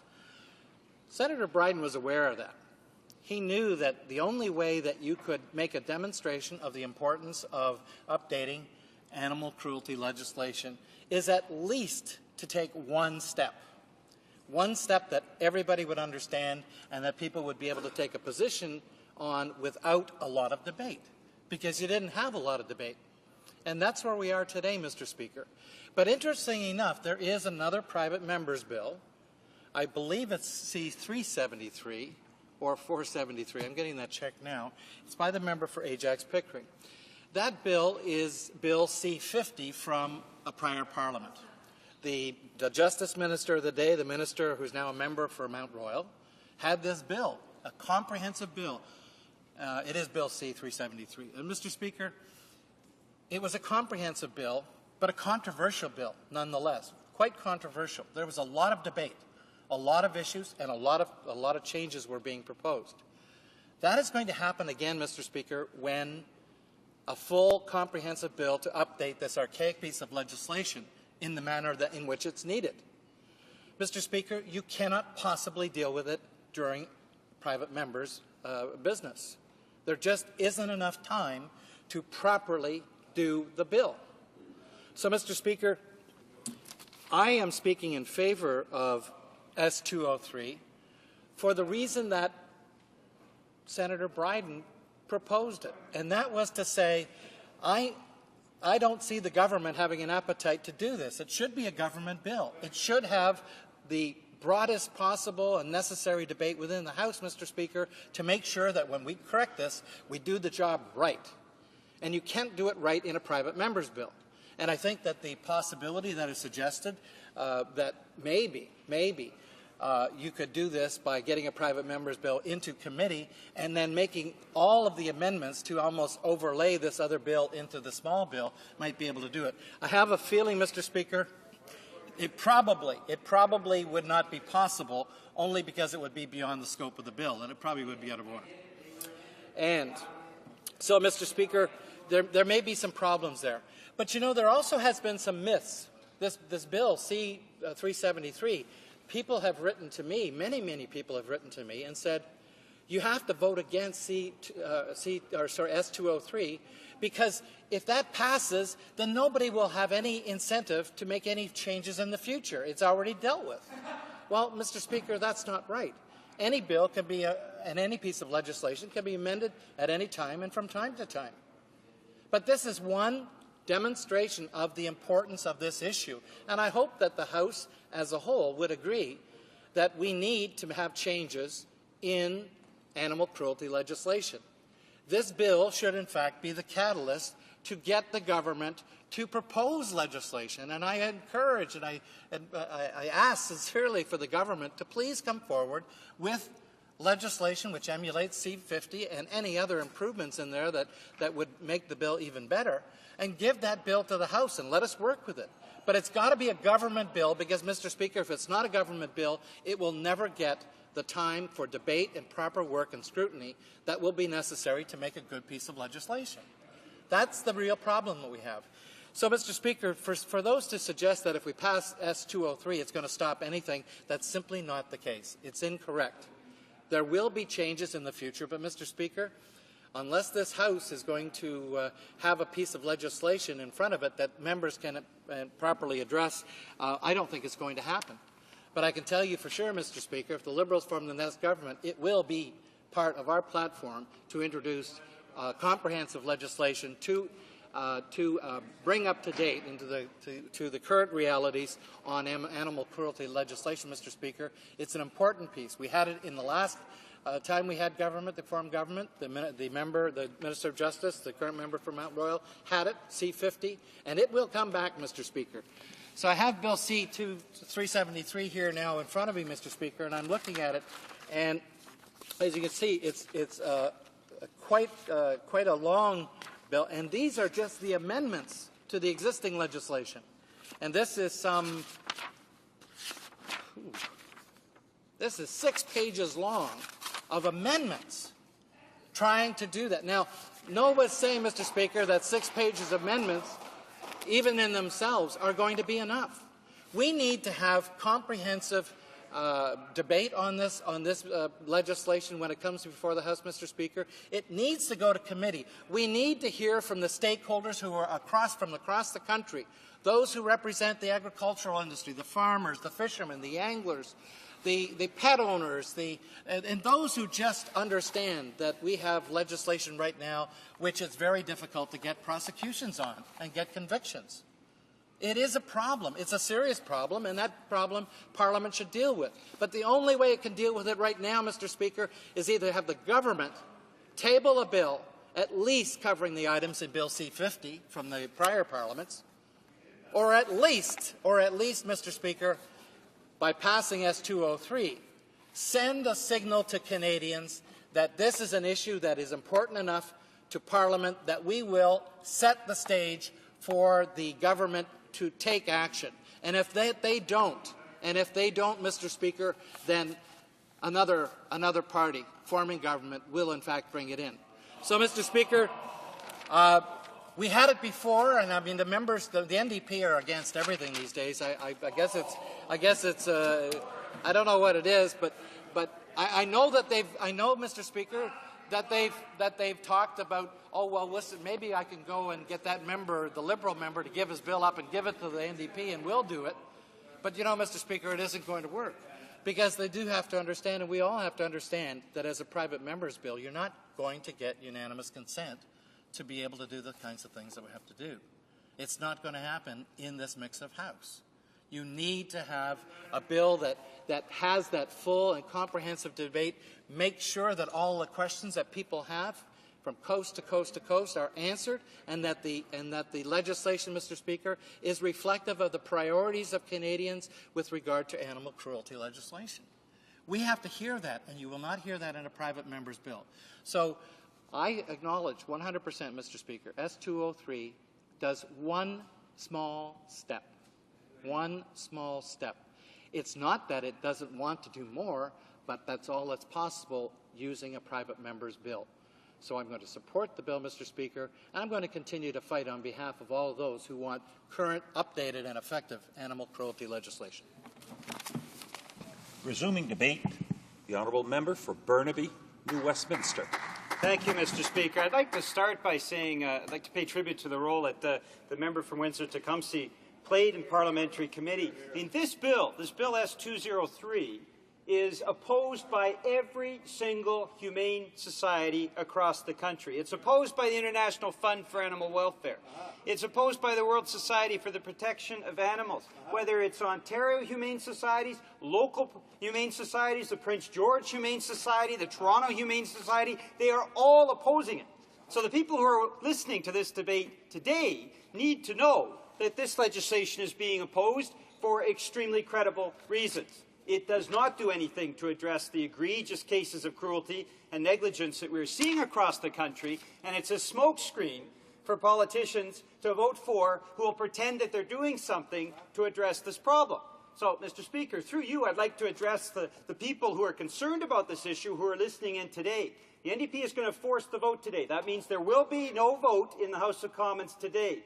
The vote will take place next week. So, Mr. Speaker, if you can inform the wider viewers that are listening in today, they've got the weekend to email their members of Parliament, the Bloc, the Conservative, the Liberal members of Parliament who support this bill, to phone those MPs' offices. Pick up the phone now, Mr. Speaker. Ask them to pick up the phone and phone those MPs' offices now, because the vote's not going to take place until next week, and there is still time for those who are concerned about the complete absence of real protection to stop what is happening now, cases across the country of cruelty against animals, for people who want to see this bill gutted so that we can force the government to bring in real, meaningful legislation. The time is now, and the votes will take place next week.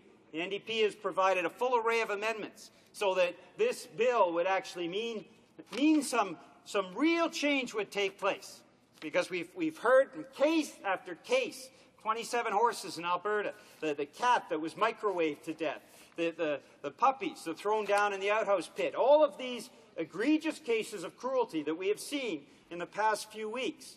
can only be resolved by meaningful parliamentary action. But that, Mr. Speaker, comes from Canadians picking up the phone, emailing their members of parliament now. I know a lot of people who are listening into the debate this afternoon care profoundly about making these changes.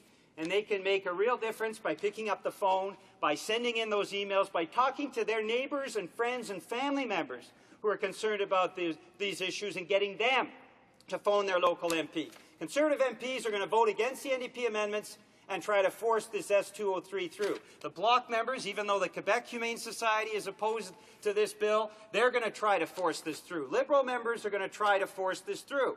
So it takes Canadians speaking up to make that difference. Mr. Speaker, I'd like to mention some Canadians that are speaking up in my riding of Burnaby, New Westminster. I'd like to pay tribute to Ms. Rose Nadon, who is president of the New Westminster Chamber of Commerce and who last Sunday organized a huge rally in Vancouver to oppose S203. And she has taken an active role in this issue. Barbara Yaffe, a nationally renowned columnist, has spoken out on this issue as well, has written about this issue. 3 constituents, I'd like to just quote from their letters. Ms. Simpson from Burnaby, British Columbia, writes, among the many emails I've received on this issue, the biggest problem with the current legislation is that it is difficult to enforce. In fact, less than 1% of animal cruelty complaints lead to successful convictions. Bill S203 maintains these inadequacies and loopholes, which means that animal abusers will continue to get away with their crimes. As if this weren't bad enough, Bill S203 also continues to leave wild and stray animals virtually unprotected, makes it nearly impossible to punish crimes of neglect, and continues to legalize breeding animals to fight each other. Mr. Speaker, another, Ms. DeFenio from Burnaby, British Columbia, writes, it is suggested that Bill S203 was introduced to improve protection for animals, yet not a single animal protection group in this country supports it. Not a single one. I oppose this bill, too, because it is not an effective improvement to the current animal cruelty provisions of the Criminal Code, which haven't been significantly revised since first enacted in 1892. We should be ashamed that our country lags behind the Philippines and other developing countries when it comes to protecting animals from reckless acts of cruelty. Bill S203 would hardly improve our ranking. Mr. Schoenfeld from New Westminster writes, Bill S203 does not fix the problems in the current legislation, which allows so many animal abusers to slip through the cracks unpunished. Less than 1% of animal abuse complaints in Canada lead to a conviction. While Bill S203 increases the penalties for crimes against animals, I do not believe this to be very useful if law enforcement officers are unable to prosecute animal abusers in the vast majority of cases. Mr. Speaker, Canadians from coast to coast to coast, from communities like Burnaby and New Westminster, but other communities across this country, the Calgary Humane Society, the Edmonton Humane Society, the Alberta Humane Society, and right across this country, Canadians, Humane Society, the experts in this area, are saying adopting Bill S203 is just going to make even worse an already bad situation. All it does is increase penalties for offences that police cannot prosecute now. It is a meaningless smokescreen and a meaningless attempt by members of Parliament here who are trying to address what is a legitimate concern in the public mind, in Canadians' minds, given the many abuse cases we've seen in the past few weeks, just a way of simply trying to stop cold any meaningful changes. So the only way for Canadians to see some real meaningful legislation put into place is for folks to make those phone calls, send in those emails over the course of the weekend so that we can force members of Parliament to stop the S203 debacle, not to send it back to the Senate for ratification. And then the second step is to force this government to take meaningful action. Most Canadians believe profoundly in this. Over 90% most recently polled. When they see the appalling cases of cruelty and negligence that we have seen, they do not want simply some sort of smokescreen around this issue. They don't want to increase penalties for cases that police officers can never prosecute. And the people that support this include our law enforcement officers. When they see cruel neglect, when they see appalling violence towards animals, they know that many of these individuals then move on to provide that same kind of egregious abuse of human beings. So law enforcement officials are supporting the NDP stand too, to stop Bill 203 and to put in place meaningful legislation, Mr. Speaker. There's absolutely no way to justify this Parliament adopting this bad bill, Mr. Speaker, but it's not being voted on today, Mr. Speaker. And the Canadians who are listening in now, and their friends and neighbours and family, are hopefully making those phone calls. And even the Conservatives don't like this, Mr. Speaker. They don't like public pressure. So, of course, they're reacting negatively. No, please, they're saying, Canadians, don't phone. Don't make your point of view known. That's essentially what they're saying, is that they don't want Canadians phoning MPs' offices. They don't want emails to come in or letters to come in. It's obvious every single member in this House has received emails and phone calls. So every single member of this House knows what is the right thing to do already. What I'm saying, Mr. Speaker, is they need to increase that pressure over the course of the weekend, because the vote doesn't take place till next week. And I can tell you, Mr. Speaker, a member of Parliament, whether it's a Bloc member, a Conservative member, or a Liberal member, who has heard from 100 constituents over the course of the next 3 days, is not going to vote for this bad legislation. It's going to stop them cold. So, Mr. Speaker, I'm going to allow a couple of minutes for my colleague from Nanaimo Cowichan, who also feels strongly about this issue. What I'm saying is the jig is not up. And if Canadians respond over the course of this weekend, they can stop this bad bill from being enacted. Resuming debate, the honourable member for Caribou, Prince George. Well, thank you, Mr. Speaker. That member from Burnaby, New Westminster, I believe, did everything but drop to his knees and beg people to phone in opposition to this bill. Mr. Speaker, I'd like to say to that member that his pleading, his begging, his imploring for people to phone in opposition is not necessary. People are already phoning in, and in the riding of Prince George, Caribou Prince George, my office is both here and in the riding. People are phoning in, Mr. Speaker, and I listen to them, and they have overwhelmingly been telling me to support this bill, which I will. Thank you, Mr. Speaker. Resuming debate, the honourable member for Kenora, Rainy River. Thank you, Mr. Speaker, but it's really just Kenora. They've taken Rainy River out, and it's been added to Thunder Bay, but I'll take all the land you want to give me. We just heard a lot of words, and the word I heard over and over was meaningless, and that's what a lot of it's coming from that end of the House. There's the chance to do something. There's a chance to make a change, what hasn't been for many, many years. And we can do that at this point. We can support Bill 203. We can make sure that actually something is done. We're going to try very hard to make sure that something is actually accomplished.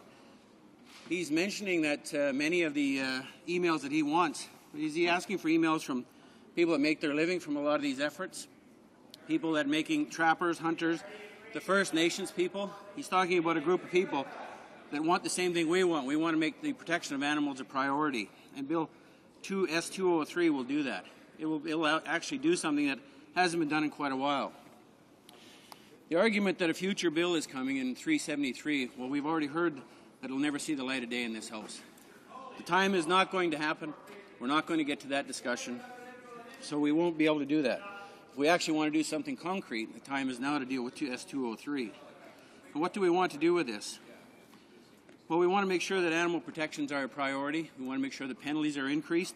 We want everyone in Canada to know that we're actually doing something. Starting out with this bill doesn't mean that we won't be doing something in the future. It doesn't mean that we can't change and a new bill can come to the floor of this House. As been mentioned by every speaker, things can change and things will be changed in the future. What we want to do is we want to make sure that there's a lot of good, sober second thought, a lot of effort put into this.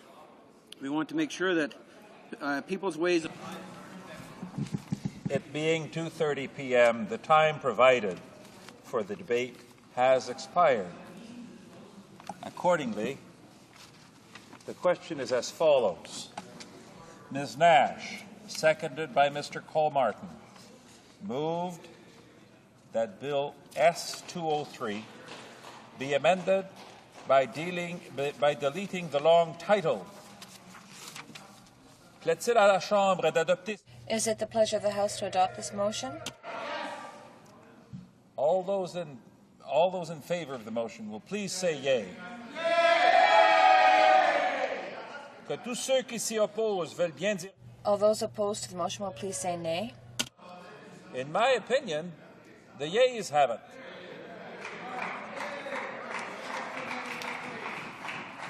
Le vote par appel nominal sur la... The vote on the motion is deferred. Stands deferred. Motion numéro 2. Motion number 2, Mrs. Nash, seconded by Mr. Comorton, moves that the bill S203 be amended by deleting clause 1. Is it the pleasure of the House to adopt this motion? Que tous ceux qui appuient la motion... All those opposed to the motion will please say nay. Those opposed will please say nay. In my opinion, the nays have it. The recorded division on the motion stands deferred. Le vote par appel nominal sur la motion est différé. Normally at this time, the House would proceed to the taking of the recorded divisions at the report stage of the bill. However, pursuant to Standing Order 98, the divisions stand deferred until Wednesday, April 9, 2008, immediately before the time provided for private members' business. Comme il est 14h30. It being 2:33, the House adjourns until next Monday, 11 o'clock, pursuant to Standing Order 24-1.